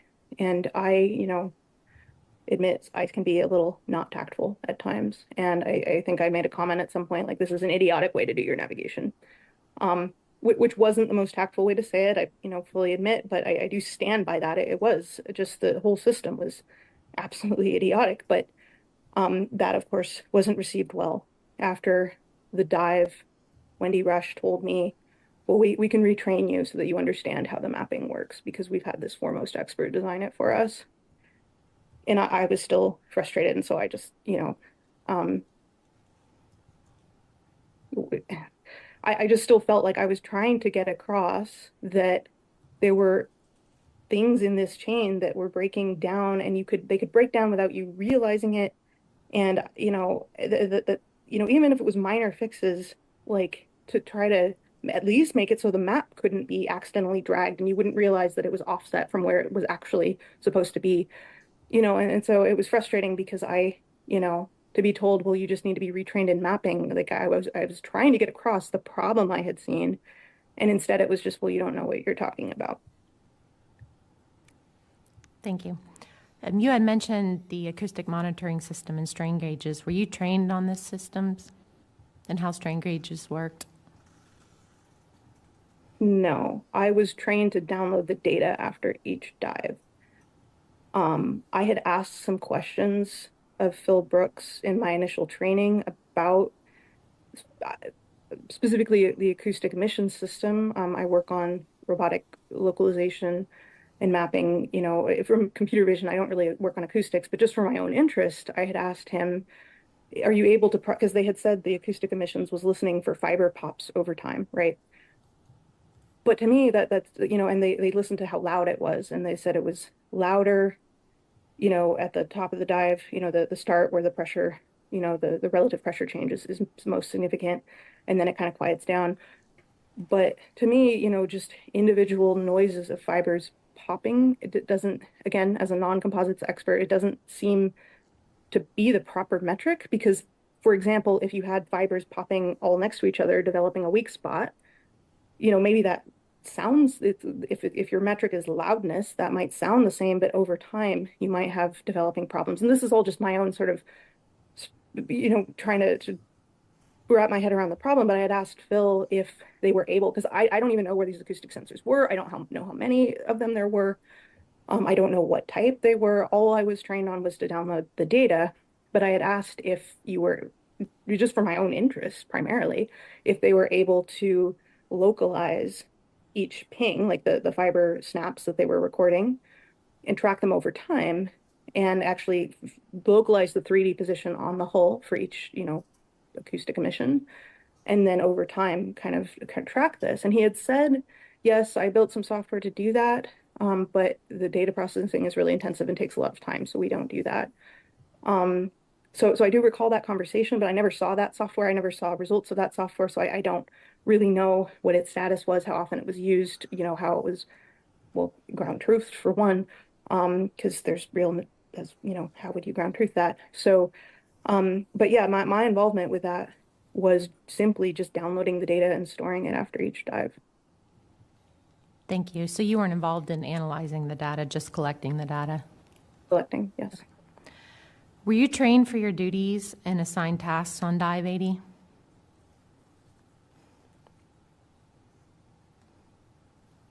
Yes, I mean, my tasks were, as far as I recall, pretty much limited to turning on the sonardyne beacon on the vehicle, and then turning on like the computer system that was somewhere, and like yeah. So yes, I was trained for that, and assigned those duties, but pretty much I didn't have anything to do other than that.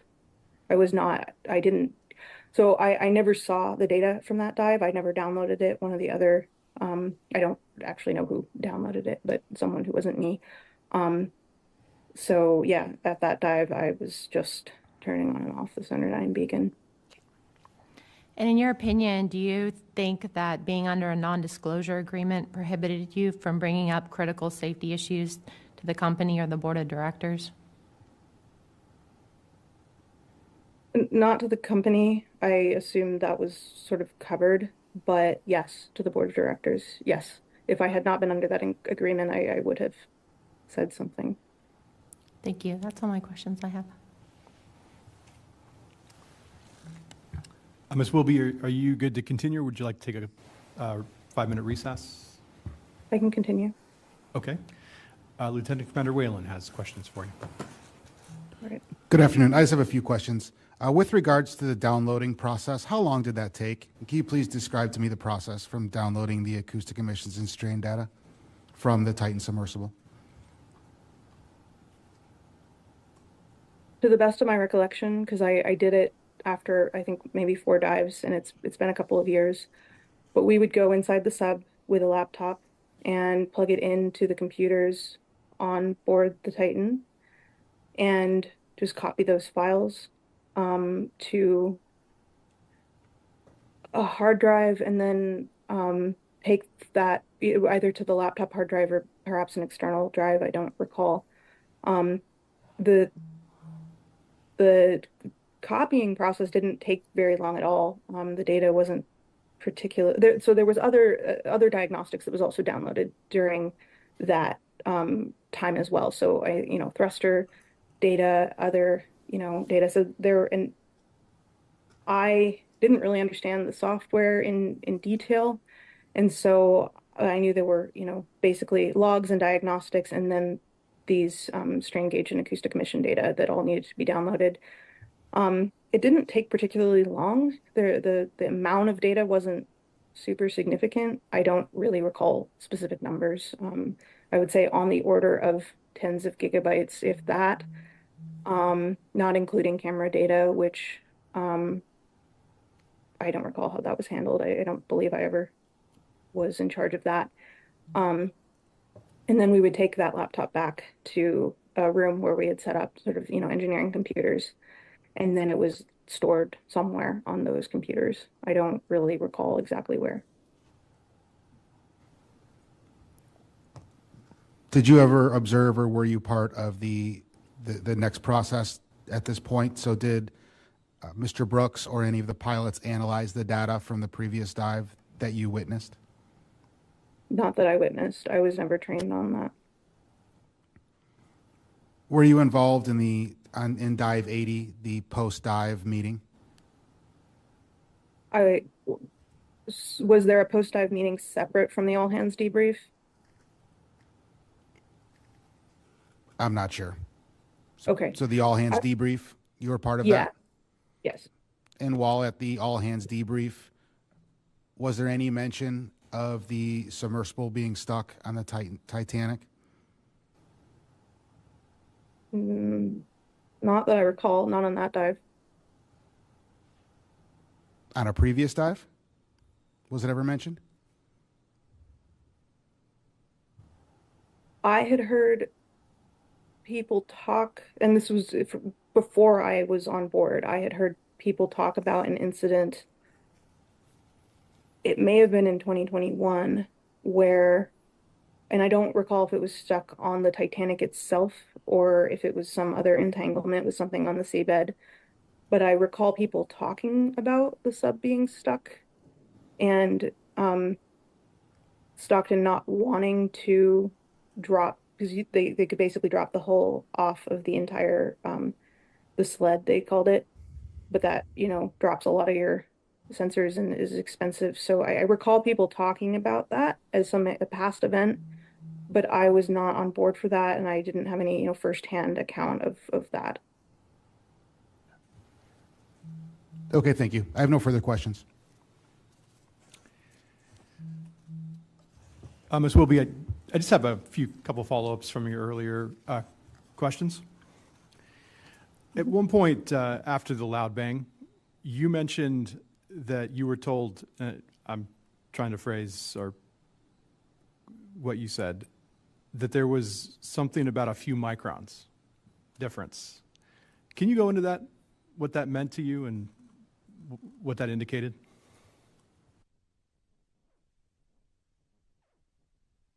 I didn't really know, to be honest. Like I was told there was a network of strain gauges placed throughout the hull in the manufacturing process, and they were intended to, I think what I recall is they were intended to monitor the hull during the manufacturing process and the testing after, but they weren't intended to be a real-time monitoring system or data system after the testing phase. But the sensors still worked, and so they collected the data and used them. But I didn't know where they were. I didn't know specifically how many they were. What I had understood from that conversation was that they were not on the outside of the hull specifically, but they were throughout the hull. But I don't really know for sure. That was just sort of what I had conceived after what was explained to me. But and I didn't know if a few microns, I didn't know if that was, deformation of the overall hull, if that was something internal to the hull. I guess in my mind, what my mind jumped to was something internal to the hull, because despite carbon fiber's stiffness, again, non-expert, but I assume there would be some deformation seen. And in fact, I did see certain strain gauge plots, but I didn't really understand them, and they were never really explained to me.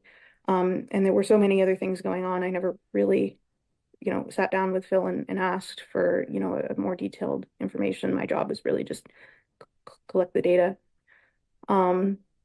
So yeah, I guess in my mind, I sort of had a concept of what that meant, because I thought the sensors were throughout the hull. And so I guess I thought it was relative movement in the hull and not like an overall deformation. But I don't know for sure. It just, seemed worrisome. I also don't know where that measurement came from. Like, like I said, is that across the entire hull? Is that in a portion of the hull? Like, I just don't know the answer to those things. And without some clarification on that, I was still concerned. Going back to, I believe you said you heard the loud bang? I did not. I was on the deck of the ship, very far away from the Lars. I spoke to one of the small boat operators after the fact, and he mentioned, and this is, just me recalling what he told me. I did not hear it myself, but he was on a boat above the Lars, where the sub was surfacing, and he said he could hear it from the surface. Thank you. And going back to when you were on the navigation team, I believe you said that at some point you lost the text communications with the submersible Titan from the surface. Is that correct? I don't know for sure. It appeared to me that the communications either weren't getting through or weren't being received.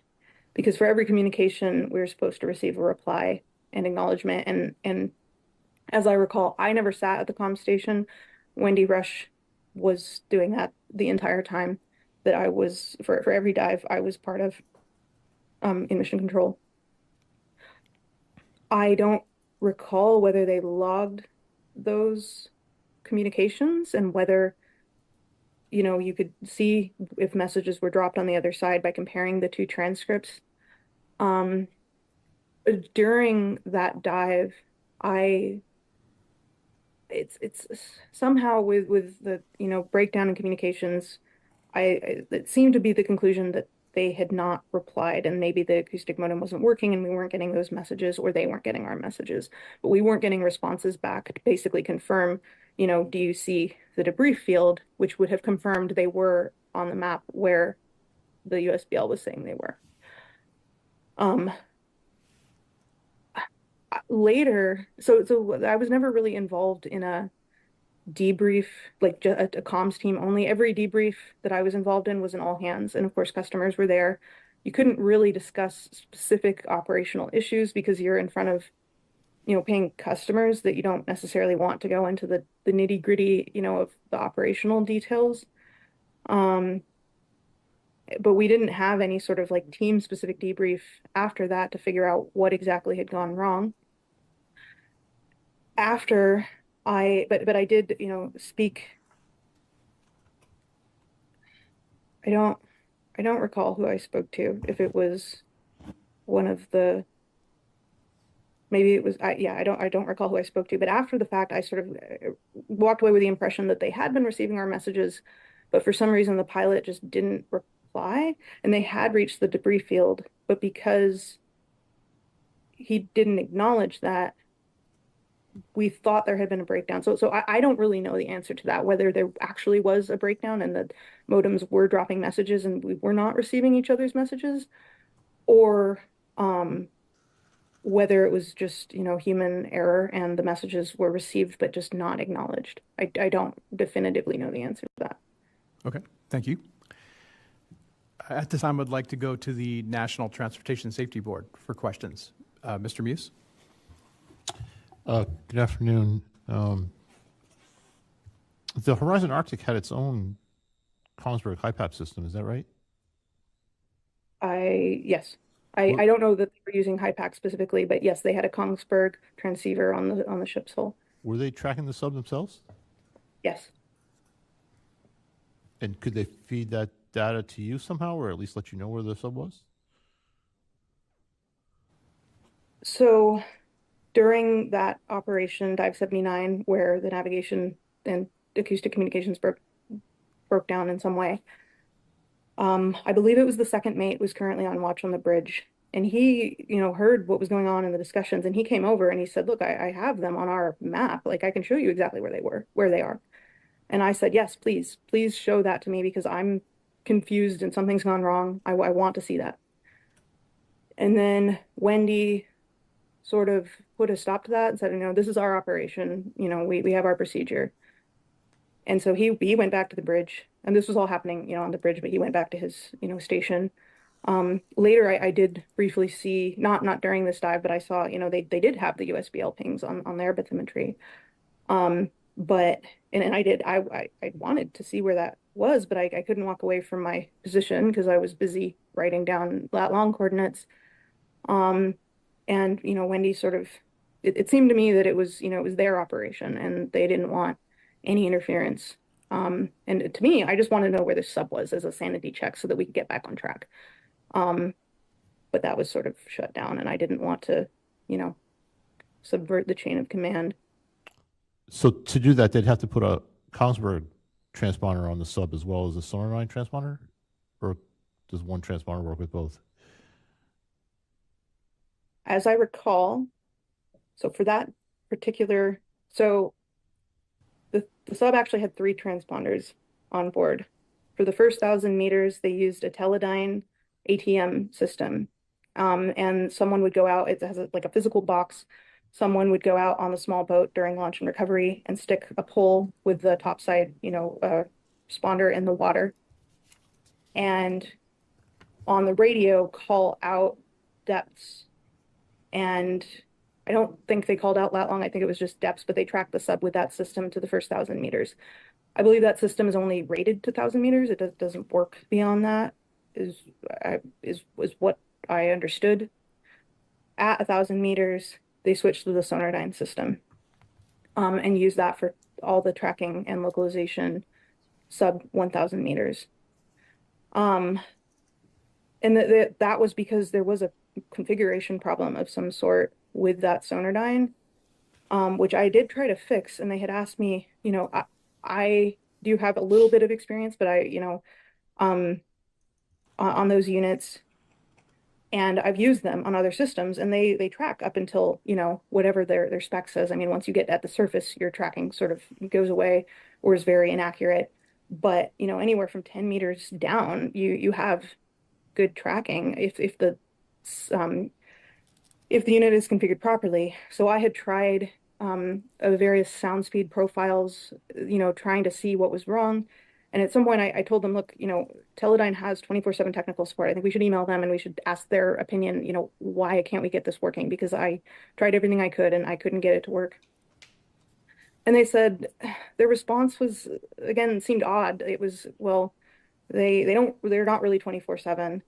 And so they never reached out to Sonardyne that I recall. They also had a Kongsberg unit on board. And so, for the Sonardyne, what I recall is they had rented, so they owned the beacon, it was like an AV Track 6 that was on the sub. They owned that, and they had rented a ship-mounted transceiver for that Sonardyne unit. The ship had a Kongsberg transceiver, and they had also put a Kongsberg beacon on the sub, but I never saw that Kongsberg work. And I don't know if that was what the ship was tracking, like if the ship had it working and we just didn't have that. I don't really know, but I do recall that configuration, they did have 3 separate beacons. The Sonardyne only worked below 1,000 meters. The Kongsberg I never saw work once. And they had said, well, we've seen it work in the past, but from my understanding, the past was, a different rented, transceiver on the ship, a different ship possibly entirely. So like, just because it had worked in the past, the configuration had changed, the hardware had changed. And so I just suggested reaching out to the manufacturers and asking, for their advice. And because, also the Kongsberg beacon on the sub was rented. And so, they had never used that particular unit before. And, I never saw it work. Okay, thank you for your time today.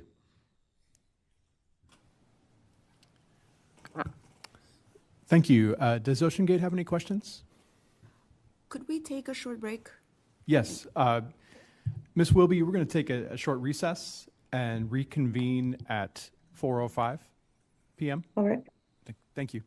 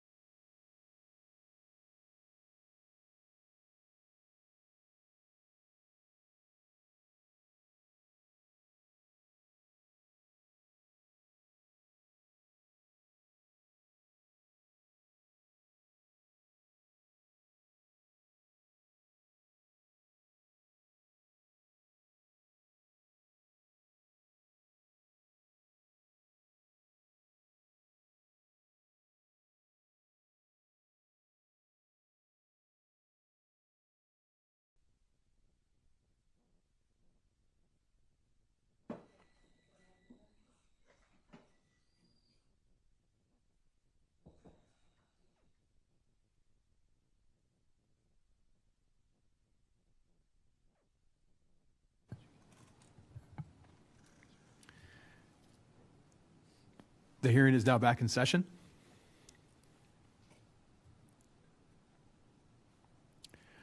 Ms. Wilby, can you hear us? I can. At this time, I'd like to shift the questioning to OceanGate Counsel. Thank you. Ms. Wilby, did you consult with anyone other than the OceanGate social media manager on whether the NDA prevented you from sharing info with the board of directors? In OceanGate or externally? At OceanGate. No. Did you consult with anyone externally? No. Thank you.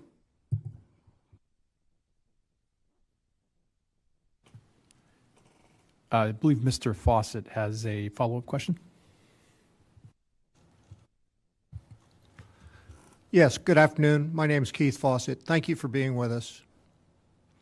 So, had you not been bound by a non-disclosure agreement from OceanGate, who would you have specifically reached out to at the OceanGate Board of Directors to raise your safety concerns with?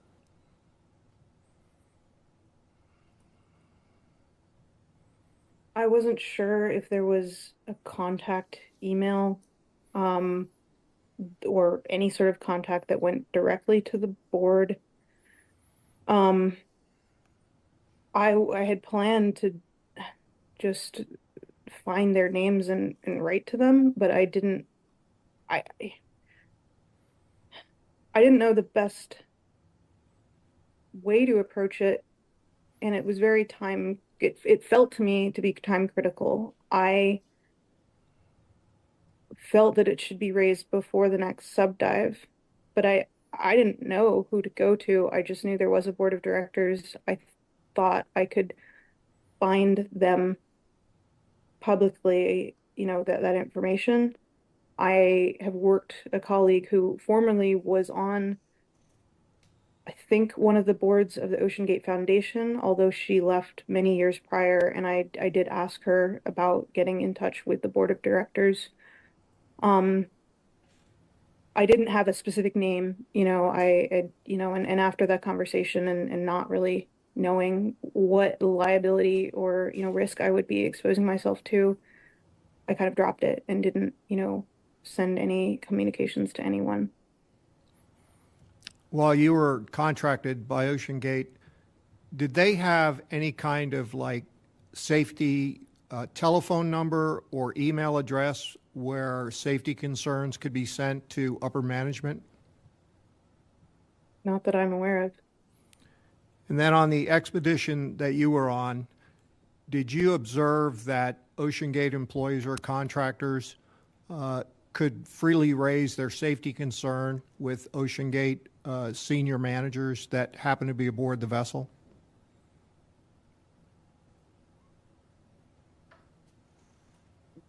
No, it didn't appear that way. I don't know if people did speak to them privately, like I did or attempted to,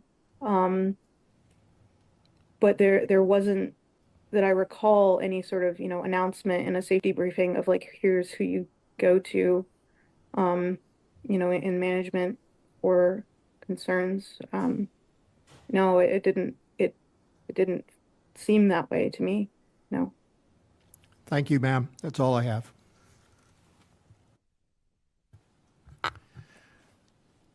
Ms. Wilby, I just have one follow-up question from an earlier line. I think you had mentioned that you felt, I'm paraphrasing, like you were the last engineer or were becoming the last engineer on board during the 2022 expedition. Do you know if that was due to planned departures of engineers or unplanned? I'm thinking about illnesses or other types of issues. Can you expound on that a bit? I think there were planned departures, if I recall correctly, for personal reasons or for on the part of OceanGate staff engineers. I don't know about contractors. My departure was unplanned, but I am not aware of anyone else's departure being unplanned. Thank you. At this time, are there any final questions for Ms. Wilby? Okay, seeing none, Ms. Wilby, thank you. You are now released as a witness at this formal hearing. We appreciate your testimony and cooperation.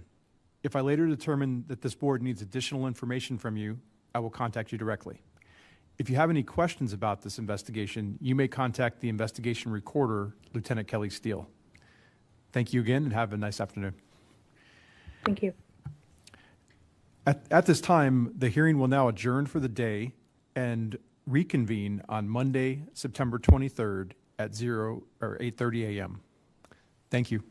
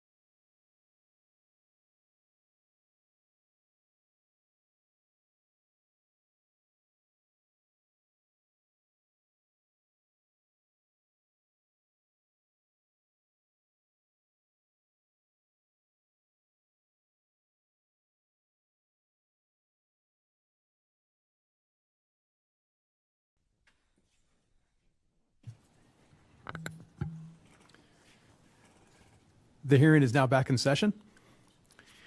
We will now hear virtual testimony from Ms. Antonella Wilby, former OceanGate contractor. Ms. Wilby, can you hear me? Yes, I can. At this time, can you please stand and raise your right hand, Ms. Wilby? Lieutenant Steele will administer the oath. Good afternoon. A false statement given to an agency of the United States is punishable by fine and/or imprisonment under 18 U.S.C. 1001. Knowing this, do you solemnly swear that the testimony that you're about to provide will be the truth, the whole truth, and nothing but the truth, so help you God? I do. Thank you. You may be seated.